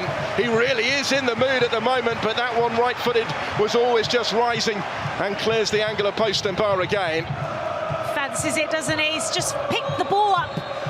No, lots of space, no challenges. Gets his head up, spots the keeper just slightly off the line, but he's always leaning back and it's fired over the bar. But that's the second shot he's had in as many minutes. Liverpool could be potentially preparing changes because Darwin Núñez is deep in discussion on the bench with the coaching staff at the moment. 10 minutes into this second half, they've come close, but they haven't yet been able to regain their aggregate advantage, so it might be before long time for a change. McAllister waiting to take the throw. He's going to leave this one for Robertson. Not a bad option to be able to call upon, and a reminder that Cody Gakpo is available again on the bench after a couple of games out with an ankle injury. And of course Harvey Elliott came on to score within a minute, didn't he, last week? He's amongst the substitutes as well for Liverpool tonight as Alisson goes long up towards Mo Salah. Nuno Mendes is Marquinhos, but the whistle had gone just prior to that for the challenge on João Neves inside the centre circle by McAllister. Is one of 4 Liverpool players, by the way, booking away from missing the first leg of the next round, should they be cautioned again tonight and, of course, get through to the quarter-finals. But that's a problem that they would love to have to contemplate right now. It is. I think it's a sloppy challenge. There's no need to make it there in the middle of the park under any pressure at all. It's always playing backwards. And the ball back well here as McAllister against Bradley Barcola. And finds Diogo Jota. Now Luis Diaz taking on the backpedaling Marquinhos into the penalty area. Barcola helping out his defence as well. It's still with Luis Diaz, though he's still outnumbered, but flashes it across. And Szoboszlai will have a hit, and it's blocked by Pacho. The centre-back found himself in the way. Dominik Szoboszlai got plenty of power in there, but William Pacho put himself in the perfect place to deal with it. Liverpool keep on coming here. Yeah, excellent play out on the left-hand side from Diaz. He's smothered, surrounded by defenders. Jinks past them, and somehow he manages to pull the cross off. And again, bodies on the line from Paris to get the block in. They do look a little susceptible when balls come into the box like that, but again, have the numbers back there. Somebody in the way, that's been the case so far. And a corner to come for Liverpool, heading rapidly towards the hour mark at Anfield. 57 on the clock in the second leg. So McAllister's corner, in it goes. Luis Diaz, brilliant save. Donnarumma to his right. Got his right hand to it, a really strong right hand to it, to claw it out from right on the goal line. When Liverpool had seemed set to re-establish their lead, and now they have to hurry back at the other end. Dembele's ball across the penalty area, and a chase on the far side for Bradley Barcola to keep it in play. He does, and he finds Kvarak's corner of the penalty area, tries to lay it off to Vitinha, who was quickly closed down by Diogo Jota. And now it might be Liverpool's turn to counter with Alexander-Arnold. It does run for Jota, and Salah takes over. That's brilliant, and he will take on Pacho here, advancing up to the edge of the penalty area. Luis Diaz in space, checks back in field onto the right foot, can't get his shot away. He's found Salah, looking for Robertson, cleared away by Hakimi. The game's so stretched. How is it still Liverpool 0, Paris 1 tonight? Felt that was the moment there for Liverpool. First Diaz with the header, unbelievable save from Donnarumma. Then it's the counter-attack. It's Salah out on the wide. You've got a 3v2. But unbelievable defending. It's a good ball through for Diaz. Hakimi does so well, stands up, shows Diaz in, and by the time it reaches Salah, Paris midfielders have recovered. It really is beginning to feel like last week, with the team doing all the running, ultimately behind at the moment. Elsewhere to keep you up to date, Leverkusen 0, Bayern 1. Harry Kane's goal means Bayern are 4-0 up on aggregates and into lead Feyenoord 2-1 tonight. They are 4-1 up on aggregate. Hakan Çalhanoğlu's second half penalty, the difference this evening there. But this tie is much closer. Earlier, by the way, Barcelona booked their place in the last 8 by beating Benfica. So one team through, 2 teams pretty much through, and nobody at Anfield with any certainty could tell you whether it's going to be Liverpool or Paris Saint-Germain who's going to join them in the quarter-finals of the Champions League. There is a bit of an injury here to one of Paris's midfielders, Phil Blacker, who quietly, Vitinha, I love watching him play. He looks like he's going to be okay to carry on. Yeah, nasty little blow to the head has required a little period of treatment, but he's back on his feet again. He is seemingly set to restart. Yeah, he's been excellent, hasn't he, across the 2 legs of this tie, as so many of them have been in providing this spectacle. But yeah, it's certainly starting to get a bit clearer, isn't it? The picture elsewhere, everywhere other than Anfield tonight. Reminder, if it stays this way, it's Liverpool 0, Paris 1, 1-1 on aggregate. We go to extra time tonight, but Liverpool intense at the moment on avoiding that extra half an hour, because here they come again. Alexander-Arnold whipping the ball in. Wonderful right-footed delivery. Donnarumma, who's been brilliant in the last few minutes, is able to punch that one clear. Luis Diaz, though, fine footwork from him. Jota on the edge of the penalty area, might break back his way, and it threatened to as he looked to get the left-footed shot goalwards. Another big block in there. If it's not Donnarumma, then it's Willian Pacho at the moment. Paris being called upon time and time again to keep their lead on the night intact. They're just about managing it. They are. That was some ball whipped into the 6-yard box by Alexander-Arnold. Donnarumma had to be brave, come out and make a strong connection, because Jota was breathing down the neck, ready to tap home at the back post. You see the defenders there, and Donnarumma going up high-fiving his defenders. They feel like they're growing with every shot they block, every save they make. Incredible defensive effort required right now. The role reversal from last week continues. 61 minutes on the clock. Alexis McAllister will take Liverpool's corner from the left. A wonderful ball bent in, and then Mo Salah trying to return it goalwards from beyond the far post. There's another block in there. Kvaratskhelia this time on his near post behind for the corner. Incredible resistance continues from the French champions. That's outstanding from Kvaratskhelia and indeed from Salah in trying to squeeze it in. It was, and Donnarumma again comes out, command his area, lots of bodies, and right place, right time there at the near post. But Salah, I thought that was edging in. He steered it on target, I think, trying to squeeze it inside that post, but the left boot of the Georgian Kvaratskhelia intervened at the expense of another Liverpool corner. They keep on coming. It's their 7th of the game, and it goes towards the near post, and that one dealt with by Vitinha, who was the first line of defence, really. He's able to clear it, where Dembele will give chase and force Trent Alexander-Arnold to go all the way back to Alisson. Big belt of the Brazilian's right boot reaches halfway, but it comes back quickly, and Fabian Ruiz tried to help it on into the path of Barcola. Taken away from him, though, by Alexander-Arnold, and he will float it forward first time, looking for the run of Mo Salah. Nuno Mendes there first. Little touch for Vitinha, and again for Fabian Ruiz in midfield. And now João Neves. Paris trying preserve possession here just to earn themselves a little bit of breathing space. Yeah, I think they just need to try and slow the game down here, just enjoy the ball again. They've been under intense pressure the last 10 minutes. But it's interesting now, every time each team's counter-attacking or in the final third, the amount of bodies recovering, because they know the threat, is unbelievable. That work rate off the ball from both teams has been outstanding tonight. It's been one of the features, hasn't it? There's been so many of them, but it really has been two teams at the very top of their game. This is elite level. This is as good as it gets, really. This is the Champions League, and these two continue to go toe-to-toe. Cleared by Konate this time from inside his own penalty area. Out of play on the far side. Some concern for Paris here, because Donnarumma is down. The goalkeeper has been heavily involved in this second half in particular. Made that excellent save a few minutes ago from Luis Diaz. He has gone down.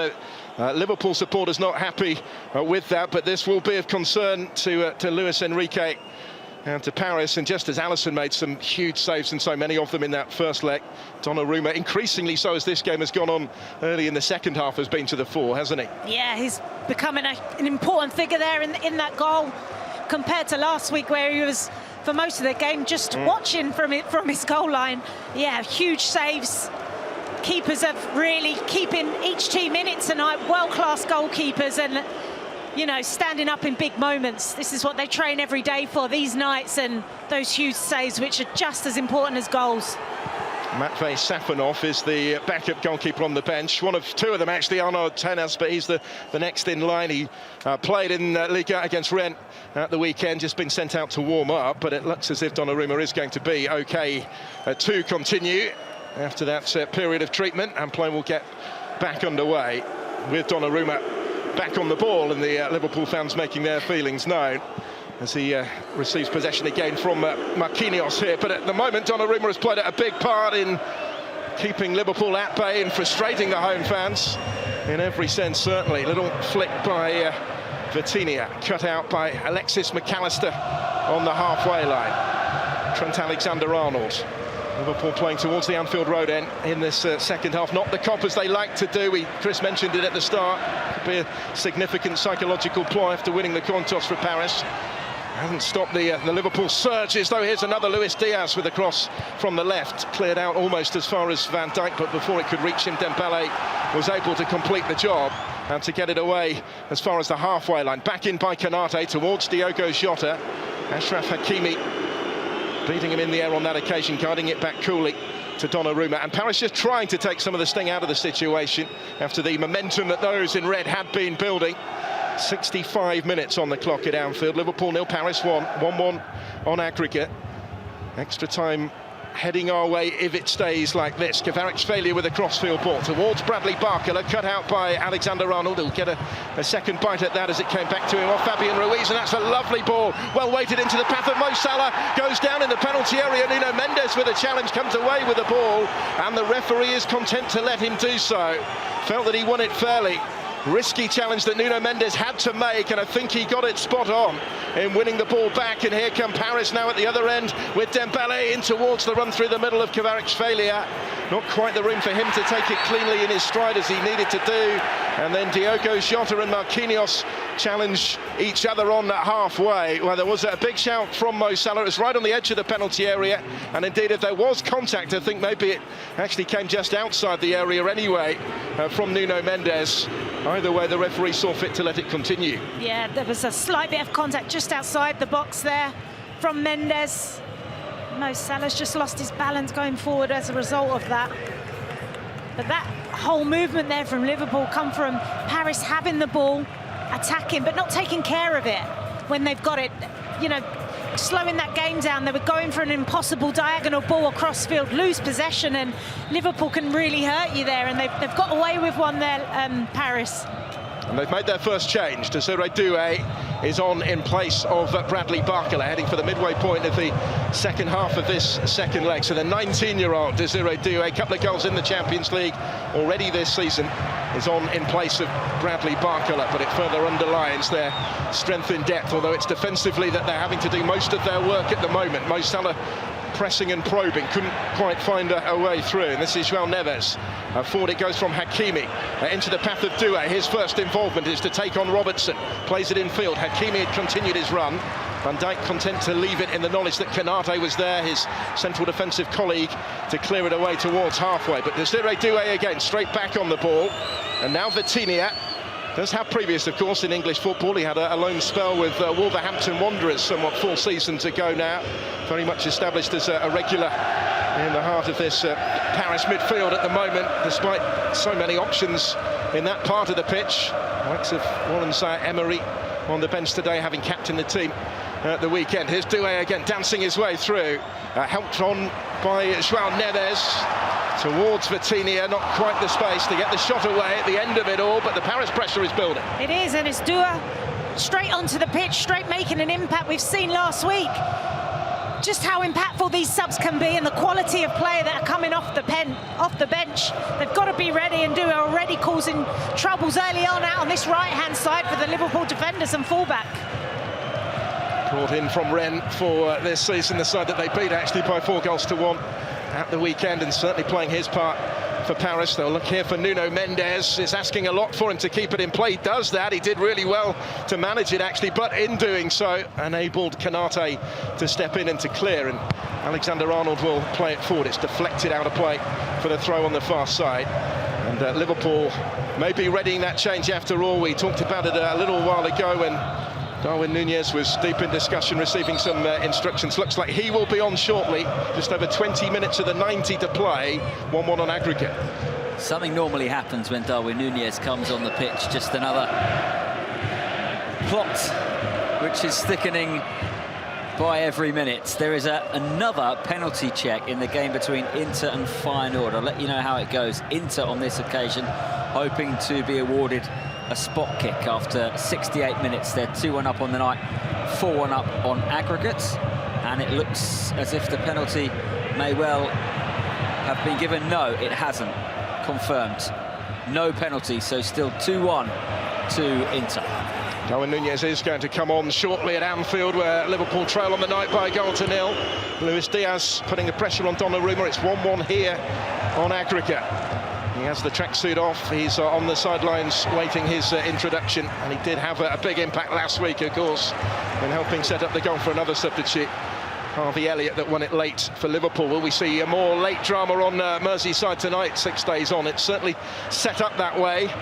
Liverpool still in possession, albeit they are temporarily down to 10. They got a player off the pitch over on the far side of the field. Couldn't quite put the brakes on Alexander-Arnold, I think, in time, as he careered into the advertising hoarding. It's held up by Diogo Jota on the edge of the penalty area, just unable to locate Robertson in the middle. Again, he continued his run forward from full-back. Doué in possession now. Is just told to hold on for a second, because Alexander-Arnold, after that collision that I was talking about, has stayed down. He went to challenge Vitinha on the touchline. He's hurt himself in the process, so we got a little break in play, Chris. Bayern are into the quarter-finals. Alphonso Davies has just volleyed home another Harry Kane assist in this tie, and they're 2-0 up on the night at Leverkusen, 5-0 up on aggregate. And as things stand, and it would take a remarkable turnaround in either of these ties for it not to happen, it is going to be Inter against Bayern in the Champions League quarter-finals. A repeat of a final when Diego Milito scored 2 goals back in 2010. But Bayern, along with Inter, very, very comfortable. Marcus Thuram, by the way, has just hit the bar as I was talking. Inter continue to attack as they look for more goals, but both those former winners are in control. Another is already through tonight. Barcelona have beaten Benfica by 3-1 to go through 4-1 on aggregate. But will it be Phil Blacker, the 6-time winners Liverpool, or Paris still looking for that first European title, who will join them? With 18 minutes left, we are still no closer to knowing. I'm not going to predict anything at this juncture, but I'd set you up for it. It's still very much in the balance, this one. There is some concern here for Liverpool. You haven't missed any of the action, though, because that stoppage in play has proved a lengthy one whilst Trent Alexander-Arnold receives some treatment. And it's in doubt, Jenna, I think, whether he's going to be able to continue here. Yeah, he looks to be in a lot of pain. We've just watched it back. He's almost trying to decelerate. But as he does that, his ankle goes one way, the knee goes another way. A really, really painful one. He had his head in his shirt. He's got his teammates around him. Hopefully it's not as bad as it looks. I'm not sure if he'll be able to continue.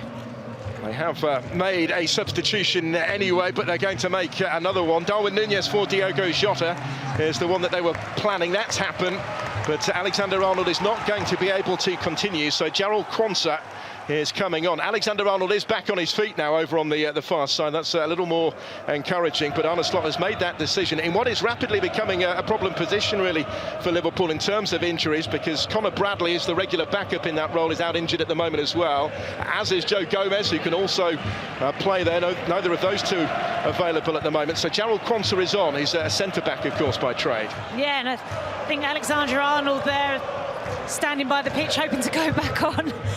You have to drag him off the pitch, but hopefully that's a good sign. It's not as serious as it initially looked. Darwin Núñez for Diogo Jota, the other change up top, is one that was predicted and expected at this stage of proceedings. Darwin Núñez, who got the equalising goal actually for Liverpool against Southampton on Saturday. They have plenty in support of the attack. Núñez is a target in the middle, actually, as was Szoboszlai, but again, getting back brilliantly was Vitinha. He found himself in the right place to nod that behind for the corner, and he had to reach it because they were queuing up in red behind him. Yeah, a few times now, Vitinha's work rate, we spoke about it earlier, just finds himself in the right place at the right time, sniffing the danger out, breaking up the play, and there again with a good interception, just supporting that back line. Closing quarter of an hour of the 90 to come, with the potential, of course, of half an hour more, and maybe penalties beyond that. But Liverpool have committed. Van Dijk and Konate forward for this. Quansah in there as well, having just come on. He's another target now, as well as Darwin Núñez in these sort of situations. Corner delivered towards the near post and headed just off target. It was Quansah who reached it and nearly profited from it. Timed his run to win the initial ball. Donnarumma, I think, had his angles covered. He wasn't required in the end, but was given a little bit of a scare here by Jarell Quansah. That would have been quite some introduction. It was, again, and time again from these set pieces, The Liverpool players are unmarked. He's almost made his run from the penalty spot to the front post, unmarked, with 3 players just watching the ball. Yeah, nearly a frightening moment there for the Paris defence. Luis Diaz hucking this one forward, asking Darwin Núñez to chase it across. Comes William Pacho, who's been excellent tonight. Super signing that he's proved in the heart of that defence alongside Marquinhos, keeping out the likes of Luka Hernandez, who's on the bench. And of course the fit again, Presnel Kimpembe, out for so long with injury, is available once more these days. He's also in reserve, but that is very much the preferred partnership, and they're proving why for Paris tonight. There's Dominik Szoboszlai for Liverpool. Quansah touching it wider. Mo Salah on the corner of the penalty area, back in field to Dominik Szoboszlai again, with Kvaratskhelia keeping him company, restricting his options really. Szoboszlai once more, trying to take them all on. Coutinho got a touch to it. Nuno Mendes under pressure from the Hungarian international, who's continued to close him down right in front of the corner flag by the time he got to him, with a little too much force, according to the assistant referee over there, who has given the free kick. So we're into the closing stages of the 90 now, last 14 minutes at Anfield, and anything could happen from here. It's set up for late drama, isn't it, again? It is, and you feel like Liverpool are on top at this moment in time. That doesn't mean you can write Paris up at all. That means very little in this tie, really, doesn't it, actually? Given the way that it's gone in both legs so far. Towering header from Ibrahima Konate, looking for Darwin Núñez. Of course, Liverpool did have to come from behind here against bottom of the Premier League Southampton at the weekend to get the win that saw them end the weekend 15 points clear, with that League Cup final to come at Wembley at the weekend as well, but no chance of minds wandering that far in these circumstances, as they aim for 3 potential trophies this season, exiting the FA Cup, of course, at second-tier Plymouth Argyle, the one blot on the landscape for them so far in this remarkable first season under Arne Slot. Here's Desiré Doué for Paris Saint-Germain, cutting in from their right-hand side, playing the pass infield towards Hakimi, but Darwin Núñez got to him and nicked the ball away from him. Luis Diaz shifts it back in field towards Alexis McAllister, just runs away from him, but Robertson is on the scene, and Robertson is on the charge, gets his head down and makes good ground before Luis Diaz takes over. Cutting in from the near touchline, the Liverpool left. Ryan Gravenberch now to Virgil van Dijk. They go all the way back to Alisson, the goalkeeper clad all in yellow, outside of his penalty area, and returning it to his captain, Virgil van Dijk. Bit more space here for Luis Diaz. Again, he will dart in from that starting position, wide on the left, into a more central position when he was just clipped by Desiré Doué. And Liverpool have the free kick in dangerous territory. They do. Diaz driving infield, defenders backing off, doing his defensive duties, just trying to put Diaz off. Not sure he had to make that contact there. It looked like Marquinhos had the ball covered there, but the youngster's straight into the thick of the action, isn't he, since he's come off the bench?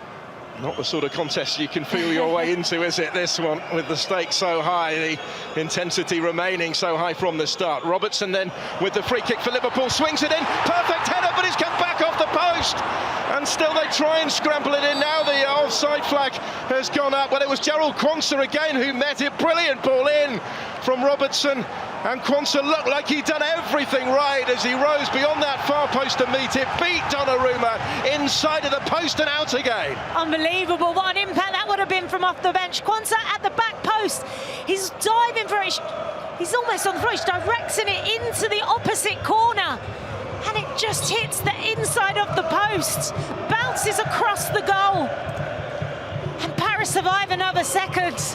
It's almost like he did everything right to get the perfect contact on it. How that didn't go in, I don't know.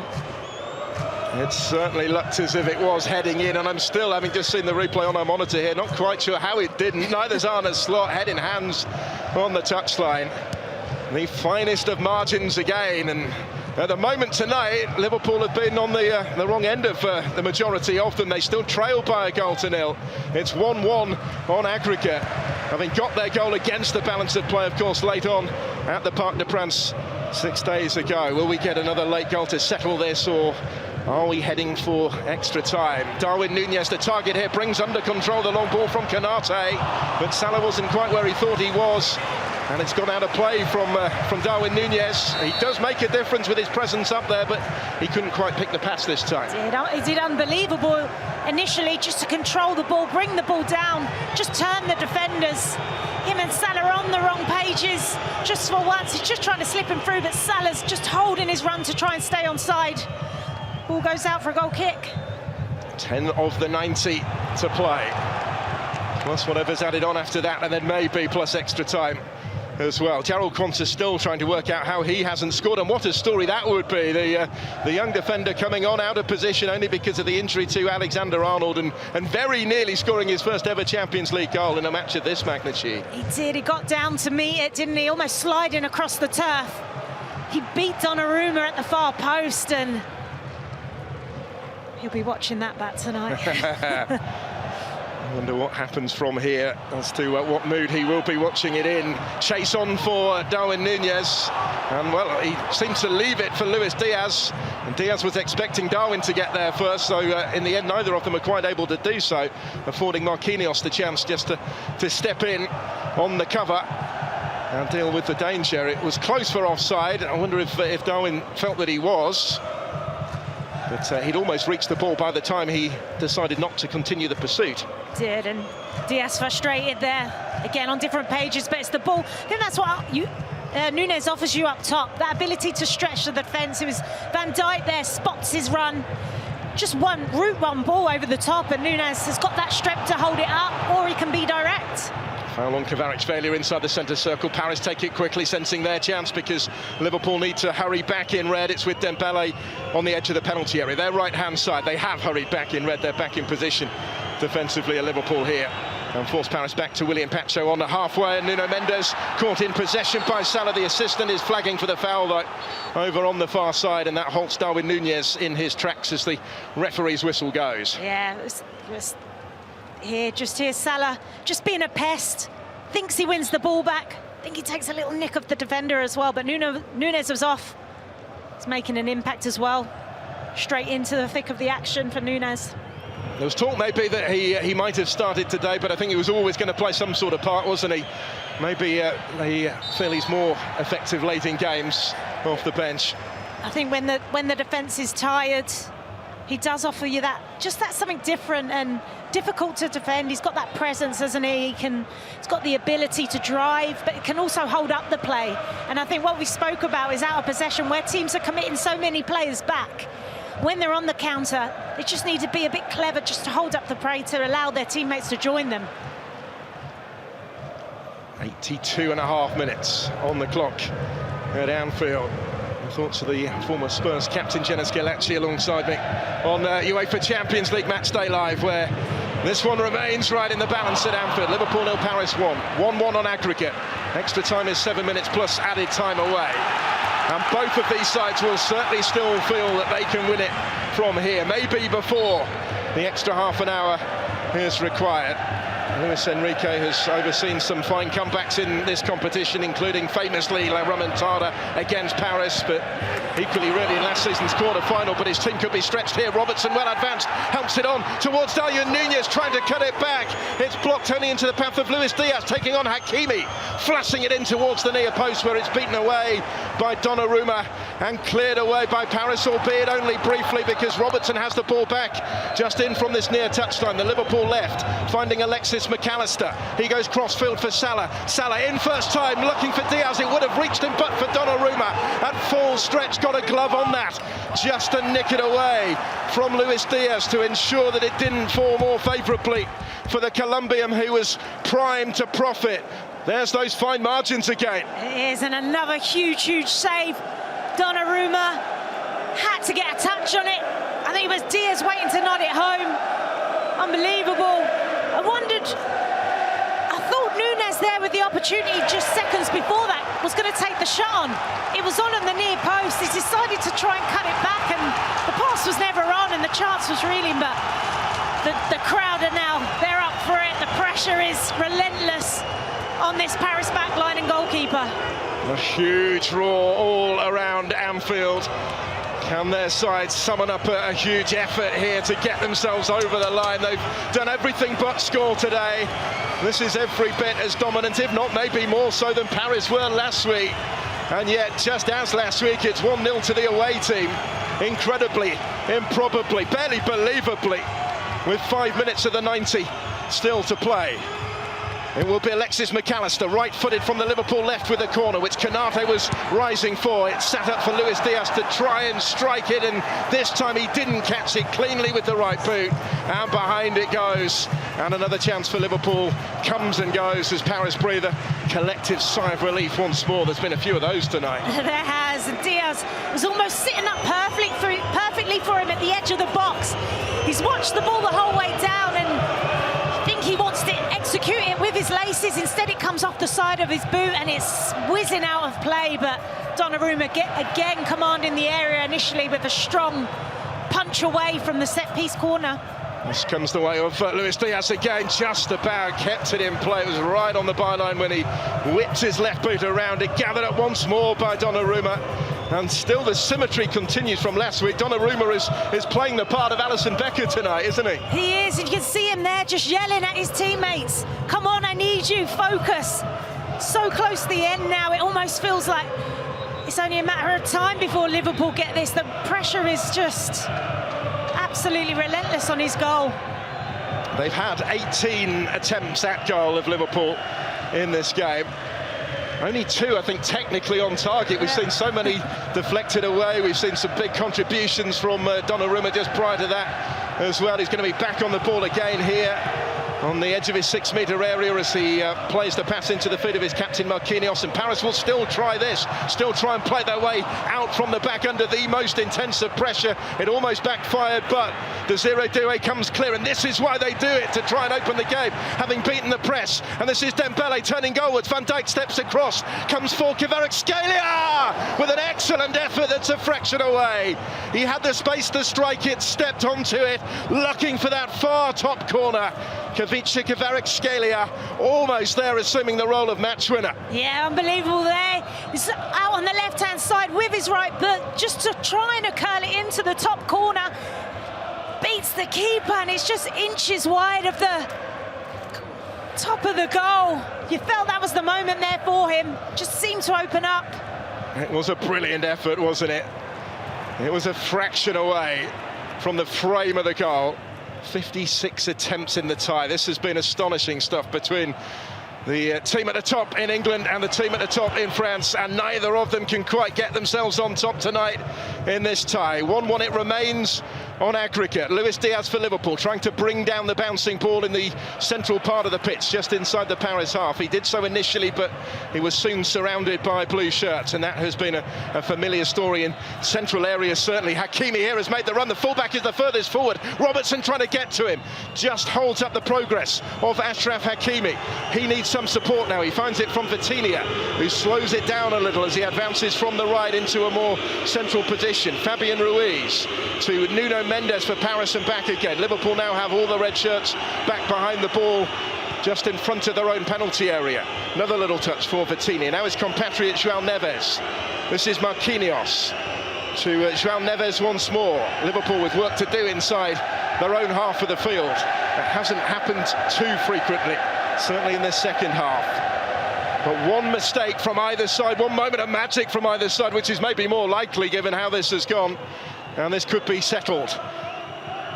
The tension is palpable inside Anfield.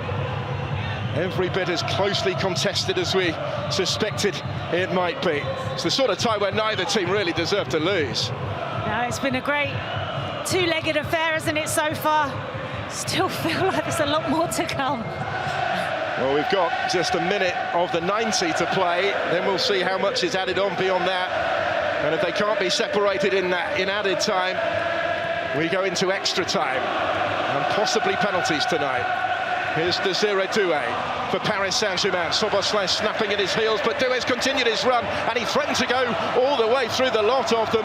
Then he goes down, more in hope really than expectation, inside the penalty area as Van Dijk stepped across it. Yeah, Doué and his fresh legs there. He's got no one up in his support with him, so he decides to do it alone. You've got Van Dijk and Robertson Eriksen doubling up on him. He's just trying to slip through the middle of them both, but I think there's a sign of maybe tired legs there in the attacking lineup for Paris. There's Gravenberch coming under pressure in midfield from Fabian Ruiz, but works it on into the path of Jarell Quansah. He's come as close as anybody to winning this with the header off the post. The fourth official's board is up. We go into added time at Anfield, of which there will be 5 minutes. 5 minutes before extra time is required. Liverpool 0, Paris 1. It's been that way since the 12th minute. Somehow it stayed that way since the 12th minute. 1-1 on aggregate. Luis Diaz with a crossfield ball, brought under control by Mo Salah. Corner of the penalty area on that Liverpool right. Quansah had made the run. He's gone infield instead to Ryan Gravenberch. And nudges it to his left, Alexis McAllister. Now it's Paris's turn to get everybody in blue back behind the ball in their half of the field. They're taking it in turns in that respect, and Liverpool this time prioritise possession and go all the way back to Alisson, who, when the pass was played to him, was the only Liverpool player in his own half of the field. It's only cleared out as far as Mo Salah, though, after the ball was launched longer. Helps it on towards Szoboszlai. Wider here is Robertson to try and roll in the cross. He took Hakimi out of the equation, but it came through pretty comfortably in the end for Donnarumma, who doesn't hold on to it for long. Fabian Ruiz forward for Kvaratskhelia, and now Dembele. McAllister trying to get back to him on the edge of the penalty area. Well, he did get back to him, but he's brought him down, says referee Istvan Kovac. He's given the free kick. He's brought out the yellow card for McAllister. He's out of the first leg of the quarter-final if Liverpool get there, but that's the least of their concerns at this precise moment. Yeah, I think McAllister had to make the challenge. Dembele had just taken the touch to get past McAllister on the edge of the penalty box. He's just taken the challenge outside in such a dangerous area now. I think it will just be outside the penalty box there. We've got to make it count. A change in stoppage time for Paris, and it looks like a change at the back. In fact, the captain's gone off. Marquinhos, Lucas Beraldo, the Brazilian, 9 years the junior of his compatriot, is on for stoppage time and maybe for extra time as well. But Paris hope it won't get that far if they can come up with something special from the free kick. 2 minutes of the 5 that were added on have been played. Kavica Kvaratskhelia, who came close a few minutes ago with a wonderful effort that just cleared the crossbar, is standing over this to the left of centre, sizing it up, strikes it right-footed at the Liverpool wall, which did its job. Rose has won, and it will then ricochet back behind for Alisson Becker to grab hold of the ball, and Liverpool survive that scare. They do. The wall's done its job there. Just looking at Alisson, we've hardly seen him this second half, have we? A rare glimpse of him in goal. No, in complete contrast to last week. It's been Donnarumma much the busier. Liverpool with 18 attempts tonight, but they trail, and they could be stretched again as the ball was played longer. Virgil van Dijk cut it out, got to it ahead of Vitinha, but because Paris had pushed players forward, they could be a little short here. Szoboszlai in the centre circle. There's going to be space somewhere. Szoboszlai still has it and threads it through towards Mo Salah. Excellent ball, but again, brilliant from Kvaratskhelia, who reached it first and nicked it away. Full time in Leverkusen, and Bayern comfortably through to yet another Champions League quarter-final. They've won 2-0 on the night, 5-0 on aggregate. Virgil van Dijk for Liverpool. Luis Diaz here. 2 minutes of added time to play before extra time. He couldn't quite get the cross in. Hakimi has taken over the captain's armband after Marquinhos went off, and he's the one that nicks that one out of play. And the loss of Marquinhos could be significant going into extra time. It could be. You know, he's the leader, the experience on that pitch. I think the good thing about Paris is that youth and that experience, but in these big moments, on these big nights, you need those players really on the pitch, your captain as well. Player with over a century of appearances in this competition has just made way as Liverpool press. Szoboszlai, it was allowed to run by Quansah. It's Mo Salah who picks it up just outside of the penalty area. Infield he goes to Alexis McAllister. This is Robertson back infield. Virgil van Dijk to Andy Robertson again. Whips in the cross. It's an excellent one. It's cleared by that man Vitinha. He's been everywhere. Robertson's won it back. He will have another go looking for Salah far post. Nuno Mendes was with him. He got an important touch to it. He couldn't quite, I don't think, prevent the corner, but he did brilliantly to deny Mo Salah. Well, that's a huge interception there by Mendes. Like you say, I'm not sure he knew too much about what was going on around him. Had to get a touch. Mo Salah was lurking at the back post, ready to nod it in. Huge interception. If Liverpool score from the corner, surely they win. We've played 4.5 of the 5 additional minutes. They trail on the night by a goal to nil. They have done since the 12th minute. It's 1-1 on aggregate. If Paris, who've withstood such heavy pressure throughout, particularly in the second half, can survive here, then they will take it into extra time shortly. Liverpool have virtually everybody forward for this. Canate making a move, as is Van Dijk, as the ball goes in towards his direction. Beraldo got something on it. Donnarumma has to punch it out under pressure from Quansah. And the referee has stepped in with the goalkeeper going down. It's over at San Siro as well. Inter 2, Feyenoord 1. Inter through 4-1 on aggregate. Looks like we are going to head to extra time at Anfield, surely, as Donnarumma gets back to his feet. The whistle goes at the end of the 90. They've gone toe-to-toe, they've gone head-to-head, and they have not been separated over the 2 legs. All square on aggregate at Anfield. Liverpool 0, Paris 1 tonight. 1-1 in the tie, which goes to extra time.